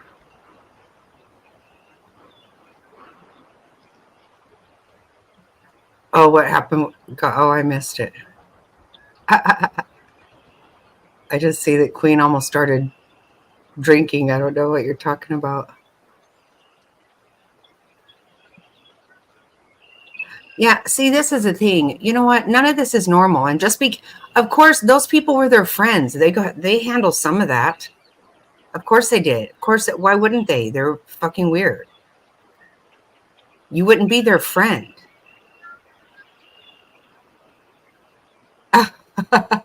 You have no idea about the case. M&Ms will get...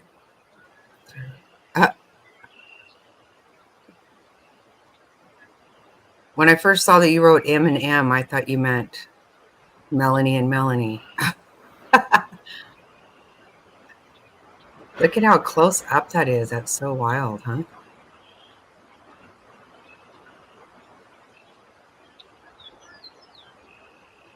That nest is really blowing.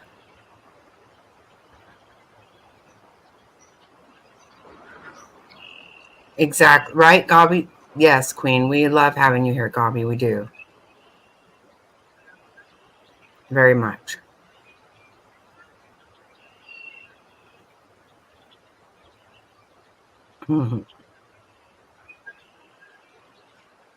It is a long time for this trial, but... And, you know, of course, this guy... So Pryor could really make a name for himself, you know? He's not a capital attorney. This is the first time he's ever done a capital case. So, you know, he could really make a name for himself. You know, he could end up being Jose Baez, you know?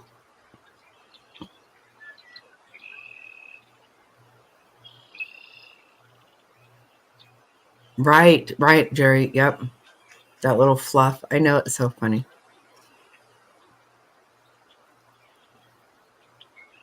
So, you know, he could end up being some big bad ass attorney after this.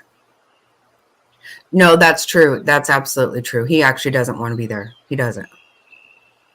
No, Chad can't pay him. He doesn't want this at all. But he pulled too many stunts trying, you know, he delayed shit for so long for crap all the time. I'm glad the judge wouldn't let him leave.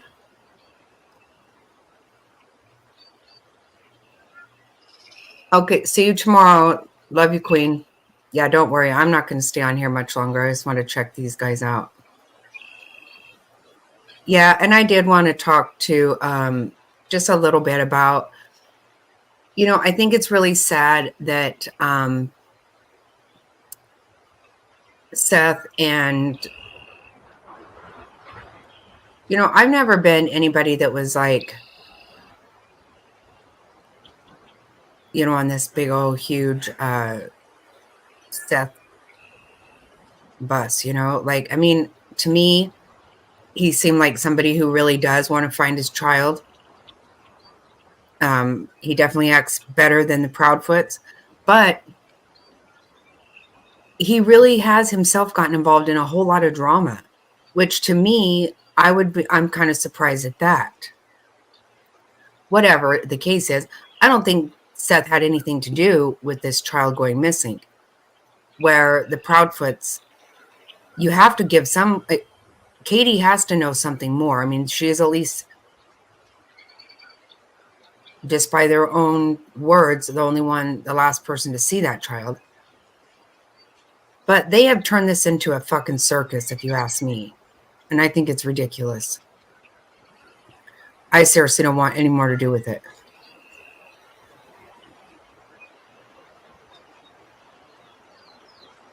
Right, exactly. That's what I'm saying. Exactly, Gerri.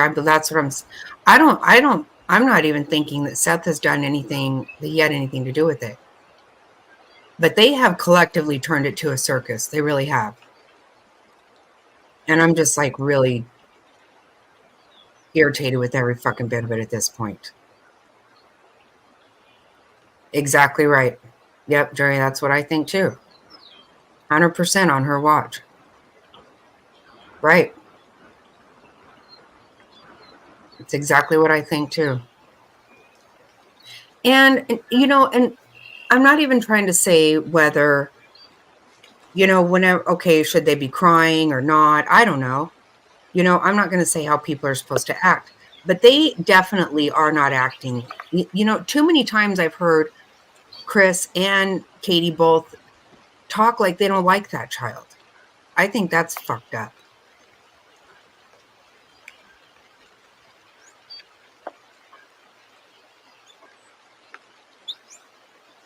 Exactly.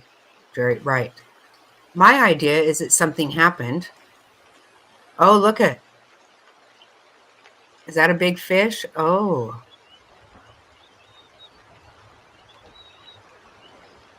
It sounds like Star Trek stuff.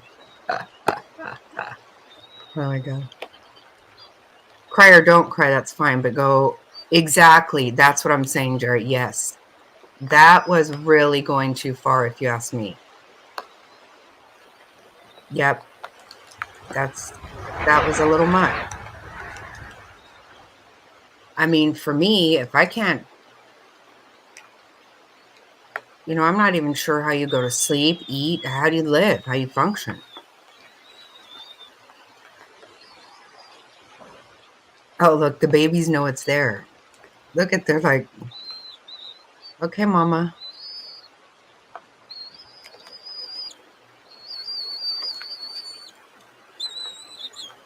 Oh, look at mama's feeding them. I love watching this. Oh my God. Oh.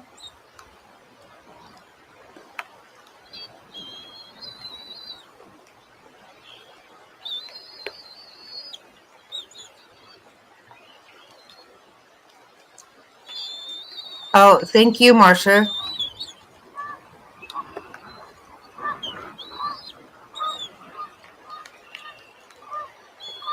Oh, really? AB7? Is it a YouTube channel?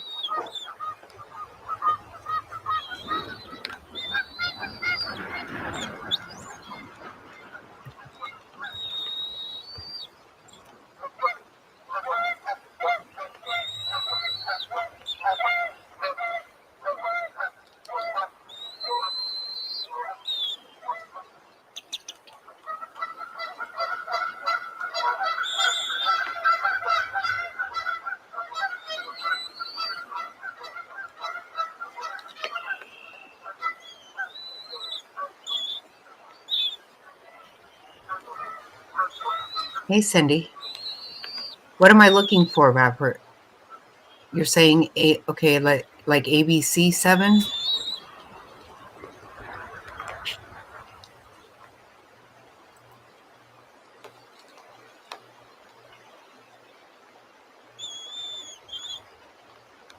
And there's several different places.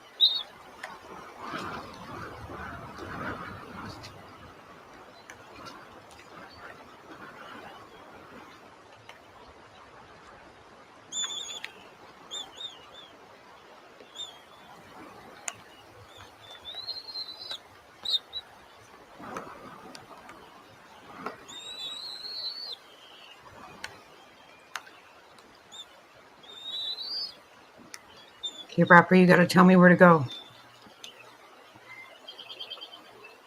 Because I do want to check it.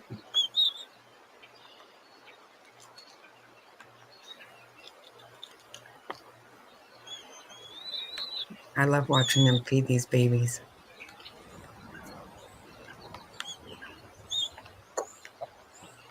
Going to Best Buy. Okay. Is Jack asleep still? Mhm. Come on, Rapper. I want to know where to go.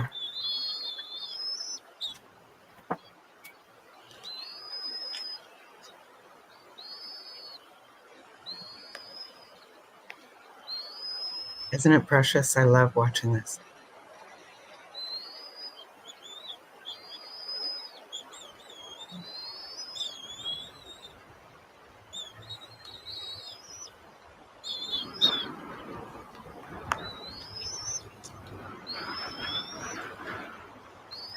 Oh, really? Wait.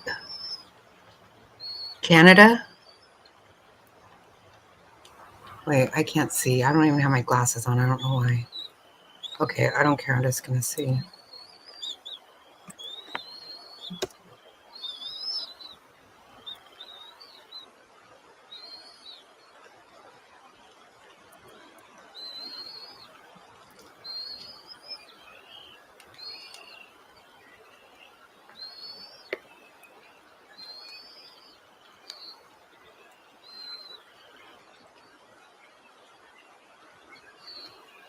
Oh, shit. Wait, no, that's...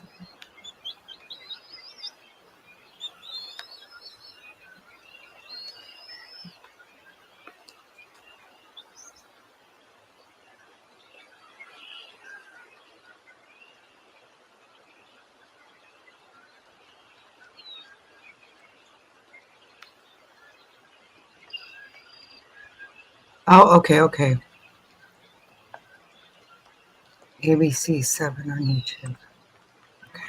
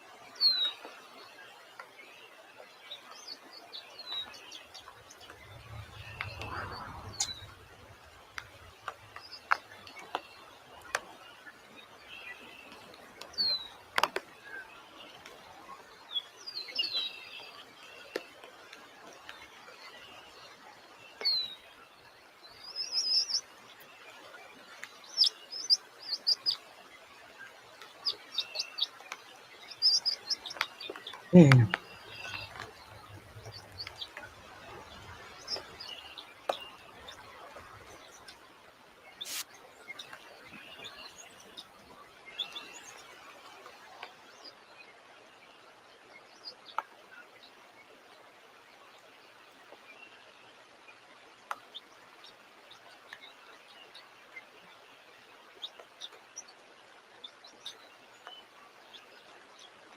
Did the one not get any for sure?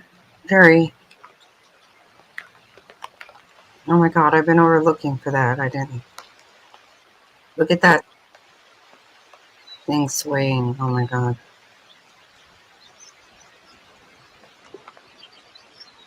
Oh, look at, is she feeding that one now?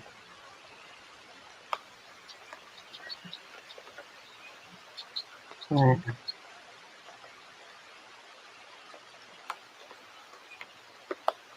Oh, that's not cool.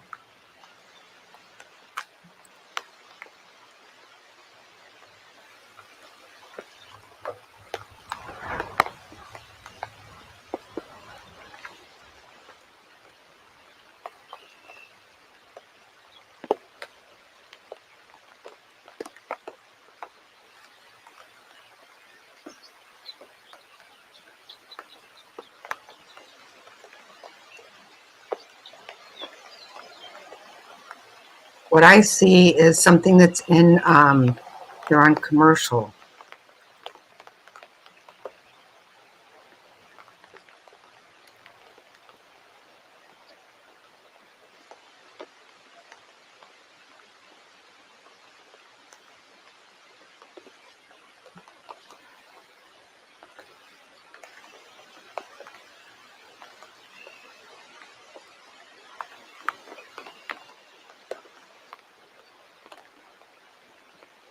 I hope not.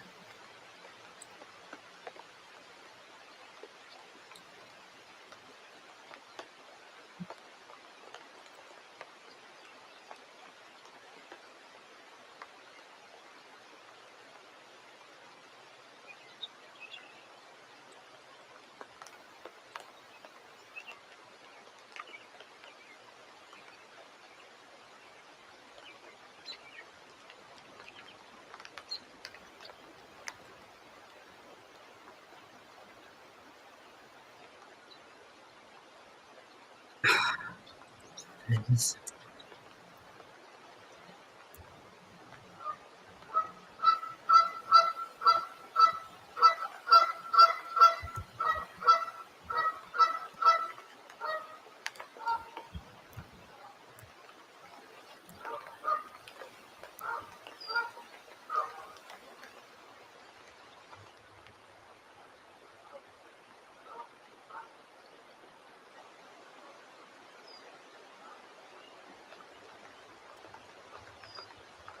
Here we go. Okay, I finally found it. Okay, I finally found, yeah. I don't know what my problem is.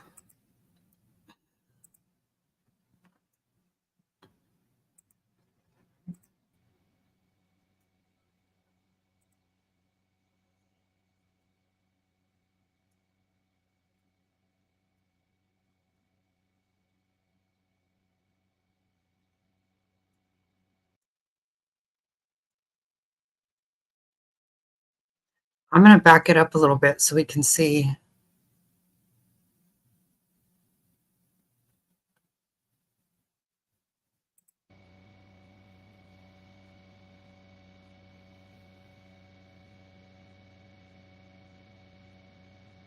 What the hell?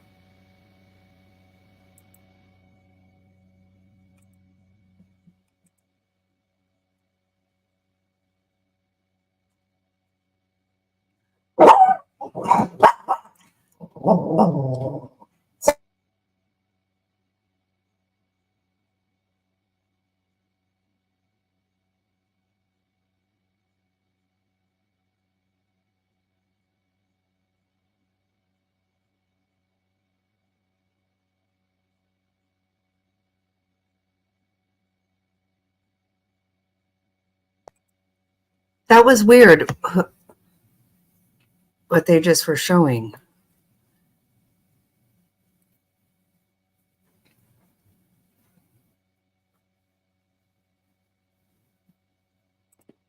Let's say hi. Can you say hi? Wave. Can you wave? Hi.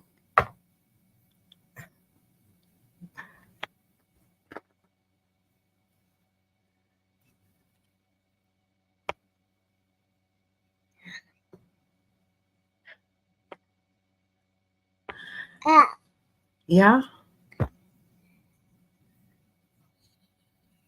He just woke up and came in here with his.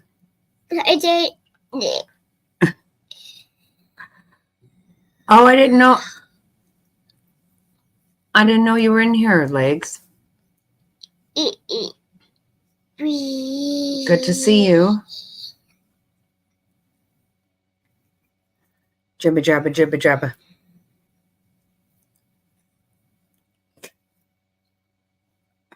Oh.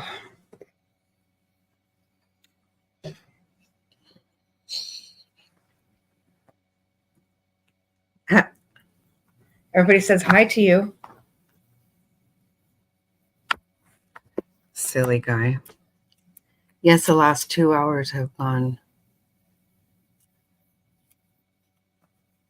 Oh, okay. You have a great night too, Legs.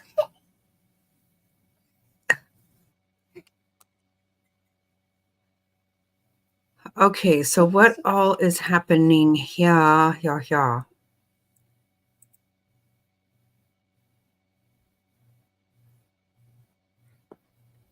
I don't know what's happening here.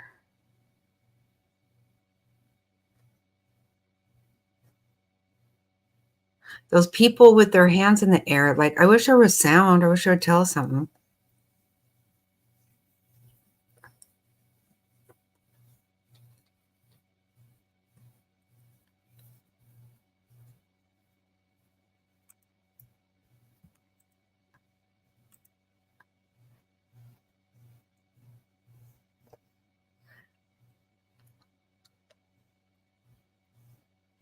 La Canada.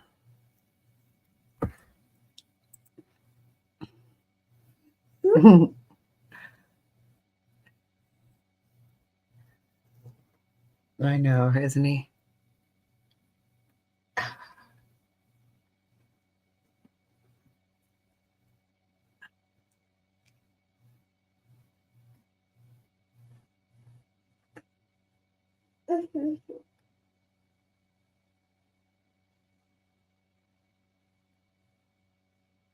Okay, well.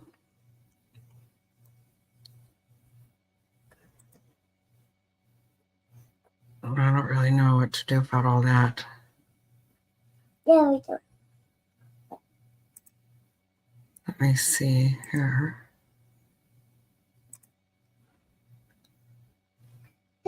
Um,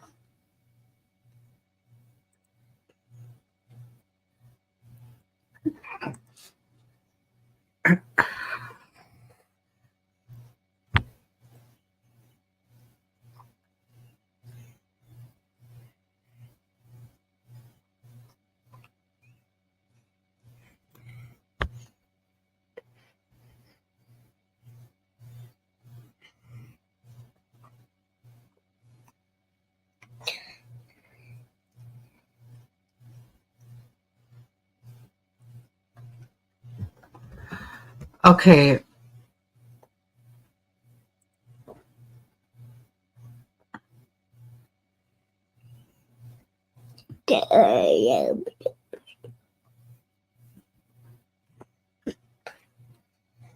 Okay, but we don't really know about anything that's actually happened, right?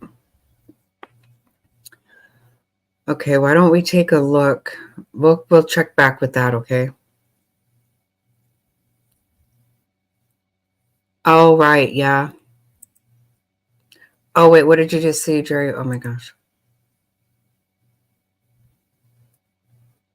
Okay.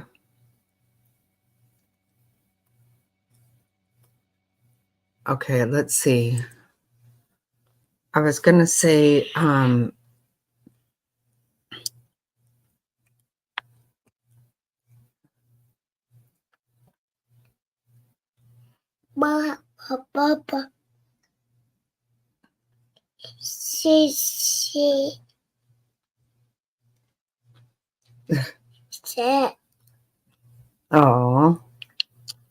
are you being sweet? Oh, oh, look at Lovey's. Oh my goodness. Wow. Wow.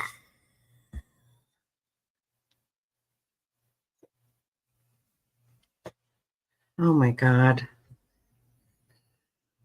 Bro, no, you can't do that. You can't do that. You make everybody go away. We'll make everything messed up.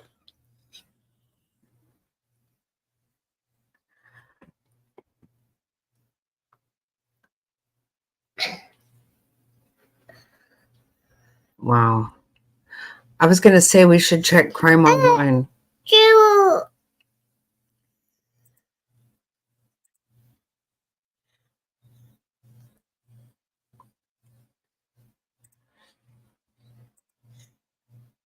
Breaking news, right?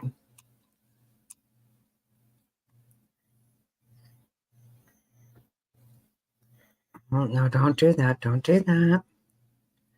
That story still makes me crazy. Hey, you can't do that, baby.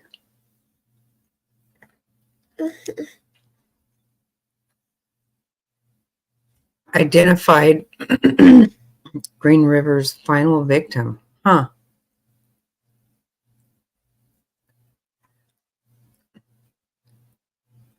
Supporters gather for 13-year-old who took selfie after stabbing sleeping mom 40 times. What the hell? My God.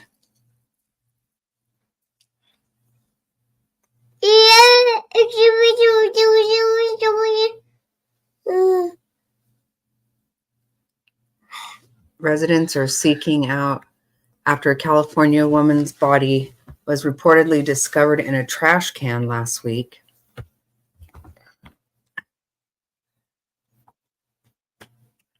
Wow.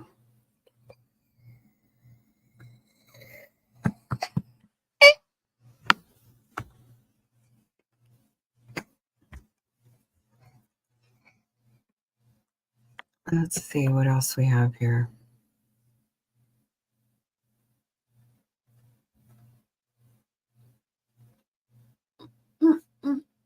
Yeah, the moon and stars thing is not, I can't deal with that Kohlberger.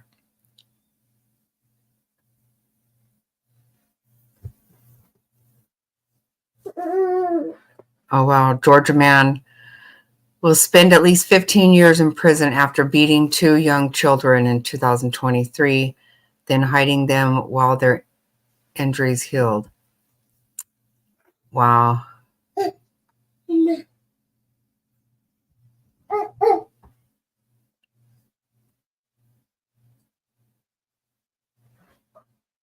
God, missing all this just, wow, I didn't do that. Missing since February.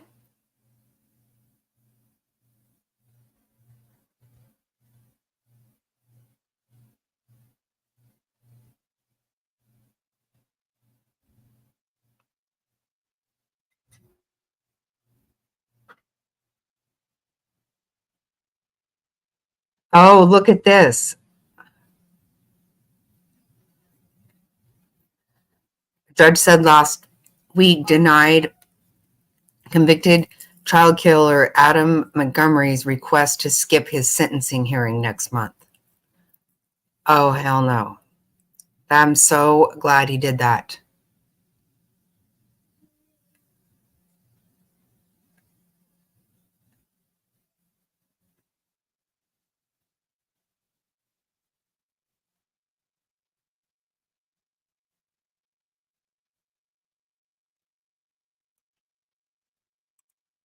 Let me see what's going on over here. Hey, Tough. Hey, Crazed.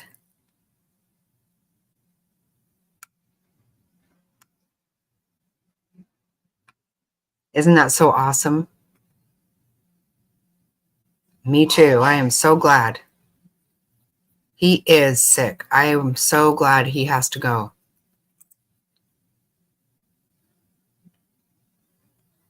I wondered if he was going to try that.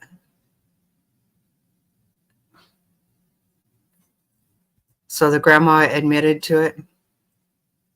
Prosecutors wrote in a motion to hold Tiffany Adams without bail that the 54-year-old grandmother accused of killing Veronica Butler and Jillian Kelly allegedly admitted her involvement in the murders.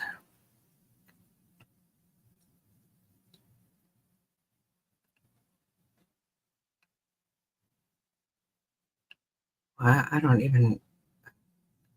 What?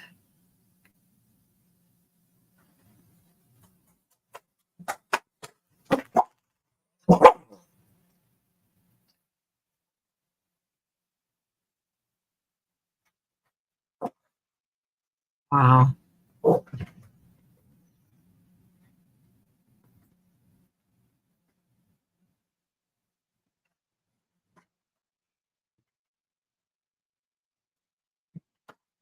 What is this? California judge declined to revoke phone privileges for a Los Angeles area socialite who was convicted in February of running over two young brothers and killing them while speeding through an intersection.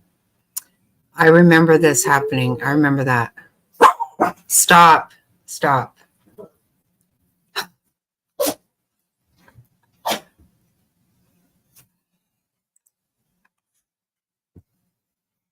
Do you guys remember when that happened?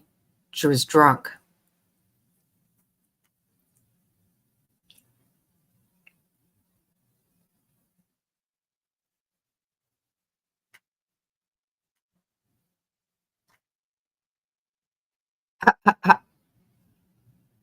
The goats. Oh, that's cute.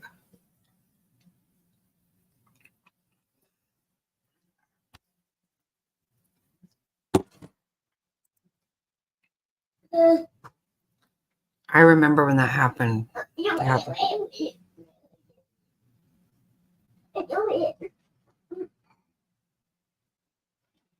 What?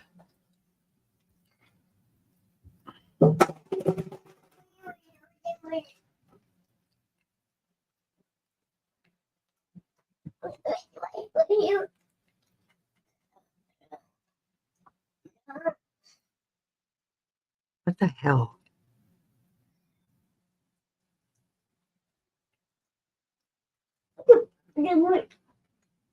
Oh, people, what is going on? This is so bad, right?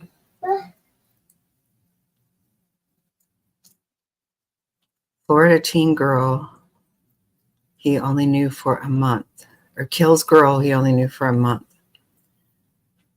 after partying all day at house where he was dog sitting. Wow.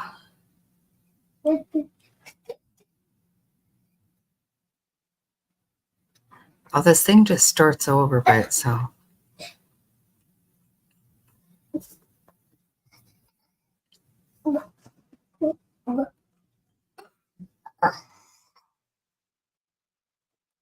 Bigger on top, it would really Great, go away.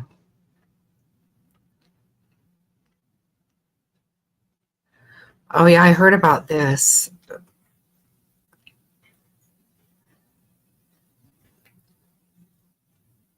A gunfire in Memphis.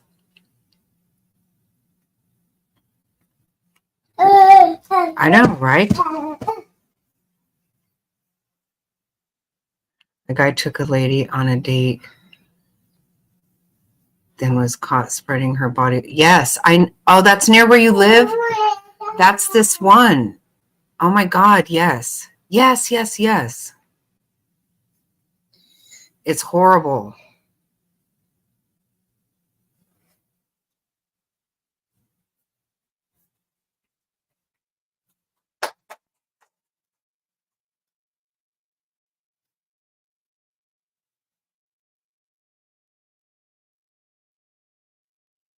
Yeah, that is really crazy. Yeah, it's right here. Right here. Look at this. It's terrible. I can't stand to. That mom makes me feel so bad.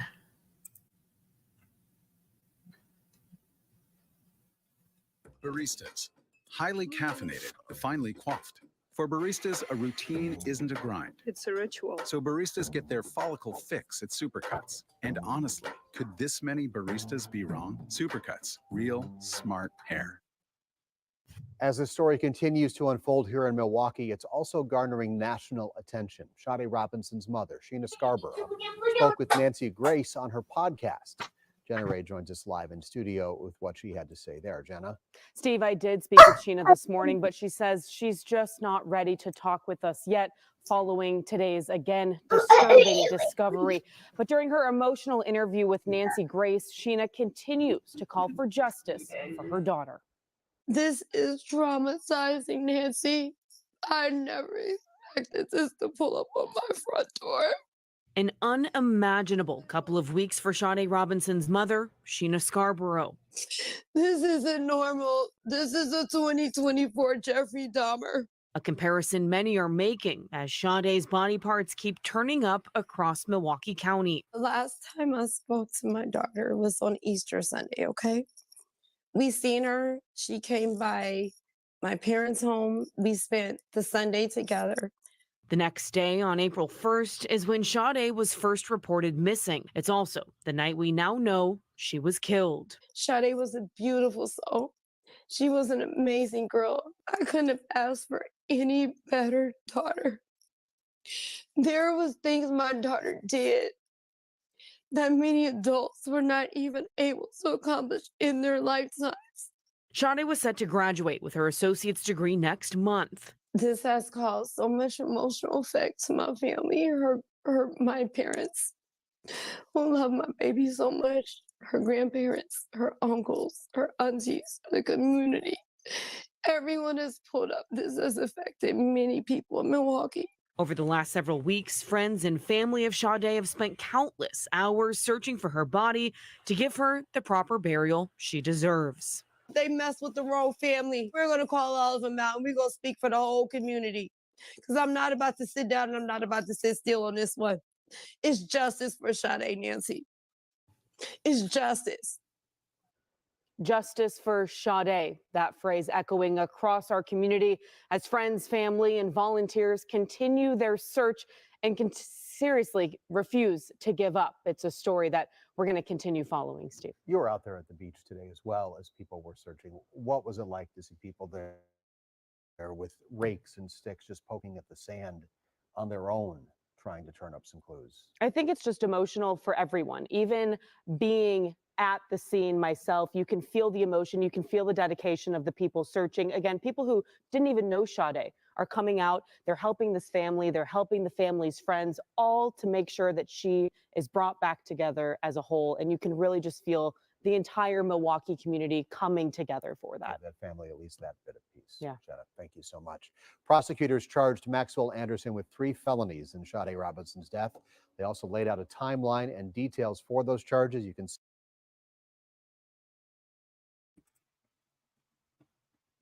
You know, the way I see this, I don't believe that's the first time this guy's done something like this. That doesn't seem like you just started doing crazy shit like that. He's been doing some crazy shit. And his dad, I guess, is a millionaire. But they said the parents moved and he didn't go. I think they were good with him not going with them.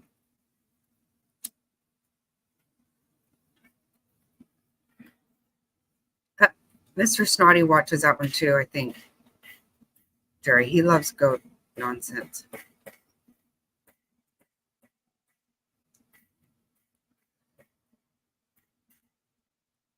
Yeah, that's really sad. Can you imagine? His body parts are coming. God, what the fuck is wrong with people? I cannot stand this stuff. That's funny.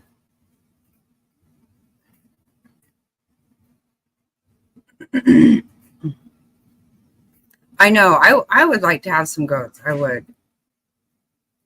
They are so cute.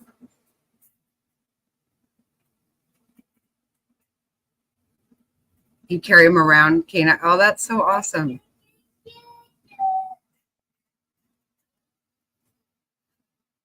Oh, I love that.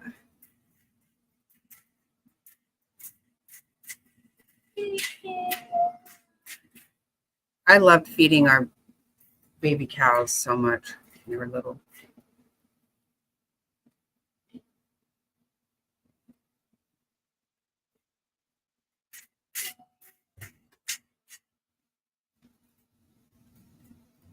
I want cows again.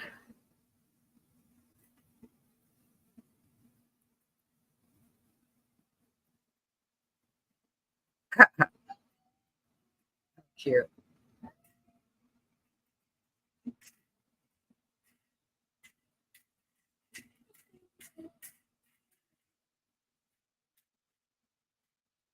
Oh, really? Oh, wow. That's awesome.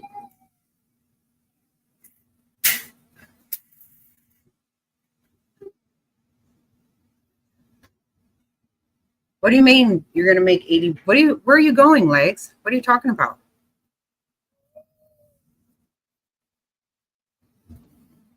Where are you going to make $80?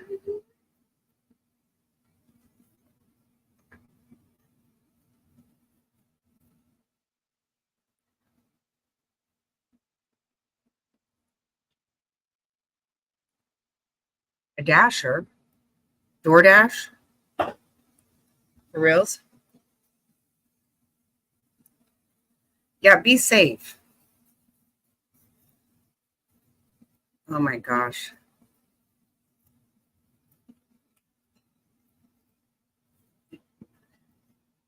You should have some of those young kids out there doing that stuff.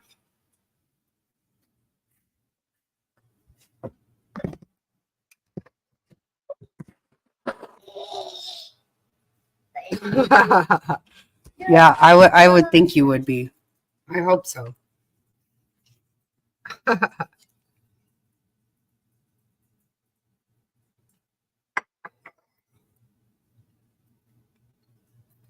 Oh,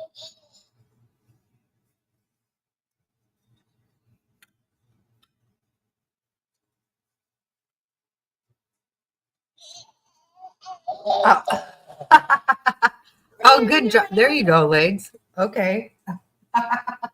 Oh, that's funny. Well, and then you get to spend some time with them, huh? Okay.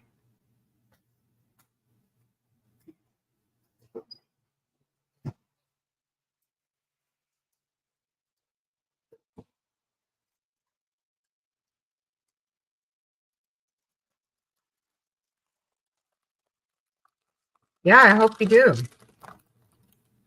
Put the smack down. Oh, that's awesome.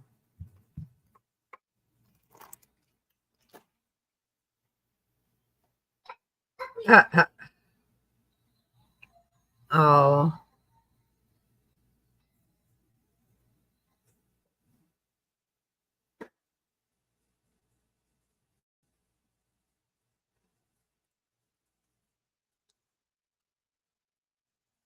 I think Shabby does that too.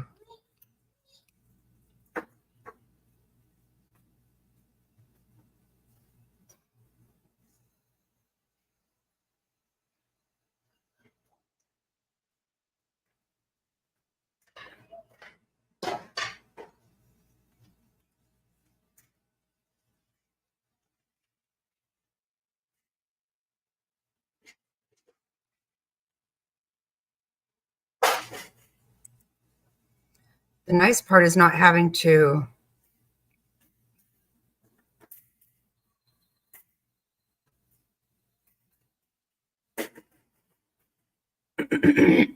is just doing it on your own time.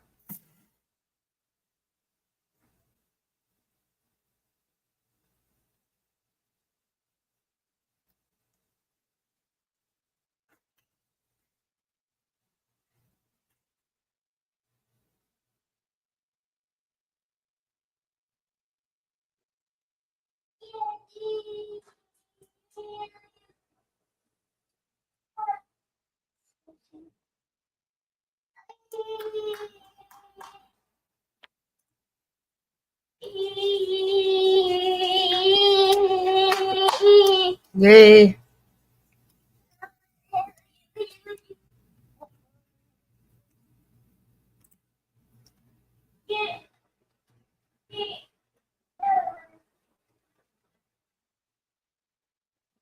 Okay, let me go find him.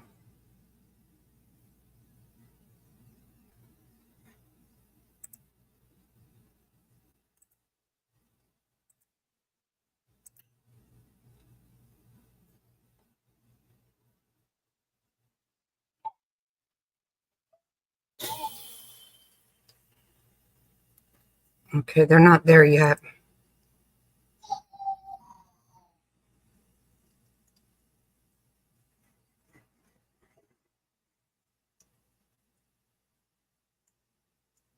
Oh, wow. Are you guys having a contest, legs? I didn't know about this.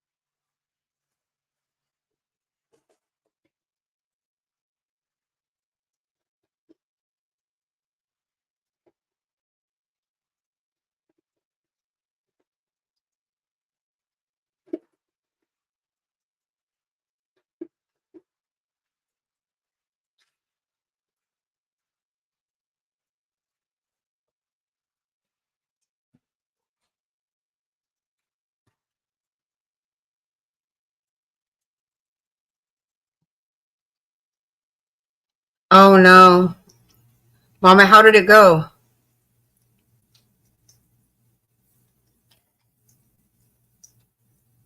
Okay, have good luck, legs.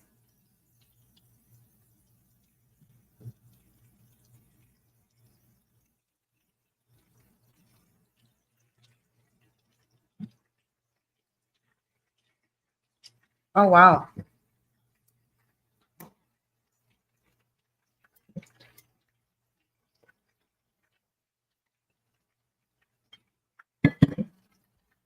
That sounds awesome. Okay, I got the pictures now. Oh.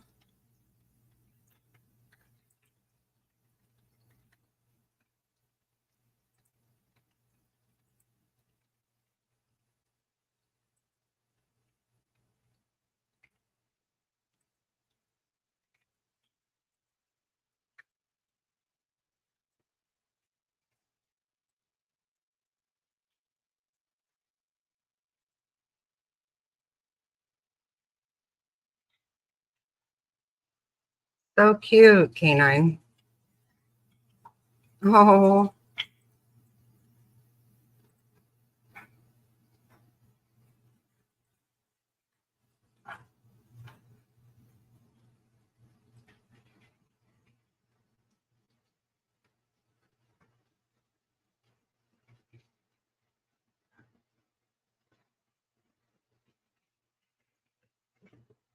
Oh my God, canine. Wow.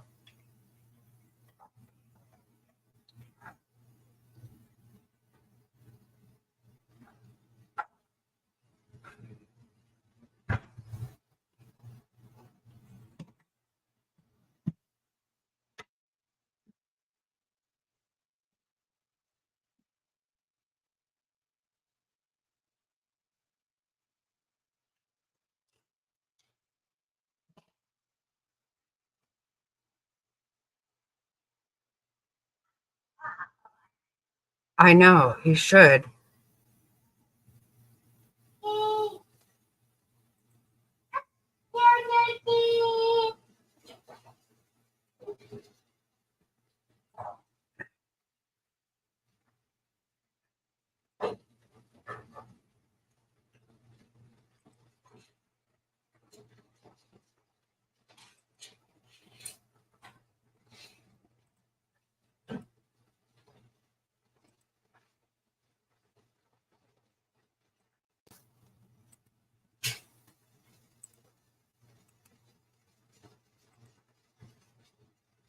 Hmm.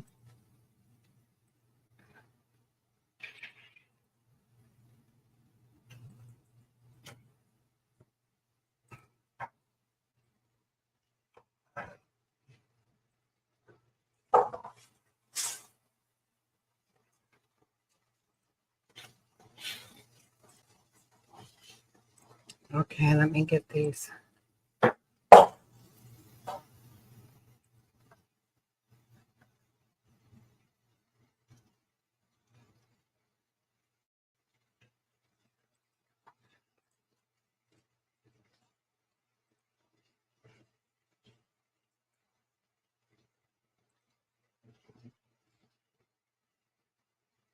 Stop showing it to me.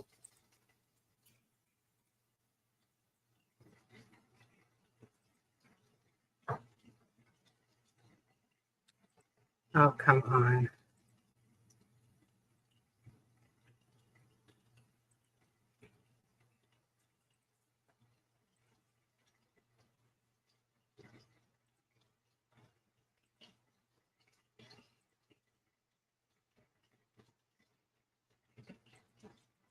Look how cute.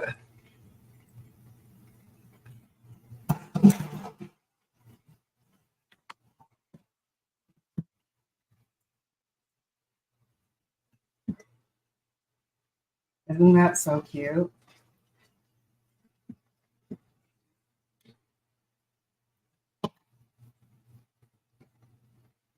Ooh.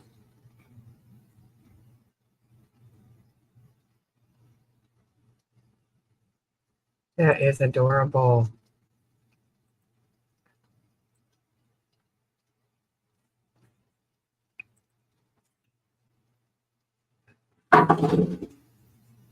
Wait, what happened? Why can't I get... Where's the other ones?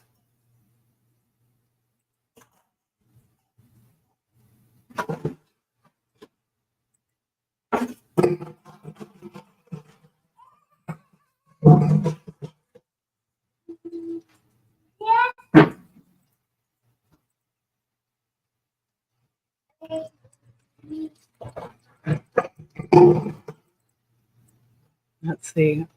Wow. Is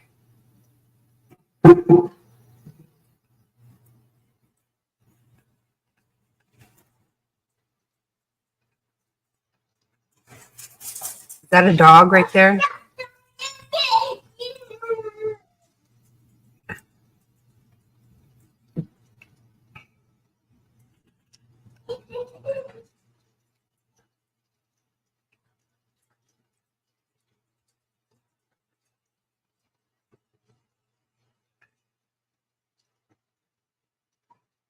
I know.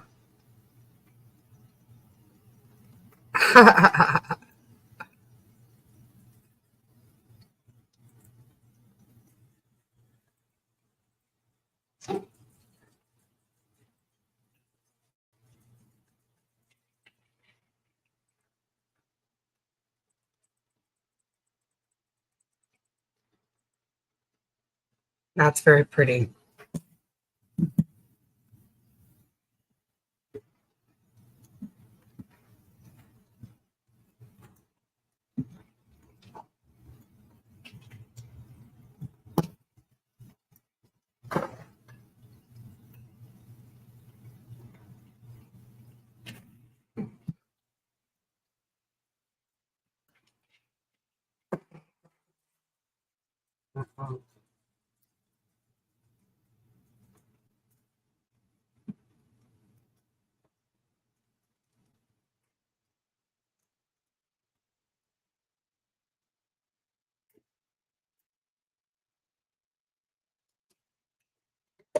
Somebody over here has had himself a nap. He's ready to...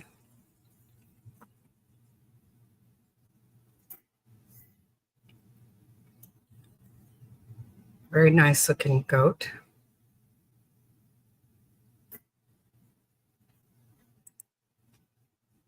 Wait till you see this one, Gerri. You're going to love this one.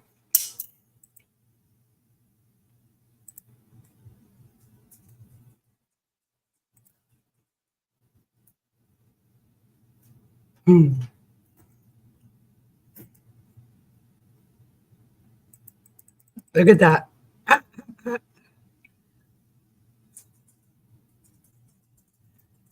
Yep. It's done for the day. Yep, Louie.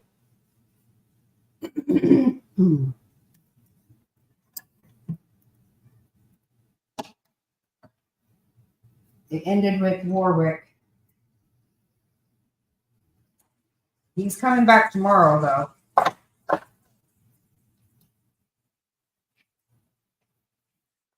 I know. Isn't that adorable?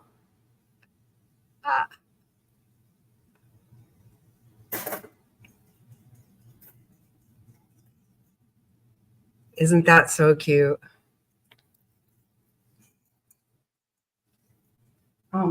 Listen, Linda.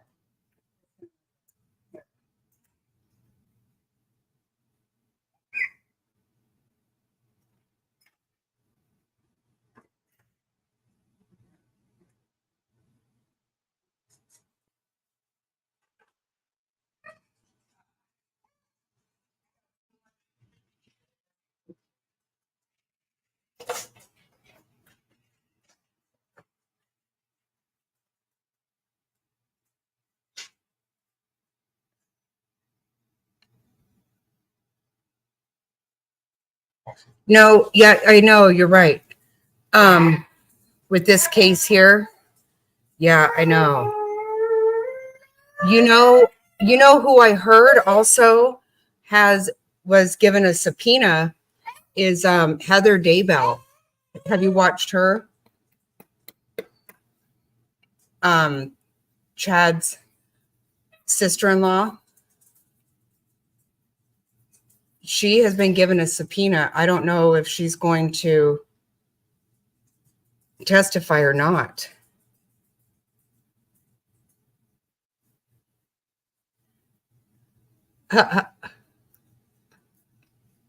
They're so cute. Did you? Yeah, the one with Hidden True Crime. Yeah, they've done a lot of interviews with people all around this case. Oh, I know. The grandparents get me. Kay and Larry, yep. Yeah, they have a lot. Did you see the one with Lori's cousin? The way she says things happened when they were kids? It's crazy.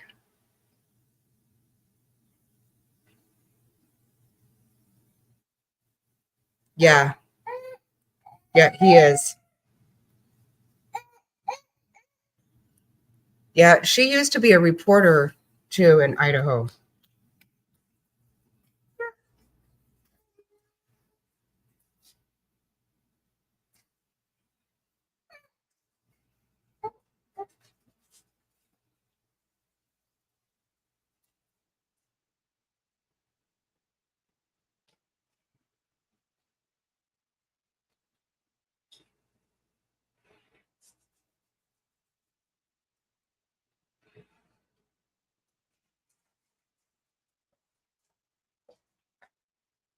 I don't think it. Oh, it's really good. The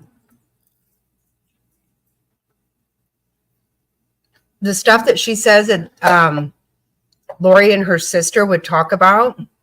Oh, that's funny. Don't be a Betty. She said the stuff that Summer and Lori would talk about when they were really young made her very uncomfortable. Telling her to shave her private parts. So, yeah, when she was like 12. Yeah, some really weird shit. I know that little baby is adorable. Gotta blow. Gotta blow.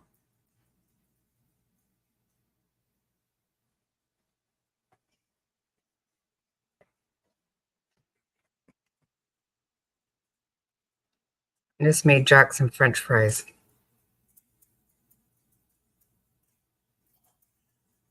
That little baby is adorable. No, don't give it to the doggy.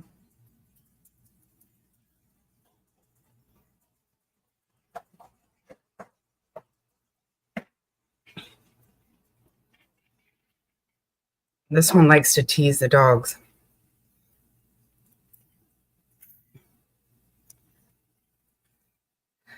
Yeah, that one was really weird. And then also, you know what? The interview with Alex's first wife is really disturbing.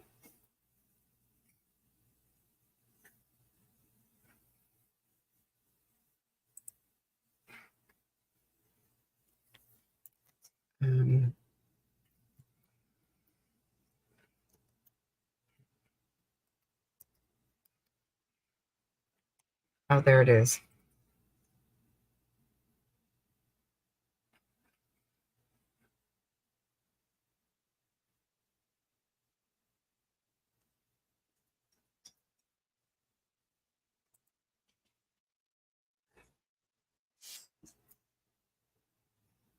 Yeah, you guys listen to this.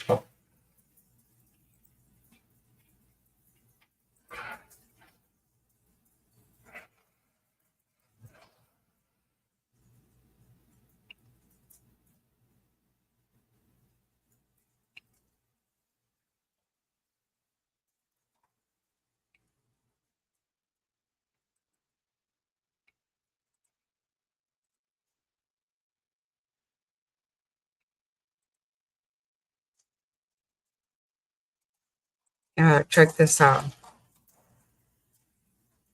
Coons. Hi, Detective Coons. This is Debbie. I'm returning your call. Oh, yes, ma'am. Thank you for calling back. Sure. So, I'm not really sure. Did you provide the Chandler Police Department with a tip on a specific homicide investigation? I did. Okay. I didn't want to lead into what the information was or anything like that, or even assume that it was you, because sometimes people play games with us online. So, Sure.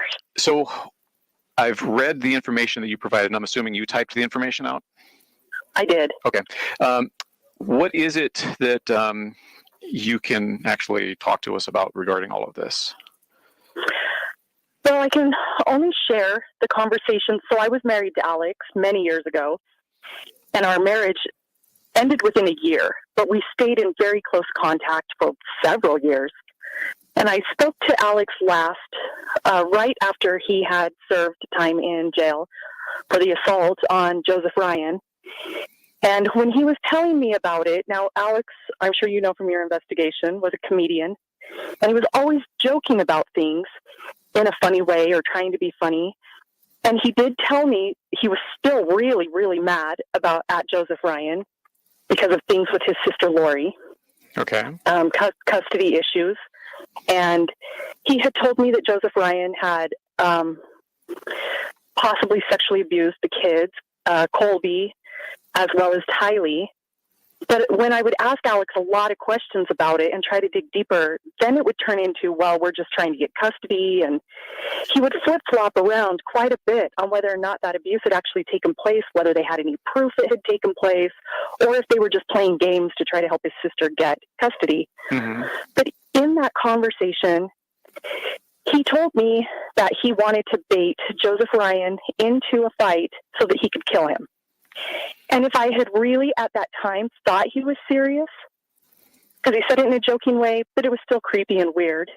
Weird enough that I never spoke to Alex again. That was the last time I ever talked to him. I just thought, okay, jail has not been kind to him. He's off his rocker. I really don't want to have this guy in my life anymore. Oh, okay. So I just never spoke to him again. That was the last time. But he had told me he wanted to bait him into a fight so that he could kill him and claim self-defense. Okay. And how long after how long after Alex had been released from? I don't believe that there was. You guys had this talk. I don't. I think it was probably 2-3 months. Okay. I'm not 100% sure on the dates, but I know it was relatively soon after, just not immediately. Okay. That's funny, Katie. Did he ever go into any details of what he did to Joe or anything like that, or why he did that? Yeah, he told me that he had tased him, and he told me that the reason he did it was because Joe was making it difficult for Lori to get custody of the kids. He also claimed that he did it as punishment for sexually abusing the kids. He said he thought Joseph deserved to die because of the sexual abuse. But really, Alex couldn't provide any. Well, I didn't feel, because I was like, well, are you sure? How do you know? Did you take the kids to a doctor? I was asking a lot of questions, and he just couldn't be straight with the answers. But those were his reasons that he stated to me that he had tased Joe. Okay. And did he say that he had tried to kill Joe at that time, or was it something different? He didn't say he was trying to kill him. He just wanted to hurt him. Okay. But he did tell me he wanted to kill him, but I took it more of, I want to kill that guy, you know, just kind of conversational. I didn't think he would actually go do something like that. Okay. I was even shocked that he tased him, but I didn't even know about the tasing. I heard about it from Alex. What do you mean you didn't know about the tasing? Oh, I'm sorry. Alex had kind of fallen off the radar we hadn't talked for about a year. And so I just thought he kind of fell off the radar. And then we talked and he told me where he'd been the last year and what he had done. Okay. When did you guys get married? We got married in 92. So then you got divorced in 93? Yeah. Yeah, that, you know, I don't know that this helps anything with the investigation, but as soon as I married him, I didn't know his family before we got married. We dated, whirlwind romance, got married, then I got to know the family, and there were so many crazy dynamics in that family and I've gone back since all of this came out and read my journals from that period of time, and there was just a lot of crazy dynamics in that family back then, and it caused a lot of issues right away, and it actually made me scared and nervous. How so? And we thought about because there was a lot of inappropriate sexual touching and things going on in the family, particularly between him and his sister. So between Alex and Lori? And Lori. Okay. You kind of got me at a loss on this one. What do you consider inappropriate sexual touching? Like they were simulating sex acts, and which is not normal to me for a brother and a sister. For example, he would pick her up and she'd wrap her legs around his waist, and he would kind of bounce her up and down on himself. Okay. In front of me, and they would moan and simulate sex acts. And I have brothers, and I would never act like that with one of my brothers. Okay. And his mom and dad talked about their sex life in front of us constantly, and it just kind of seemed to be a game for them. Oh, to the talk mom and about dad didn't really object to it then, huh? No, not at all. All of this was going on in the family, in front of everybody. They had no shame. Okay. So that obviously was kind of an alarm for you, I'm assuming, during your marriage. Yeah. And did it continue? Was it more than one time that you saw it? Yeah, it was just about every time we were with them. Now, Alex and I only lived together married for about 4 or 5 months. And then I just knew that family was too weird, that I had made a big mistake. And so I got out. Okay. So at the time, were you guys part of LDS? Not really. Okay. I mean, both of us had been baptized, but neither one of us were being active. Okay. And I was only baptized and active for a year of my life anyway. I wasn't really raised LDS.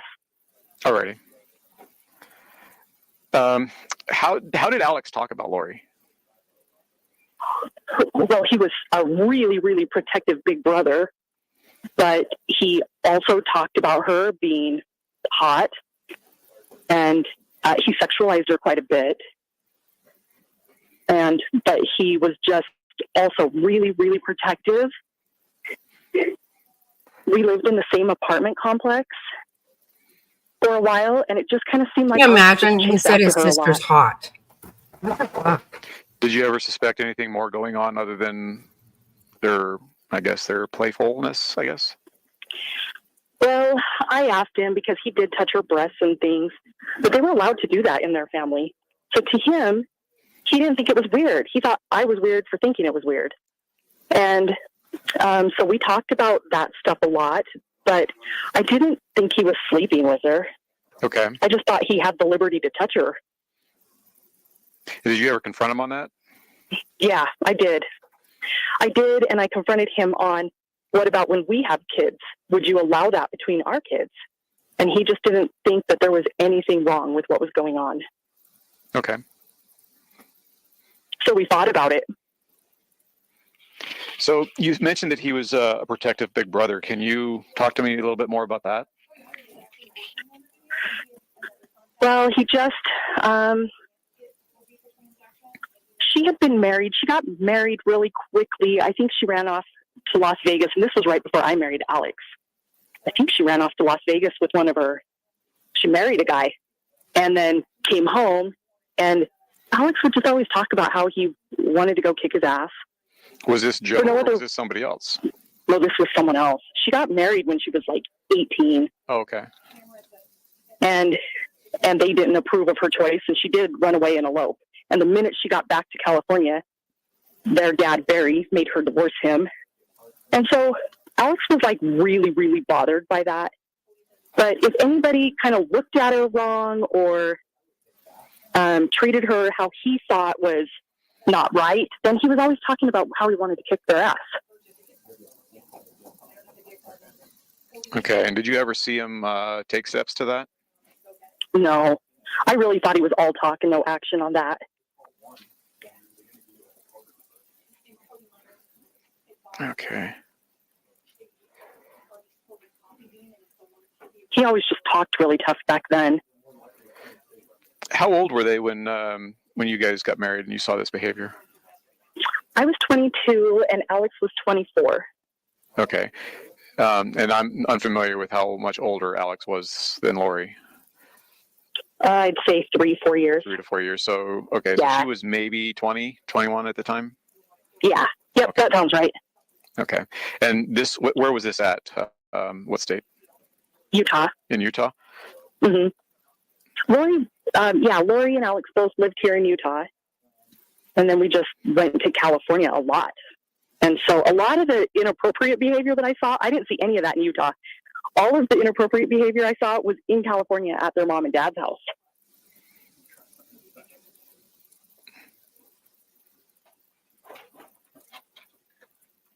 So anytime that you guys went to visit the parents, that's when you saw this behavior? Yeah. Okay. And otherwise, how was his behavior at the apartments other than, I guess, kind of touching her? At the apartments, I didn't really see them interact too much. It seemed like here in Utah, she had her friends that she ran around with, and Alex and I were always together. And so I didn't see a whole lot of interaction. I just remember a lot of the conversations about him wanting to beat up the guys she was dating. And he was always kind of obsessed with where she was going and what she was doing, but we didn't do a lot with her. Okay. And is that also during that time frame that he would refer to her as being hot, or would that be only when you were visiting the family? No, yeah, during that time he would talk about how hot she was. Okay. And to your knowledge, are they biological brother and sister? They are, to my knowledge. Okay. And you never talked to him after that last comment where he stated he was going to try to bait Joe into a fight? Yeah, nope. That was the last time I talked to him. Okay. And forgive me, would that have been in 2009? Yeah. Or would that have been a little later? No, I think it was 2009 when I was doing the math. Okay. But it was right after he had just been in jail. Okay. And you said like a couple months maybe after he got out. Yeah, correct. Okay. And at that point, did you ever hear of Alex being violent to anybody other than the event with Joe? No, I hadn't. Like I said, I really thought Alex was all talk and no action. And so I never thought that could happen. Okay. Did Alex ever... I was shocked by the tasing. Well, I can imagine if you've never seen that type of behavior, I can certainly imagine the shock that could come from that. Did Alex ever talk about religion with you or any ideology that he had? Yeah, he did. While he and I were married, he got excommunicated from the Mormon church. And then over the course of the years of our communicating after our divorce, I know that he said he got rebaptized and then he got excommunicated again. And then I just don't think he ever bothered to try to get rebaptized, but he was always really, really convicted in the faith. He had very strong opinions, but where Alex is weak is he was just sexually promiscuous. And so then he just kept getting kicked out of the church because I think he was a sex addict.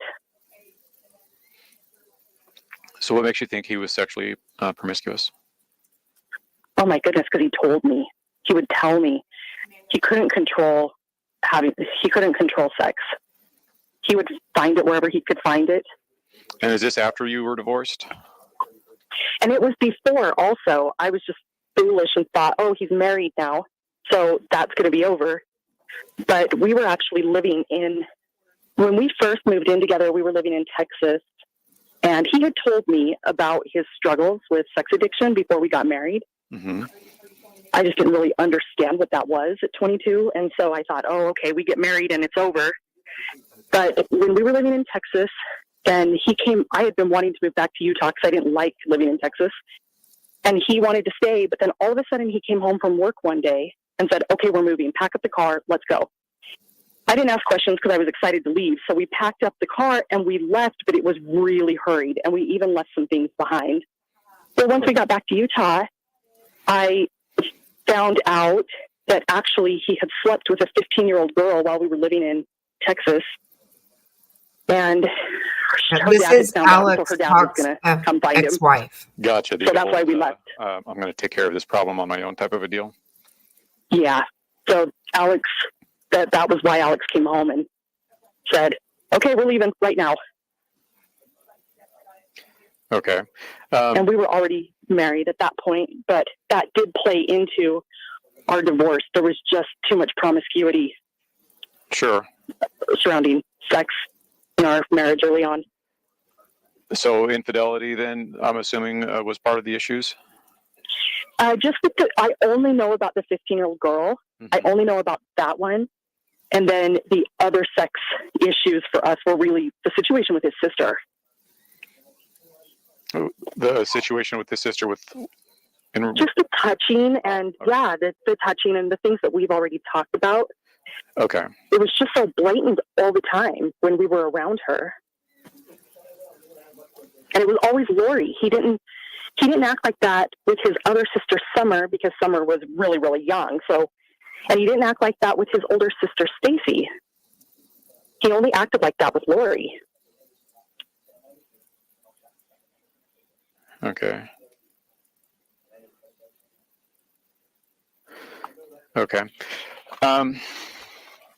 So since all of this stuff has obviously been hitting the media, have you been contacted by any other family members or anyone else and provided information with the intent that they wanted you to say this or anything like that? No, I've actually really, really kept a low profile because I don't want to be in the news. I don't want my kids felt a responsibility to at least say what I heard in that last conversation. And it's taken me a while to even get to you because I left a tip on the Gilbert police, and I left a tip at Idaho, and I left a tip at the FBI, and didn't ever hear from anyone. And then it was just this last week I realized I should have left the tip with Chandler. But no, I haven't been contacted. No. I'm not even sure that people can find our marriage and divorce license because it was just so long ago. Where was that? So state? We got married in Wyoming.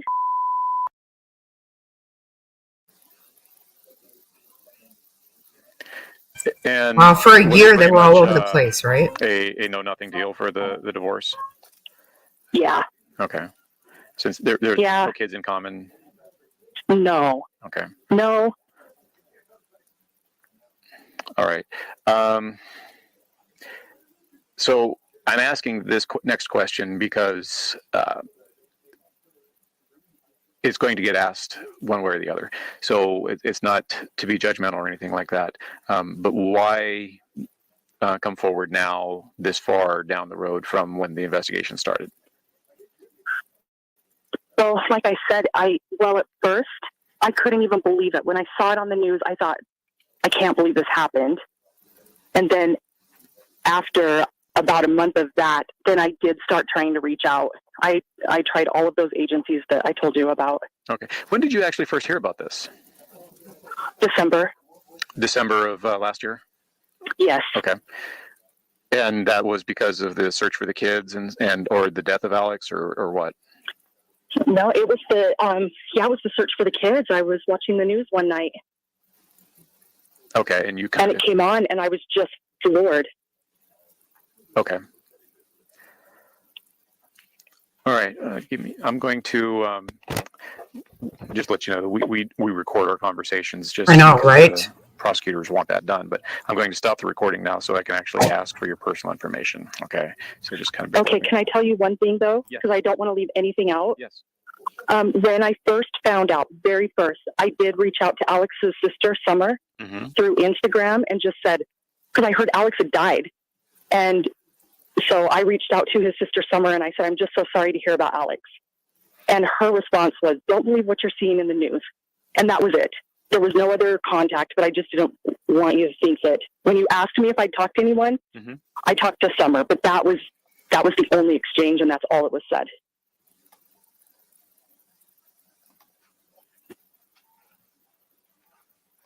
And that was with Instagram? Yeah, and that was probably actually in December when I first heard that Alex had passed away and that there was a problem. At that point, I just still couldn't believe that actually he could have done something like this. Sure. So I was sad he died. It is it is one of those things that we tend to not see in people, and then we have an even harder time believing it when we hear of it. Yeah, it took me a minute to believe this was actually happening, but I would say, and I'll be honest, I was scared of being in the news because my kids don't. And I thought, well, the police find everything that they need. But I just couldn't get past what Alex had said. And while he may not have done that plan to Joseph, I don't know that he didn't do it to Charles. And I just couldn't live knowing he had said something like that to me and not pass it on. And I appreciate the fact that you are reaching out to us to provide this information to us. So I'm going to ask you if we have additional questions, is it okay to reach out to you? Of course. Okay. So I'm going to stop the recording now so I can get the additional information.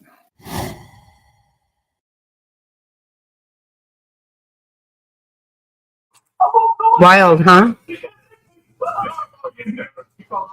Oh, let me see what happened.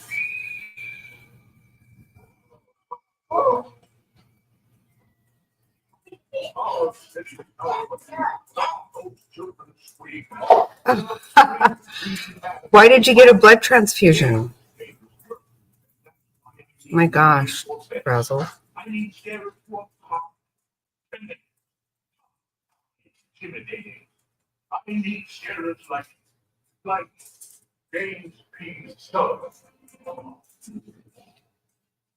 Oh my God, frazzled.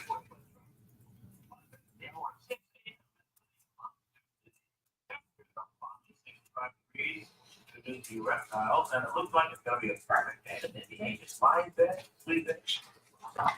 Work out that plan. That's how Well, why would that be happening? Oh,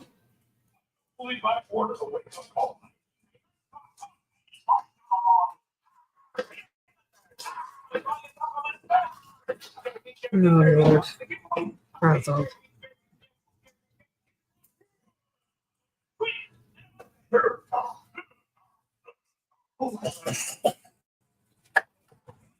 But there's a reason it's happening, right? Well, obviously.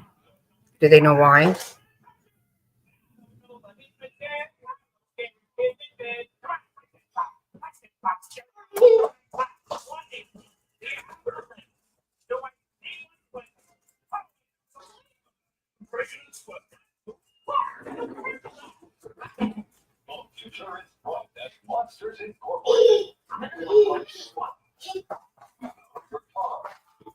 Oh no, that's not it. Of course, your blood likes you. Your blood loves you. Like everybody.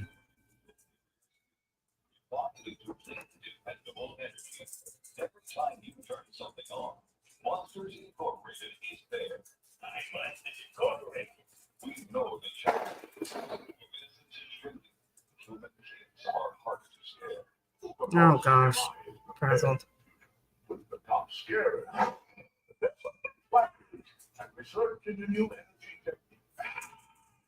Okay, here I go.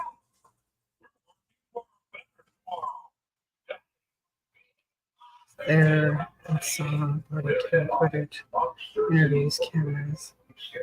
Weren't allowed to record. No, I'm got that scheduled for tomorrow. The real me.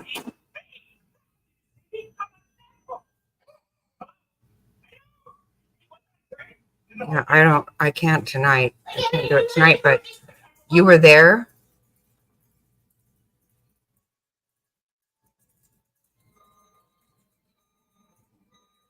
Wow. You Big Daddy, you're gonna be seeing this face on TV a lot more. Most wanted? Yeah. You've been jealous of my good looks since the 4th grade. Wow. Okay, Sally, have fun. Where you going? What are you doing? We're walking. Oh, you go to all of them, huh?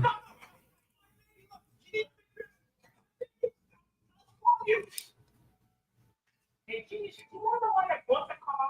Not really. Let's drive it. You know, the street with a hot I know, frazzled. I don't like this.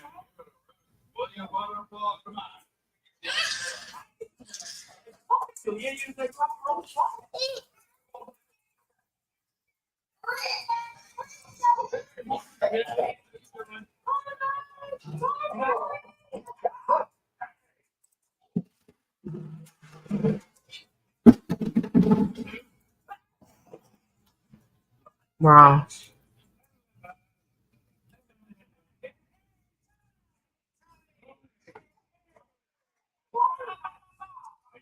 I bet. I'm worried about those kids going to Billy Joe.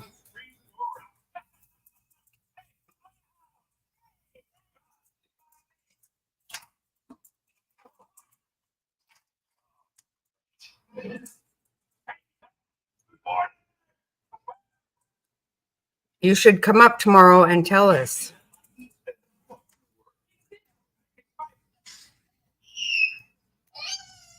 Yeah.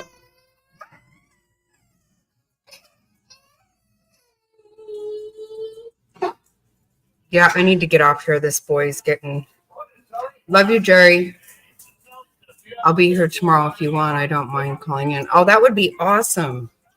That would be totally awesome. Yeah, because it's hard to find out what the heck's going on. Yeah, I would love that.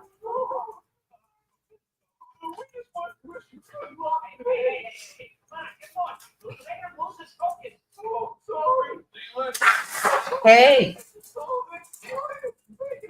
Okay, I've got absolute madness going on over here. I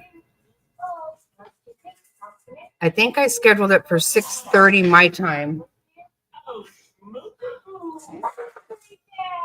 Oh, it will be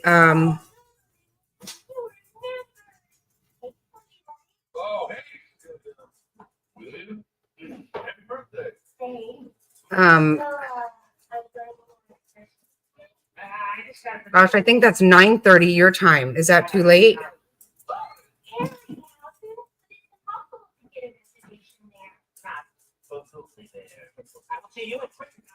No. Hi, Life Rewind. Hey, Rapper, see you tomorrow.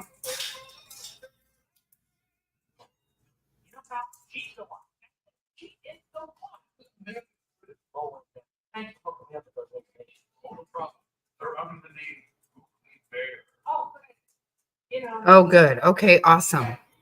Oh, that would be great. I know. You guys, I've got dogs fighting and dogs and kids and all that.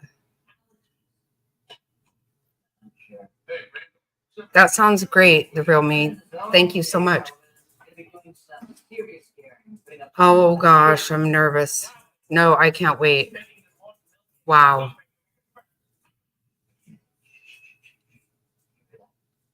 Wow. You need a courtroom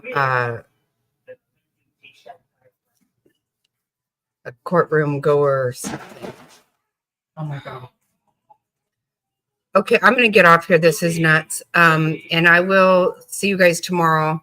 Thank you so much, everyone. Thank you, the real me. I'm so excited.